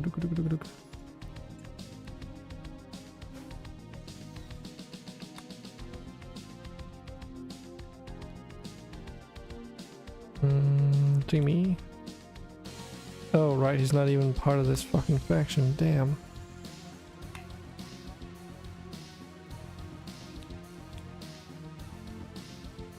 Yeah, we don't have like a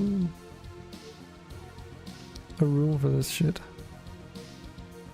Can we just like chew it in here or something?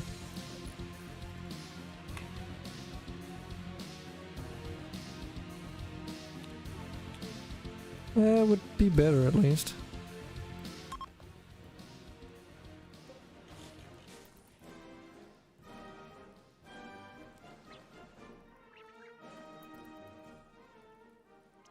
Oh man, that takes a second.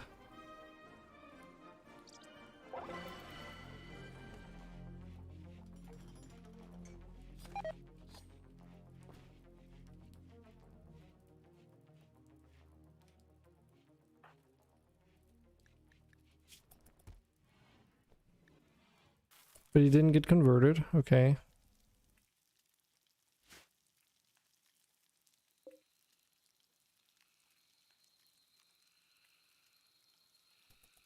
Yeah, that's gonna take a while then. We also have these research projects now.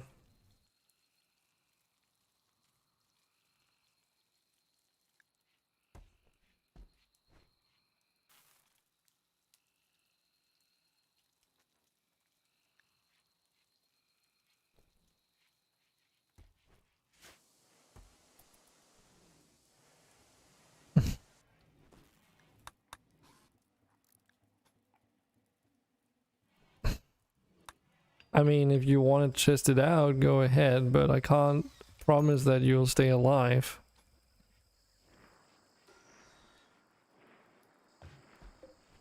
Why would you want to be infected with Tiberium right now if we can't, like... We don't even have a hospital, you do realize that, right? This is our hospital. Just keep that in mind.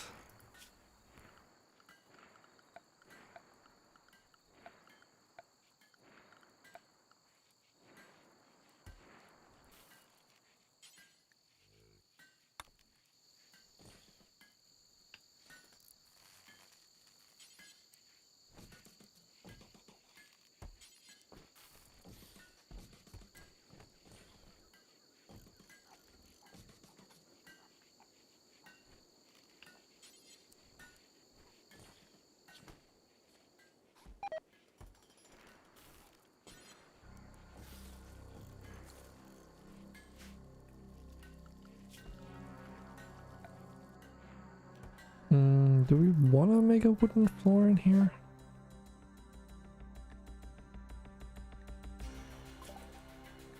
Okay, so we finished the mineral analysis by building this crane on top of here.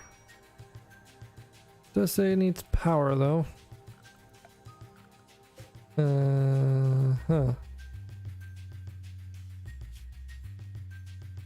Oh, it's definitely started spreading. Oh, this is blue. Okay, that's new.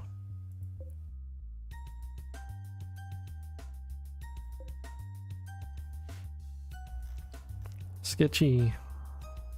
Last time the meteor just spread regular green Tiberium, but then you didn't have blossom trees doing the same thing either, so...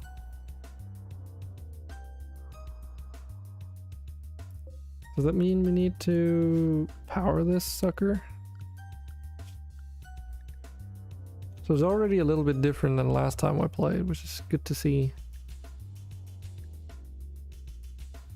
So we can start researching refining, which might be very neat because that can give us more resources. And then there's suppression.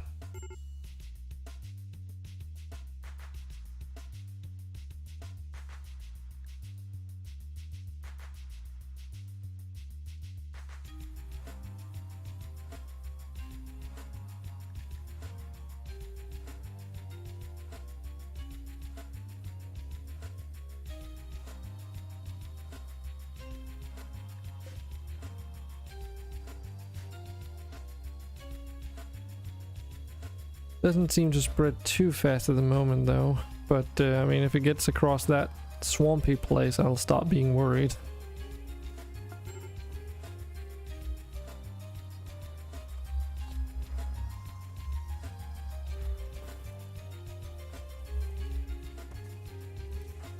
Okay.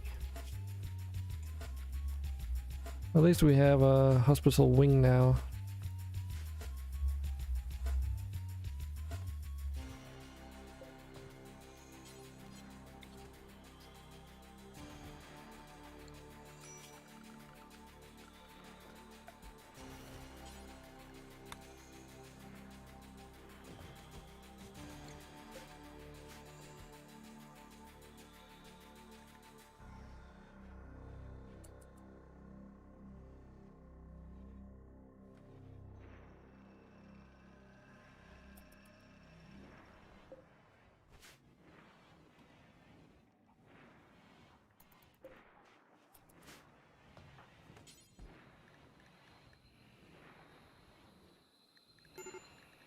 So the only hostiles are the amalgam pirates. Interesting.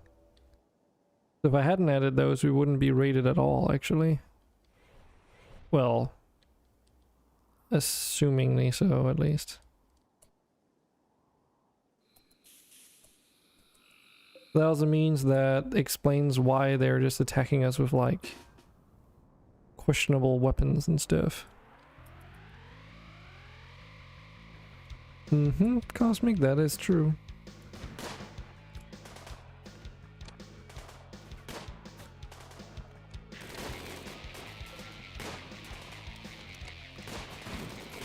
But we're still getting there though.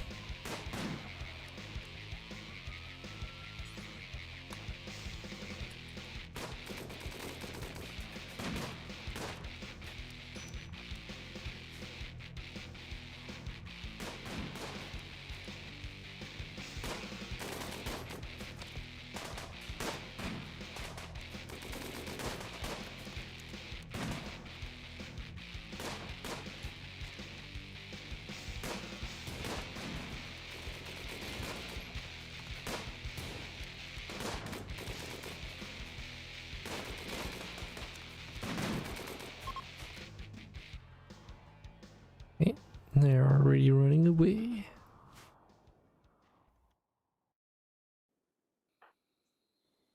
I really hope that she gets rid of that addiction soon. I mean, it's only at 7%, so it shouldn't last too much longer, right?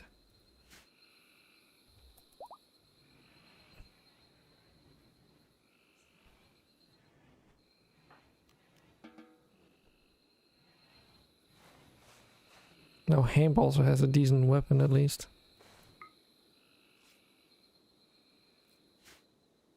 But yeah, it's Tiberium Rim. It's a overhaul mod that I've tried before. But last time we tried it, it was like Tiberium growth existed, but all the other items in the game were just sort of there, but not fully implemented yet. But that's like quite a long time ago now. So also this building is taking damage, which happened exactly the same last, so I don't understand why it needs power. Because this happened last time too. As soon as you built the thing, the research progressed, and then like the building just destroys itself because it's like in the midst of the Tiberium, so I guess there's no need to power it. I think we also powered it last time and nothing came of it, so I'm probably just gonna leave it.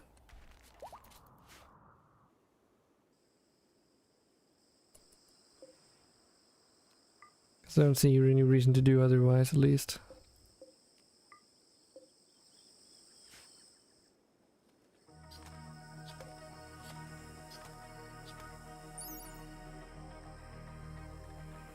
Oh, it's a rustic style SMG. That's why it looks so fucking weird to me.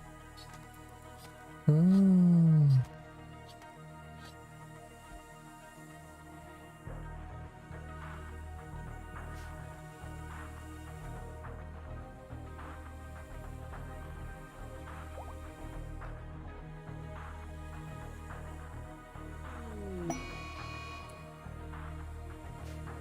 Alcohol binge, great. Should definitely have spent a little bit more time on the ideology.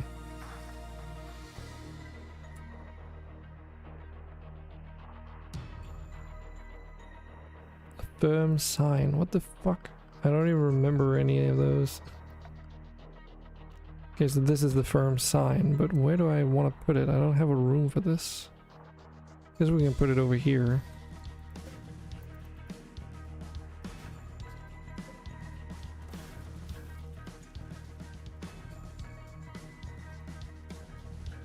How are you doing, Cosmic?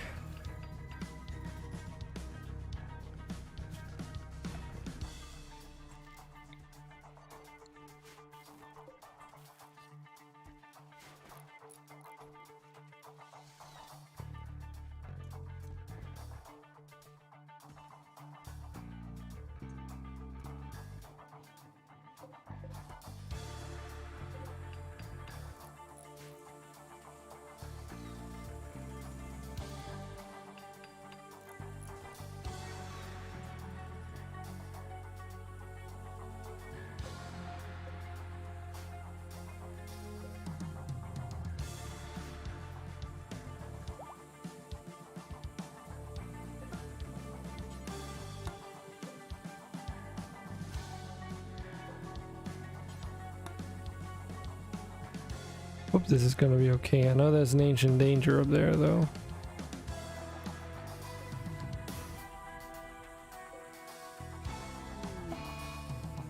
A solar flare, great.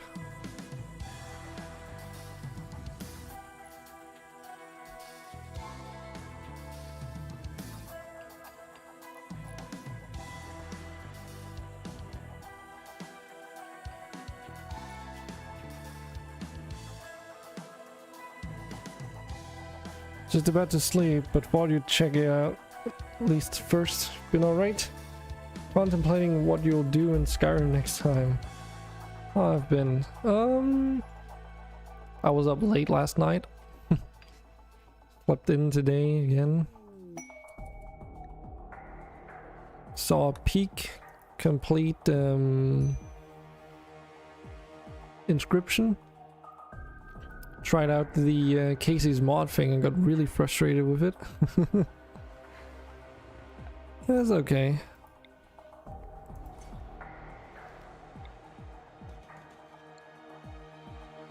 And today I just felt like messing around with the Tiberium Rim stuff, so it's just a test run, but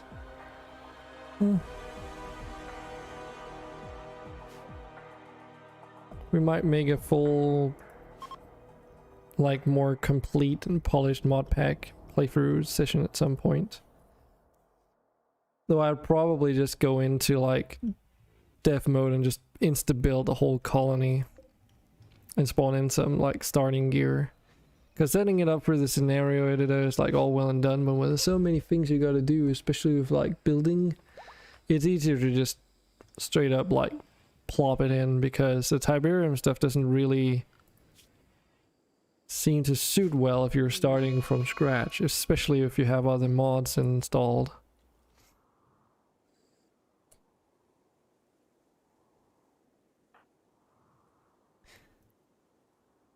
On that note as well, I'm a little bit unsure, I guess, as to what kind of mods you'd want with the Tiberium stuff.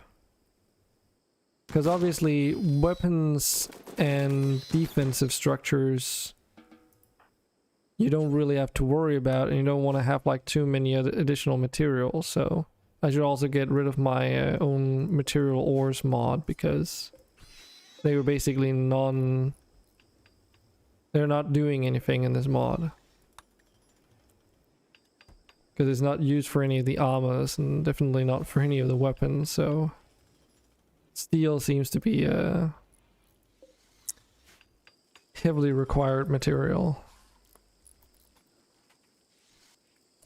So having all this extra clutter doesn't really help, because all is really good for structures at the moment, and that's the only thing that we can really use it for.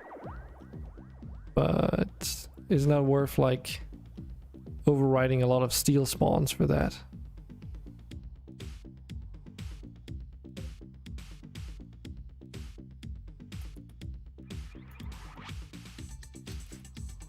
Hmm.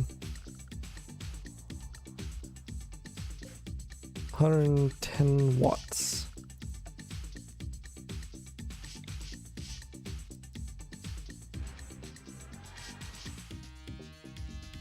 The issue is if I build a generator down here and this gets attacked, won't it like cause issues?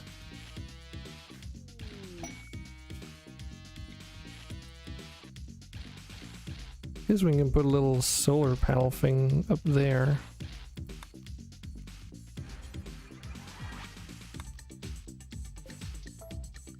Or here maybe?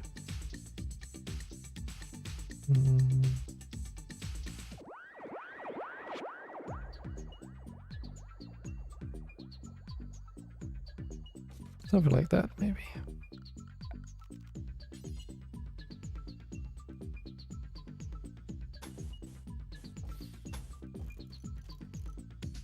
But if you're going to bed, have a good night's rest though, if you're still here, that is. I don't want to be holding you up all night.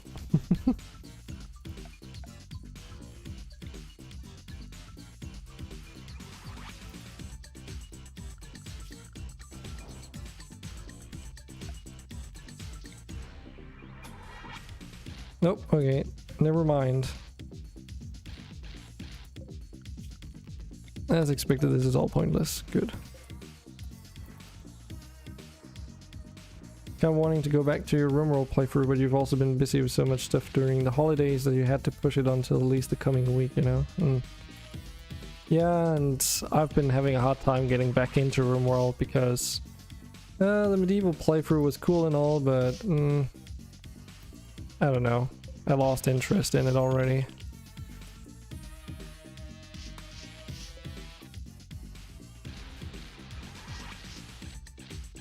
So blue Tiberium, huh?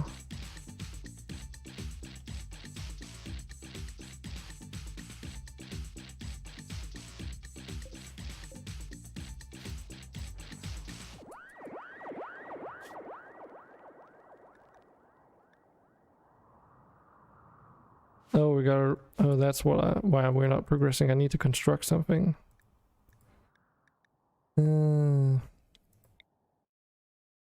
I do remotely remember the workbench. This is like the place at which you make Tiberium stuff after all, as far as I remember.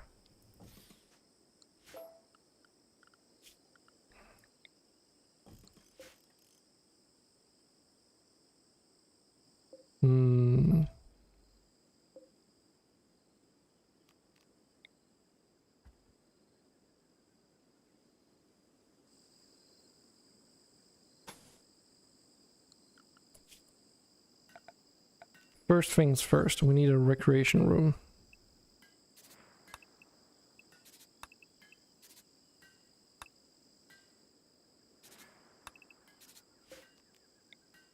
Because if our pawns are repeatedly going on catatonic breakdowns and whatnot, we're not making it easier for ourselves. So if we resolve that issue first, then we can think about the refining later. With that said though, I think we can do some of this research.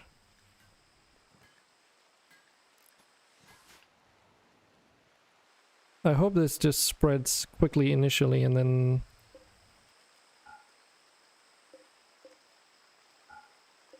slows down a little bit. Otherwise, if it continues growing like this, it might get out of hand real quick.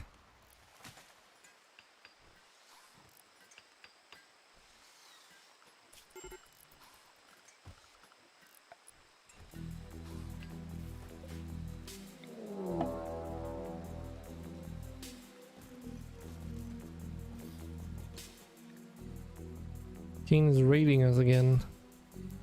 It's just gonna be the amalgam pirates over and over and over again.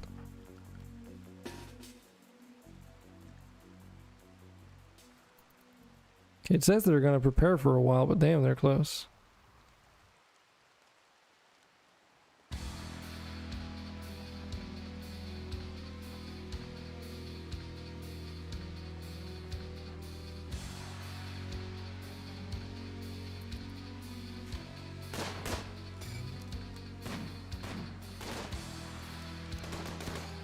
Oh shit, they have like actual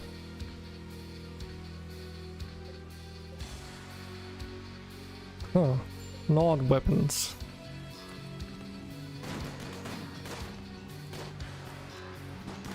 And power armor?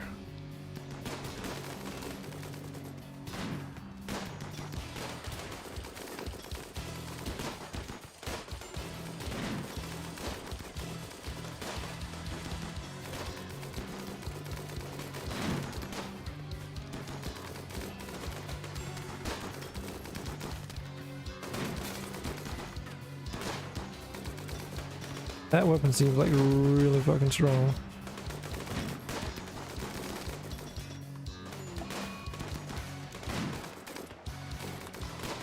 Well, as expected, we're getting fucked now.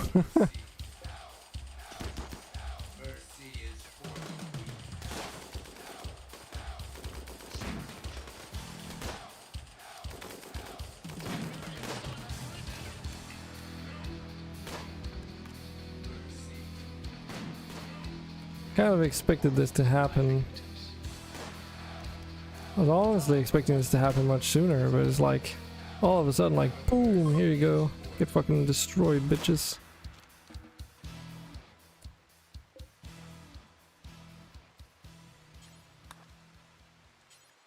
So now we have 2 people to save everyone else who's still alive, that is.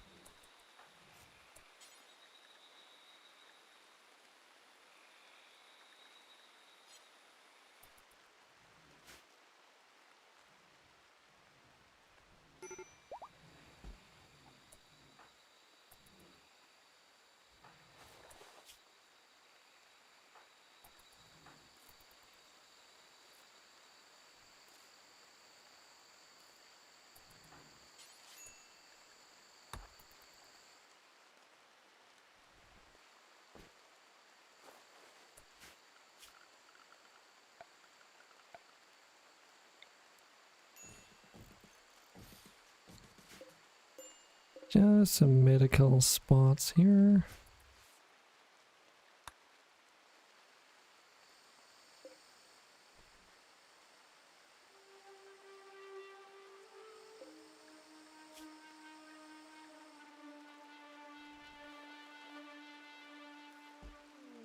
Earn 20% resistance, jeez.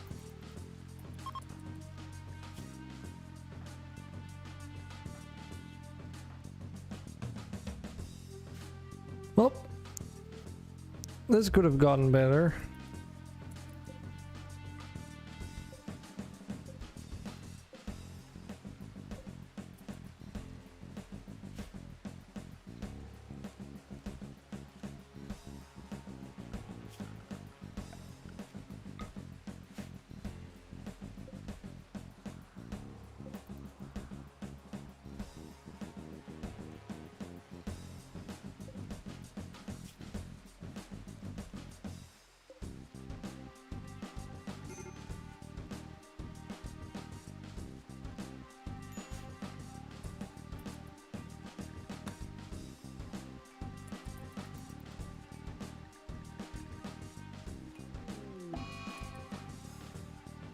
Got an infection as well.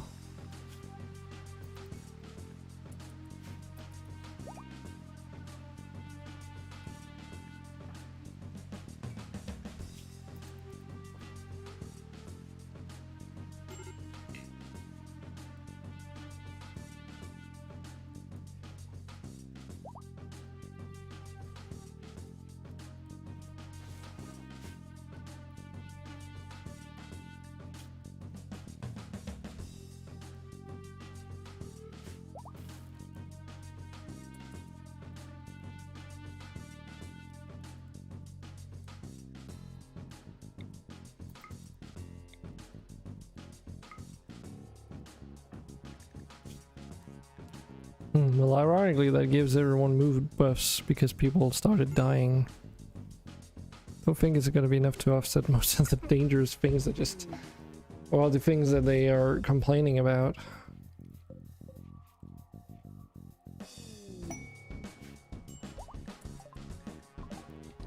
Wow, a fucking wooden club. Great. That's really gonna help take care of those guys with, like, machine guns. And power armor.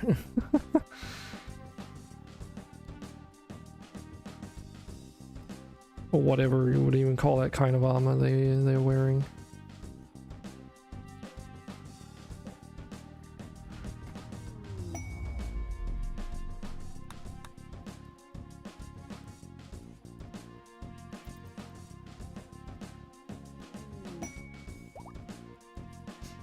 Yeah, I think this mod pack might need a bit of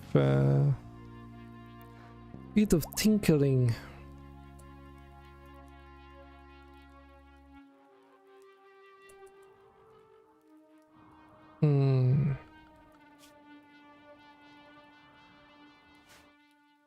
But I think before I get deeper in, I need to like really tweak the whole setup, because there's just too much stuff going on right now. So one thing would be to remove royalty and ideology, because they have nothing to do in this one, honestly. Or actually, well, no. Is there even anything in ideology worth having it for? Like, royalty gets the power armors, but you don't really need those because we're only interested in the modded stuff anyway. And Tiberium Rim isn't dependent on any of the DLCs, so maybe. But yeah, I think I want to call it here, just as for the initial test here. Most importantly, nothing has like come up with major errors. There was that one thing in the beginning where some of the pawns were invisible, but I think I've seen enough now to, you know, be certain that if it works with all the stuff that I've got enabled, you know, I can begin trimming down, you know? It all works seemingly fine, so with that in mind, I can start trimming down and removing all the excess stuff. I'm not entirely sure on what to do about the factions, though. That's like the only thing. Like what you're supposed to do there. I guess having amalgam pirates is just fine. It's just gonna be a little bit weird having them suddenly come with like GDI or NOD based weaponry and armor as you get like further in. But I think that's okay. I guess having the civil coalitions to come and trade with you as well is probably preferable, because we couldn't extend like the amount of factions for GDI and NOD, so you only get one GDI and NOD faction. So I also need to fix my music mods so that there's not a lot of repeatable tracks. So let me just show you guys what that is. So I basically made like 3 different mods here. And don't mind the image, that's just something because I used another mod that did CNC music as like a template. But they basically like add the tracks for Tiberian Dawn and some other stuff. Mostly Tiberian Dawn though.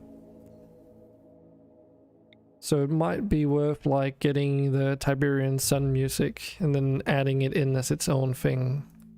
Because I also have like a separate thing for all the remastered tracks, and that's why a lot of them are duplicate. So the ones that don't have a remastered track are like less likely to happen. But like if I remove this, you can see that there's a lot of mods in here.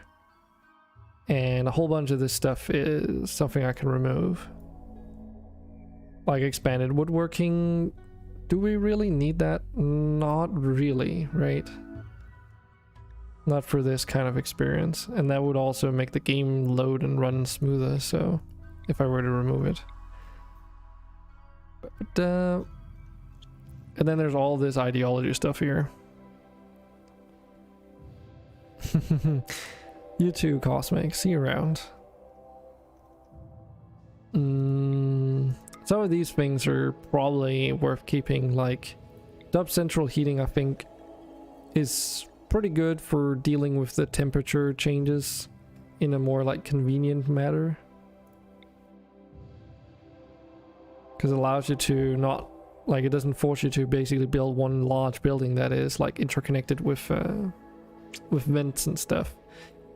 That's what it's good for. So you don't need like a heater in each and every room necessarily, or like you can, and with this without it taking up a lot of electricity. Jewelry, I can get rid of that as well. Like there's so many things here. It'll also clear up the build menus a lot. The farming module for vanilla expanded and medical and some of those things might be beneficial too. Assume that Tiberium Rim doesn't have like utility packs, so yeah, as you can tell, there's a lot of stuff I gotta go through, but mainly all the content stuff, all the material stuff. That's kind of what we're gonna go through. But that's for another day, because I am fucking spent. I am spent.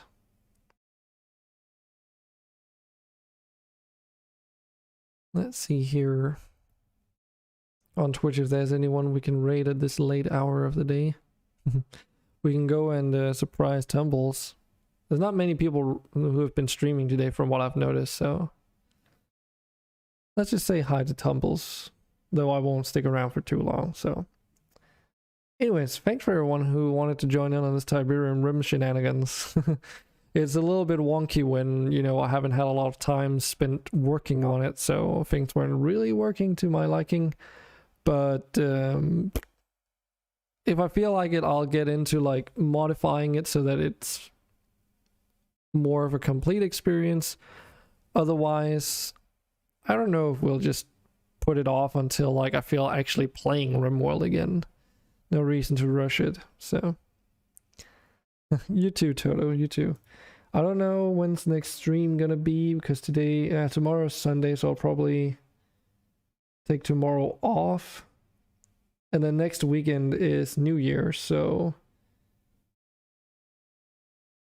there is a good possibility I'll be streaming on Tuesday and Wednesday next week, though, as I usually try and hit those days, and then have Thursday off as well.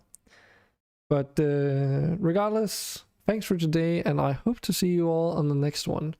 I've been Dragon, and let's say hi to Tumbles.